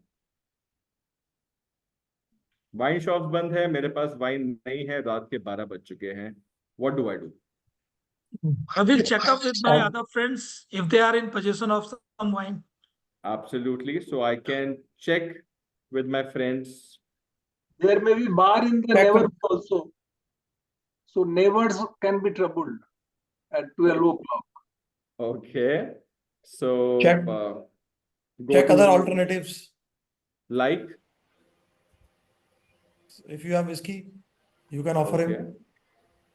तो जब हमने बात किया कि दोस्तों से बात करें, so we are, what can I do? I can check with my friends. What can I do? I can go to a bar. Or how can I address that I want to have wine is going to a bar. Great. Alternative, whiskey पी लो. Whiskey नहीं है तो फिर let's have gin, vodka, beer or anything else. What else? और convince him, कल पियेंगे आज रहने दो. Yeah, convince him. All right. There's always a tomorrow. 12 बज गई, कल सवेरे 7 बजे शुरू कर दे. Absolutely, sir. So there's always a tomorrow. What else? And anybody else? Great insights. I'm very happy about the inputs that I'm receiving. Drop the idea, Anil sir. मतलब मेरे परम मित्र को मैं कह रहा हूँ छोड़ना भाई, and I'm not sure if he's going to be a happy man, but yes, it's a perspective, exploring. I will ring my contacts, Sinha sir. Okay. किसी दोस्त के पास मिल गया 200 किलोमीटर दूर, could be an availability. Yes. Always keep reserve. That brings us to the conclusion, Ramesh sir. I'm just reading, the inputs from the chat very quickly. अच्छा रतन sir, wine पीने के नुकसान बता दो उसे, वाइन नहीं पीने के. Excellent. Counsel him, counter counsel him. Go and break the wine shop, Ramesh sir. Oh, okay. Now this is getting interesting. I'll not get into this, but yes, it is important. Or everything that we have spoken is all good. Teresa, you have something else? No, I had said about the neighbor. I think it could not come in that box where you are writing. Okay, I okay. said there can be wine in the neighborhood. Okay, so check with the neighbors at 12 o'clock, and they are going to feel that we do not have good neighbors who are waking us up at 12. But yes, it is a possibility. Great point, sir. Celeste, great point. Great point. Great, amazing inputs from everybody. Let's understand your framework. Yes, Kaval sir. Some homemade alternative beverages. Homemade. Can coincide with wine. Oh yes, so सरो कल पे तो टाली दिया, तो आज चाशा बना के पी ली जाए. घर की निकाली जाए. हाँ जी, घर की निकाल ली जाए. बहुत बढ़िया. So that's again a perspective. Very nice, sir. Thank you very much, everybody. Great inputs. Let's have coffee, or there could be many alternatives that we have just spoken about.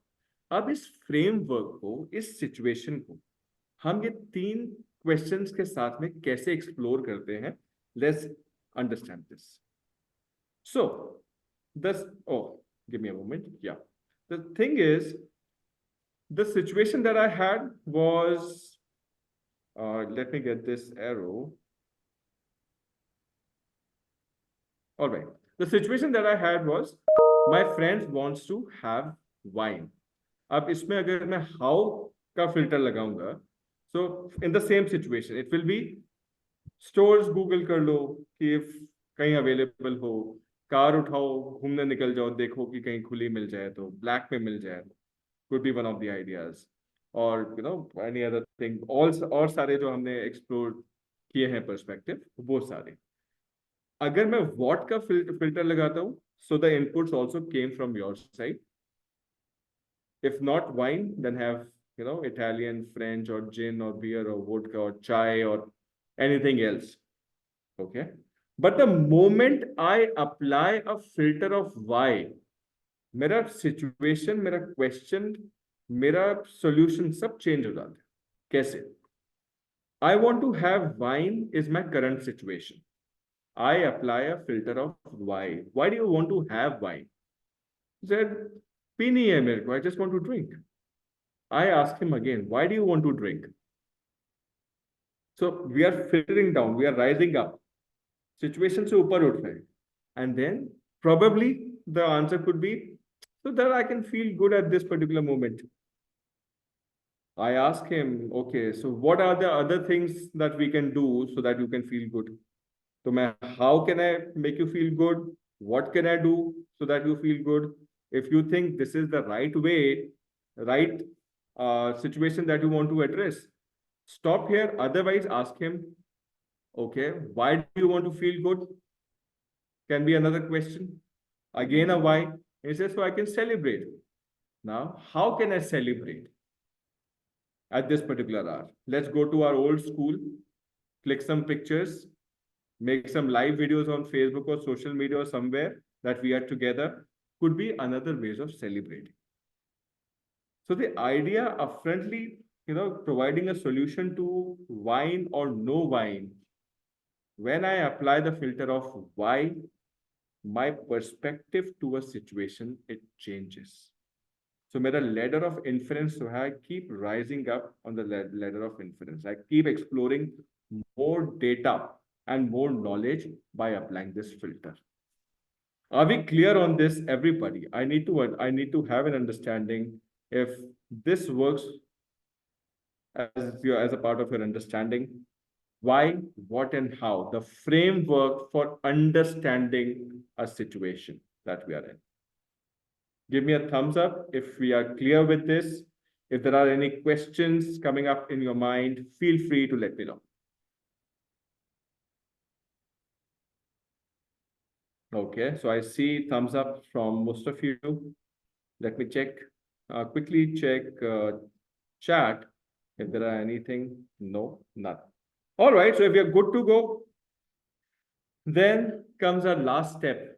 जब हमने एक प्रॉब्लम, एक situation के perspective explore किए, understand किए, problem को reframe किया, and then the third step in big picture thinking is always making that decision. Where exactly do I need to focus on? Okay, and once the decision is done, then I am all good to go. So in this particular section now, we'll be exploring what stops us from thinking big picture. All right, so there are certain biases. Keep a pen and a pencil paper ready because kuch activities bhi aayengi. It is going to be fun and I'll need your inputs as always. Okay, audio is working for everyone, nice and clearly. So the first thing is right here. There are two pictures in front of you, A and B. I want you to focus on picture A and tell me what exactly comes to your mind when you look at this picture.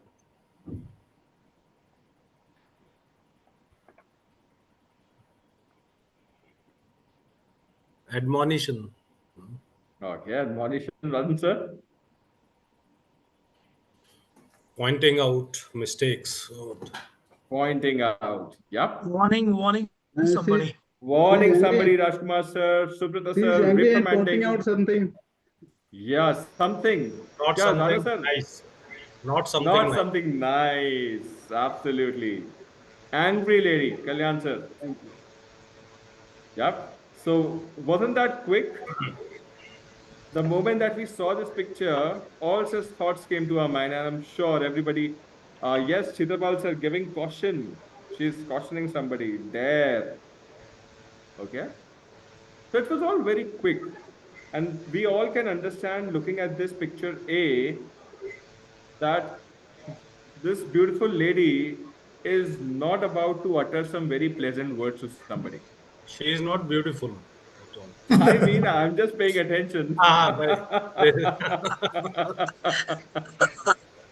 Okay, so I'll rename it as lovely lady. Nobody without any smile can be beautiful.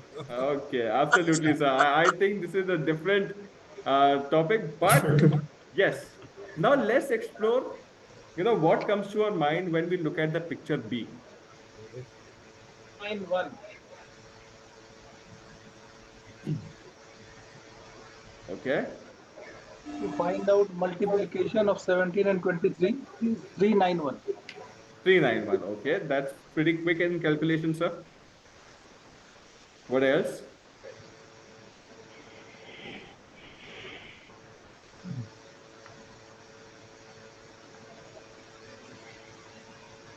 Ganesh sir, what do you think? Little complicated, Sinha sir. Yes. 17 October to 23. 17 October 23. Okay, so this is the code. Yes, Sinha sir, you are hitting the bullseye. It requires application of mind to find the answer. So what happened in these two pictures? One was, as we saw it, a lot of thoughts started to come in. Immediately we could come to a conclusion. There are not some very pleasant words coming out from picture A. But when it came to picture B, it requires constant application of mind to explore, understand whether it's a multiplication, it's a code word, 10 is October, or anything else. This is where I want all of you to gather your attention to. Our human brain has two systems, system 1 and system 2. So system 1 is more intuitive, more instinctive. 95% of our mind works in this intuitive and instinctive direction. But for big picture thinking, rational thinking is required. Slowing down, logical. Okay, we need reasons and intellect to come up to certain things. If it is impulsive and instinctive, then we are not doing big picture thinking. Am I clear on these two systems with everybody? Can I get a thumbs up if we are clear on this? It is all about, yes, thank you, Balwant sir, Rajkumar sir, and everybody else who's given me a thumbs up. Thank you. So the idea of a big picture thinking does not stop at instinctive or intuitive. It is rational, slowing down, identifying reasons. And once we can do that, we are over.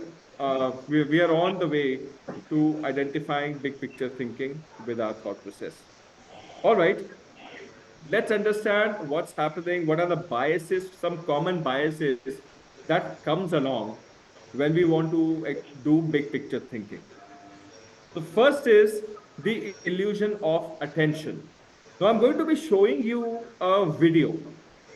Pay attention to the video. It's about color changing card trick. All right, ready?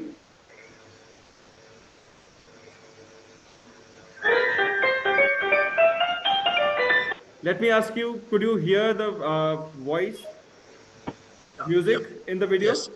Okay, great. Yes. Now I'm continuing to play it, and then I'm going to ask you, what did we see? Hi, I'm Richard, this is Sarah, and we're going to perform the amazing colour-changing card trick with this blue-back deck of cards. Now the idea is very simple. I'm just going to spread the cards in front of Sarah and ask her to push any card towards the camera. Right, okay, let's see. I'm going to go for this card here. Okay. Now Sarah could have selected any card at all from the deck, but she selected the card which is now face down on the table. What I'm going to ask her to do is show us which card she selected. So the card that I chose was in fact a 3 of diamonds. The 3 of diamonds, okay, excellent choice. That card goes back into the deck. Now I'm just going to spread the cards face up on the table. With a little click of the fingers, and you'll see that Sarah's card here has now got a blue back. Not particularly surprising. What's slightly more surprising is all of the other cards have got red backs. And that is the amazing colour-changing card. All right. So what did we observe?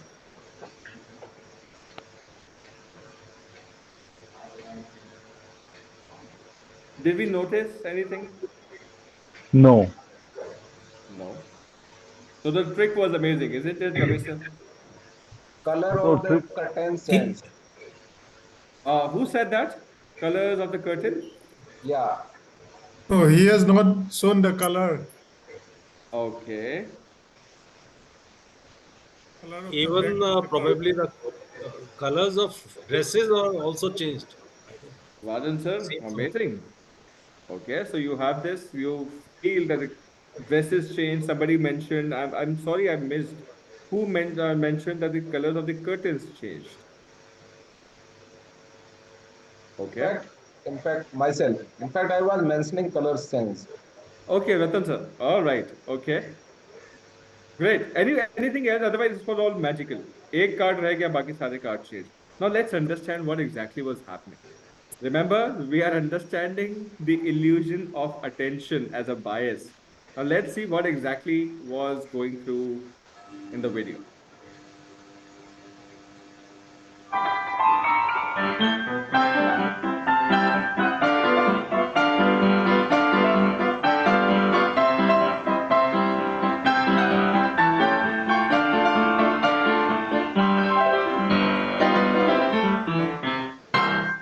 Hi, I'm Richard, this is Sarah, and we're going to perform the amazing colour-changing card trick with this blue-backed deck of cards. Now the idea is very simple. I'm just going to spread the cards in front of Sarah and ask her to push any card towards the camera. Right, okay, let's see. I'm going to go for this card here. Okay. Now Sarah could have selected any card at all from the deck, but she selected the card which is now face down on the table. What I'm going to ask her to do is show us which card she selected. Right, so the card that I chose was in fact the 3 of diamonds. The 3 of diamonds, okay, excellent choice. That card goes back into the deck. Now I'm just going to spread the cards face up on the table with a little click of the fingers, and you'll see that Sarah's card here has now got a blue back. Not particularly surprising, or slightly more surprising, is all of the other cards have got red backs. And that is the amazing colour-changing card trick.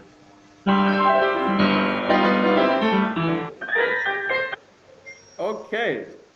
So, gentlemen, I need to ask you, while I am very happy Ratan sir, Rajan sir were able to spot 1 or 2 differences, the changes that were happening around, while most of us were focused because we were fed here, it's a color changing card trick.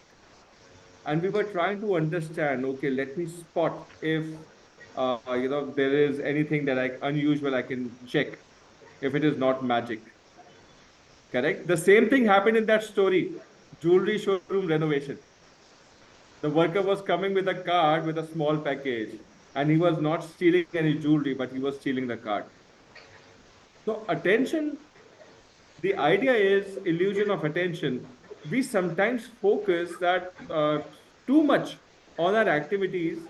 We figure out that we are completely in there, but there could be many changes happening around us. So being a leader, it's very important for us to keep a track of certain changes, many changes, all the changes that could be happening around my own activity or the areas where I'm paying attention. Are we clear on this? We understood the first bias? Okay, great. Now, let's get into another bias, a common bias that we end up facing while we are trying to think big picture. So I'm going to be giving you a question here, and I need the answer as quickly as possible because it's just a 2-line question. A bat and a ball cost rupees 110. The bat costs rupees 100 more than the ball. How much does the ball cost? Put it on chat if you want to. 5 rupees. 10. 5. Sir, 5. Okay.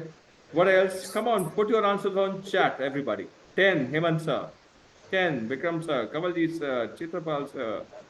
Balwant sir. 5. 5, Ganesh sir. Bedi sir. Ashutosh sir. While 10 and 5 and 10 are flowing and flooding the chat? 5.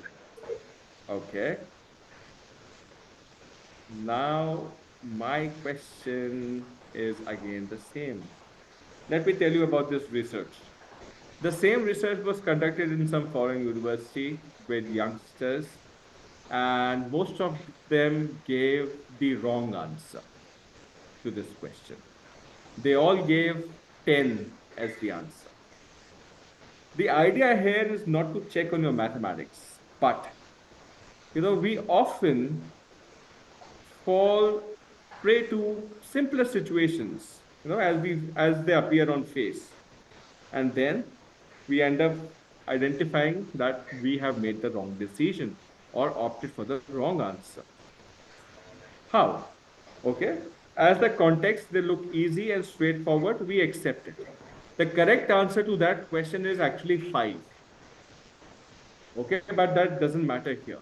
The idea here is to understand that things, when they look simple and easy and straightforward, jumping onto a conclusion becomes very easy for many of us.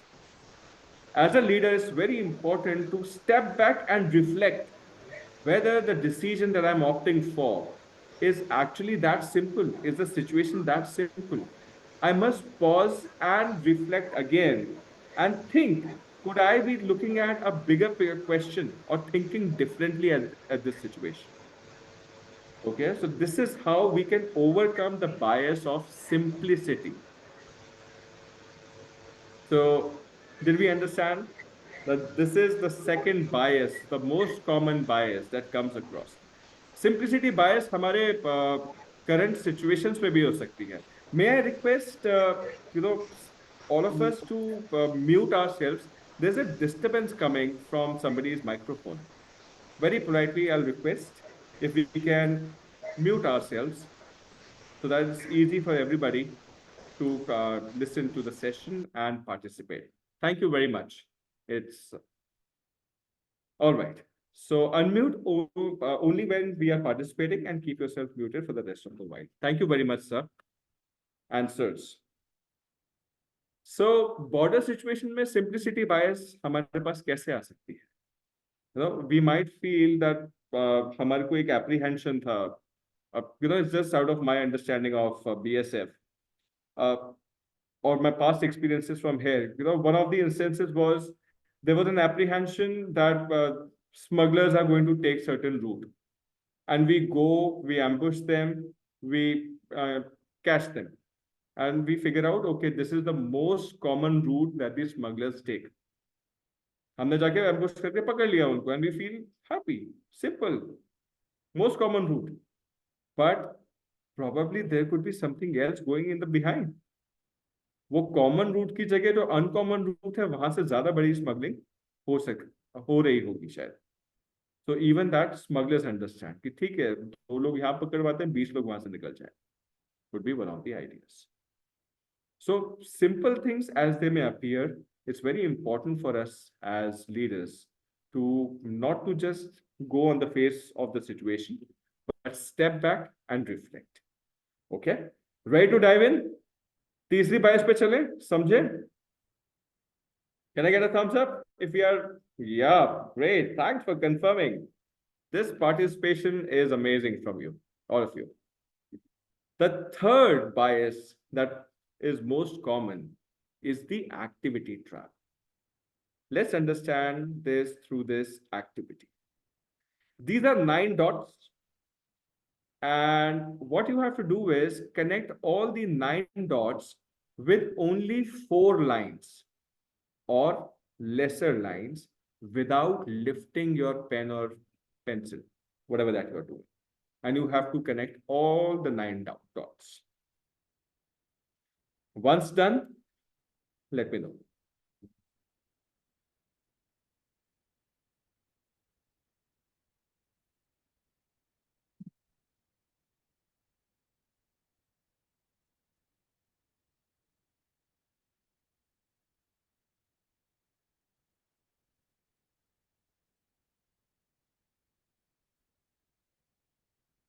Rajkumar sir, you can try doing it on the paper. It would be easy.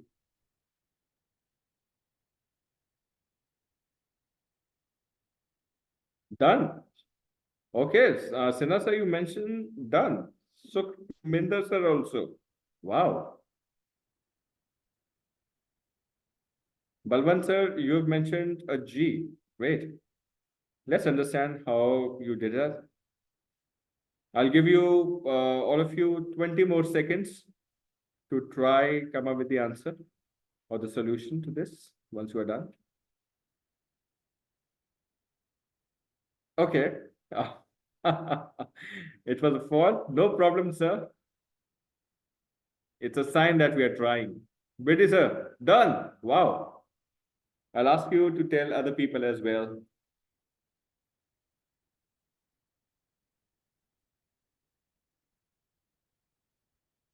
Tarni sir, Balwant sir, wow, done, done.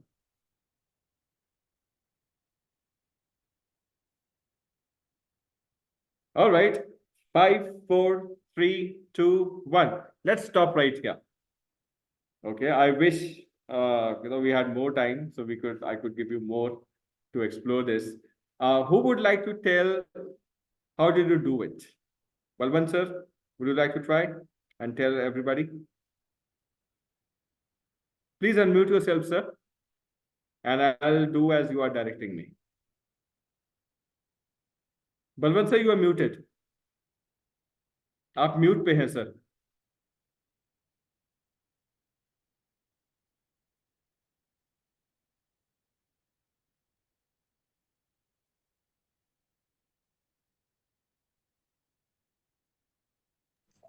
Sir. हाँ जी sir. Ji sir. So right side, sir. This corner से. इधर से. No, this और ऊपर चलिए sir. Right side. Go straight up. नहीं sir, ऊपर top में आइए. Right से सर. Right से. I mean, I'm talking about up corner. Okay. और ऊपर चलिए.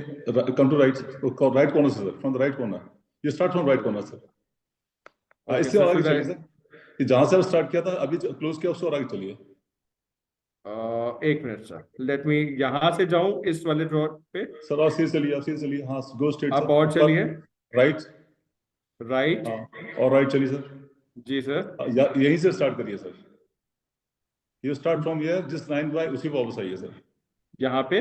नहीं सर नहीं, जहाँ से वापस आए थे सर, जहाँ से आए थे ना वापस उसी पे आइए. इसी पे? हाँ ये आइए सर. सर ये तो डबल लाइन हो गई.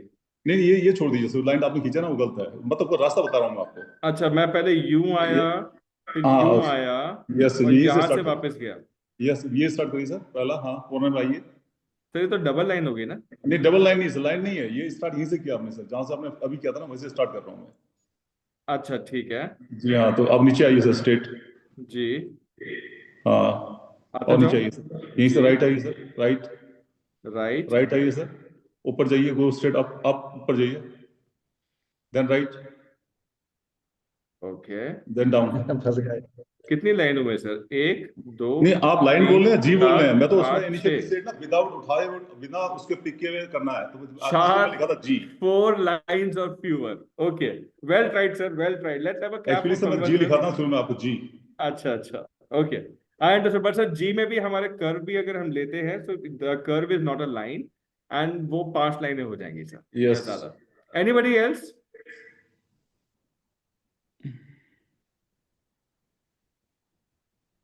कहाँ गए sir?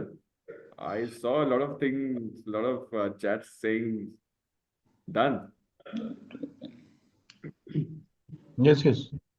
Yes sir, please. 2 3 4 5 6.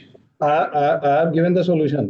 Start from 1, come to dot number 5, then again proceed to the corner 1 9.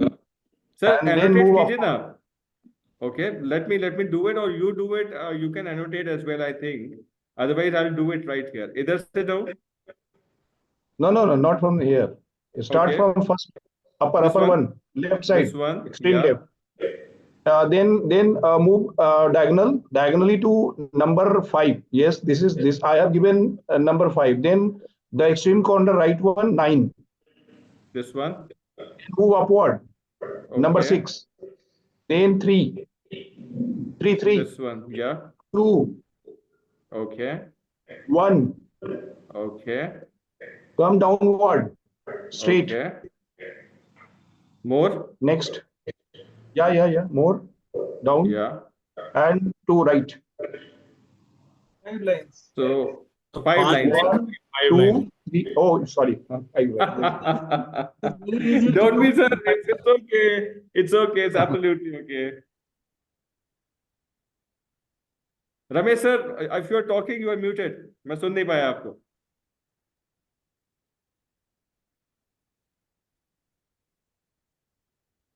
All right. I think. Can I use Yes, sir. both hands? Both hands. Sir लाइनें तो मेरे को 4 या उससे चार कम ही चाहिए. देनी है, लाइन 4 ही देनी है. आप 9 पे ले जाइए. विदाउट लिफ्टिंग वाली जो बात है, हाँ जी, हाँ जी. बिकॉज यहाँ पर्सपेक्टिव अगर आप इस ये तो कहीं नहीं लिखा कि हाथ एक ही यूज करना है. नहीं नहीं सर, आप दोनों हाथ यूज करें. आप 9 पे ले जाइए. This one sir. 9 पे लेके जाइए. या दिस वन. 9 से 5 पे लाइए. ओके. 5 से 1 पे लाइए. ओके. एक लाइन हो गई जी. एक. 2 पे ले जाइए. 2. 3 पे ले जाइए जी. 2 लाइन. और इसको थोड़ा सीधा और आगे बढ़ाइए लाइन को. जी. और थोड़ा आगे बढ़ाइए. जी. 2 लाइन हो गई. 6 पे लाइए. 6 यहाँ पे ये वाला. ओके. 8 पे लाइए. यहाँ पे. और नीचे ले जाइए. 3 लाइन हो गई. सीधा जाइए फिर इस दोनों को डॉट को मिला दो. ऐसे सीधा जाइए सीधा. हाँ, और यहाँ से ऊपर और यहाँ से मोड़ दीजिए, इन दोनों को मिला दीजिए. सर तालियां हो जाए. सर तालियां हो जाए. बहुत ही बढ़िया. Let's have a round of applause for our cohort members. Excellent. Yes. Thank you. So Shailesh sir, you knew the answer. You were doing it. Everybody's clapping. While at one point of time, it almost seemed impossible for all of us. क्यों नहीं? क्योंकि हमारी situation थी, resource मेरे पास 4 ही थे. 4 या 4 से कम. Ultimately क्या हुआ sir? I had to stretch myself. समझिए, अगर ये 9 डॉट्स हमारी 9 एक्टिविटीज हैं, and if we start from 1 point and we end up कि अब से इसके बाद ये करना है, के बाद ये रूटीन, के बाद ये रूटीन, हमारे पास रिसोर्स खत्म हो जाएंगे. We might not be able to explore entire thing of our daily task. All we need to do is stretch. मैं इसको एक थोड़ा क्लियर वर्जन और बता देता हूँ.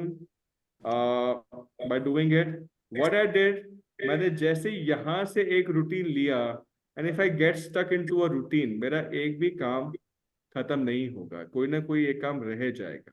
मैं एक उसी मुंडेन टास्क में अगर चलता रहा तो. So ultimately what I did is I start from somewhere, I stretch myself over there, I figure it out on some non-routine things, but important in my task. I stretch myself again, I come back, and then I'm able to fulfill my things on a daily basis. Okay, so this is what the idea was for everybody. So activity trap भी हमारे साथ वही है, same वही border के. आपने बहुत examples, आपके भी experiences होंगे. I'm sure you all were mentioning there are many experiences to share. The same thing applies here. If it is the activity, the daily thing happening, you end up getting hold of a border crosser. आपने उसको मान लिया कि तो वही आदमी है, रोज का वही रूटीन है, इसका हर बार इसी चीज में पकड़ा जाता है. I might not be able to understand what is the perspective. So the activity trap, again, we have to be very careful with. Okay, so if we are clear, let's understand our next. The activity trap is we confuse being busy with being productive. ये मेरा रोज का काम है और ये ही मेरा busy रहने का तरीका है. हम अक्सर इस चीज को confusion में ले जाते हैं. So how can we deal with this particular biases? We can ask ourselves, what is keeping me busy or occupied? We can ask ourselves कि जो मैं कर रहा हूँ, is it really important, or can I delegate it to somebody or do it later? क्या वो वाकई में important है उसको करना? And if yes, how can I do it differently? And that's big picture thinking. Okay, sir? So next bias पे की तरफ बढ़ते हैं सर, समझते हैं कि what exactly is our next bias. I think this is most common. Being tired and emotional. What happens sir? ये तो आप ही बता पाएंगे मुझे. Once we are tired and emotional, what happens to our ability? Long patrolling hours, sir. Scorching heat or very extreme winters, harsh weather. And then, you know, certain things in my team is not working out very well, or at home I've received not a very good news. We are tired, we are emotional. What will happen to our ability, sir? क्या लगता है sir? What will happen? Ability will decrease. It will decrease in us, sir, absolutely. And जब हमारी ability decrease होती है, हमारे reaction time खत्म हो जाते हैं. Even when we see, you know, certain activities happening somewhere, हमारा शायद वो reaction time ही खत्म हो जाए उसका. And we might feel, okay, it's the routine thing, we'll see it tomorrow. So once we are tired and emotional, हमारे लिए सबसे बड़ा challenge यही बनता है. And how do we overcome this challenge, sir? It's a routine task. अभी है तो है, we have opted for it. So conscious application of mind requires energy. ये तो हमें मालूम ही है. And once we are tired and emotional, as Sinha sir mentioned, we are not able to explore the complete perspective. हमारे instinctively हम काम नहीं कर सकते. So how we deal with it? Take breaks, meditate. I'm sure from tomorrow you'll have this voluntary yoga session also. Learn from that art while you are at your workplace. 30 seconds, 1 minute, 1.5 minutes, 2 minutes. It works miracles. Shallow breaths. Okay, this helps. And you know, how many of us have actually tried to pretend to feel great even when we are completely tired, broken, and you know, probably emotionally hurt? किसने बोला अरे मौज है जिंदगी, मजा है. Yeah, Sinha sir is giving me a great. So that's where it works, sir. कहते हैं ना कि human brain is actually meant, you know, it's marvelous, it's magical. आप जैसा feed करोगे हो जाता है. So once you are into that verge of taking that decision, make sure even if you are tired, even if you are emotional, check with yourself. If you're feeling that way, pretend that you feel great. You're full of energy and life, and then probably take that decision. You'll have better energy coming in. Yes. So I see, I'm just checking on the chat. Yeah, Balwant sir, body goes to 6, it will go down, disappointment, fatigue. Yes, absolutely, sir. I'm sorry I missed out on the chat while you were mentioning it, but yes, you are getting it absolutely in the right direction. Now, there's another very common bias that comes in, which is called the recency bias. What is this, sir? Let's understand this. Complete a 4-letter word quickly on chat or through voice. Seat, belt, yep. Boot. Boat. So as we pause, Rajan sir, yes. So EL came in from Anil sir, Sukhminder ji sir. Again, bait, Kanwar sir. Yes, RS Kanwar sir. Bait, boat are two different words. What happens in the recency bias, sir? Beat, Rana sir. Yes. Thank you, sir. Bout, Hemant sir. Great point. While you mention it, the idea here is recency bias होती ये है कि something which has, you know, transpired very recently, हमारा दिमाग समझता है कि ये वैसा ही हुआ है कुछ. So the first thought was seat.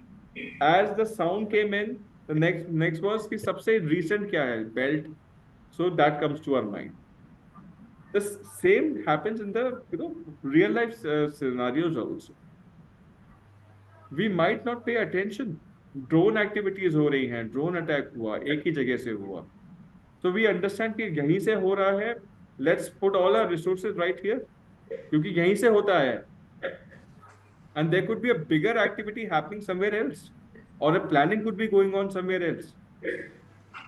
So recency, man, because it has happened, I have to address it.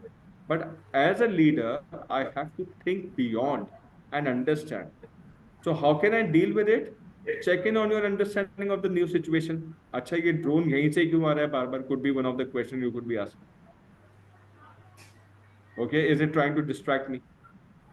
Challenge any assumptions. नहीं नहीं ये तो सबसे easy है, population है यहाँ पर इसलिए ऐसा हो रहा है. Could be one of the ideas. So I challenge that assumption that I could be making at particular point in time. Okay, any questions so far from any gentleman? Any sir? Please let me know. So we understood these 5 thinking traps that comes and forms a hurdle into our big picture thinking, understanding of my situation holistically, the perspective. If you have any question coming up, feel free to ask me. If not, then which thinking trap are you going to be working upon? Mention that on chat.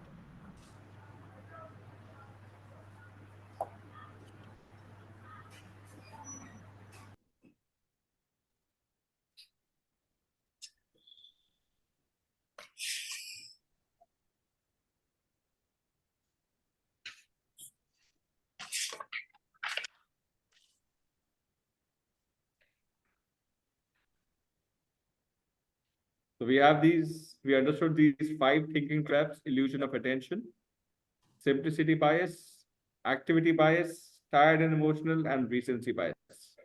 So Sinha sir, recency and illusion, great. Tired and emotional, Rajan sir, I'm happy. Activity bias, wonderful sir. Recency, simplicity, great. In fact, this could be the first one that you begin with, but these 5 thinking traps, they pose as a big hurdle for all of us in our domains, and which is very crucial as a leader for all of us to address. So keep these in mind. So as we progress, your actions, what you take from this session back to your workplaces is think about a situation that you are in or a challenge that you want to address. Okay, this could be for you, for your team members, for your under command, for anybody. What is the challenge that you are facing currently? Ask yourself this question. Explore. And explore by asking, why does this challenge matter? Why is it important? The next question. And what is your vision of success? Ultimately, aap kya chah rahe ho? What is the end result? Think that end result after you have understood the why. And how can you reframe your challenge so that it becomes much more meaningful? Okay, by applying the framework of big picture thinking, understanding, complete understanding why, what, and how. Iske basis pe. And then, if there are any thinking traps which are coming along in your way, so figure them out, and how you can overcome those thinking traps is what you can take away, as a part of your own understanding at your workplaces. Okay, so this is available in your participant handbook, page number 31 onwards. So you can have a fill on those areas. You can take 2 minutes if you would like to mention it.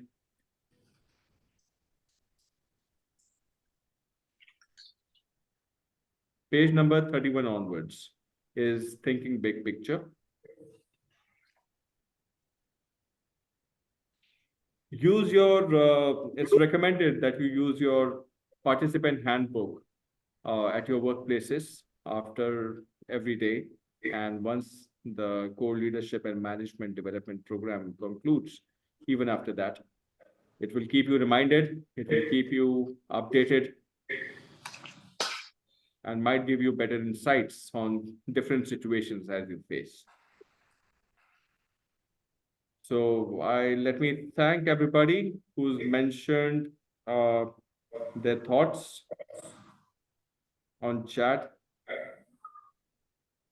Sukhminder sir, Sinha sir, Vardhan sir, Ashutosh sir. Yes, recency and activity biases are most common.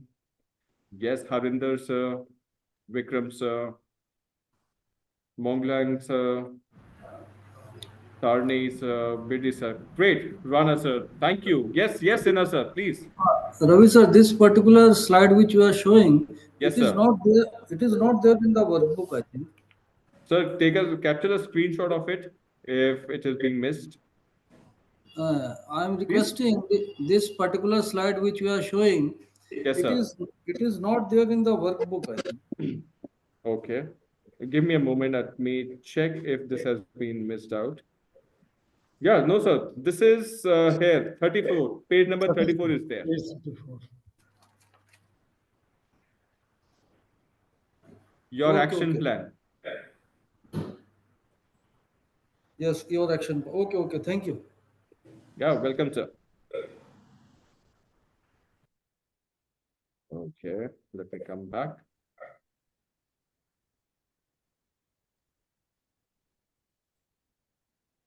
All right, so as we move further here. Yeah, so I am interested to know what is that one insight you've mentioned about the bias that you would like to be working upon. Please let me know any insights that you are carrying away from this session on chat or on voice from this workshop that we just had for almost 75 minutes.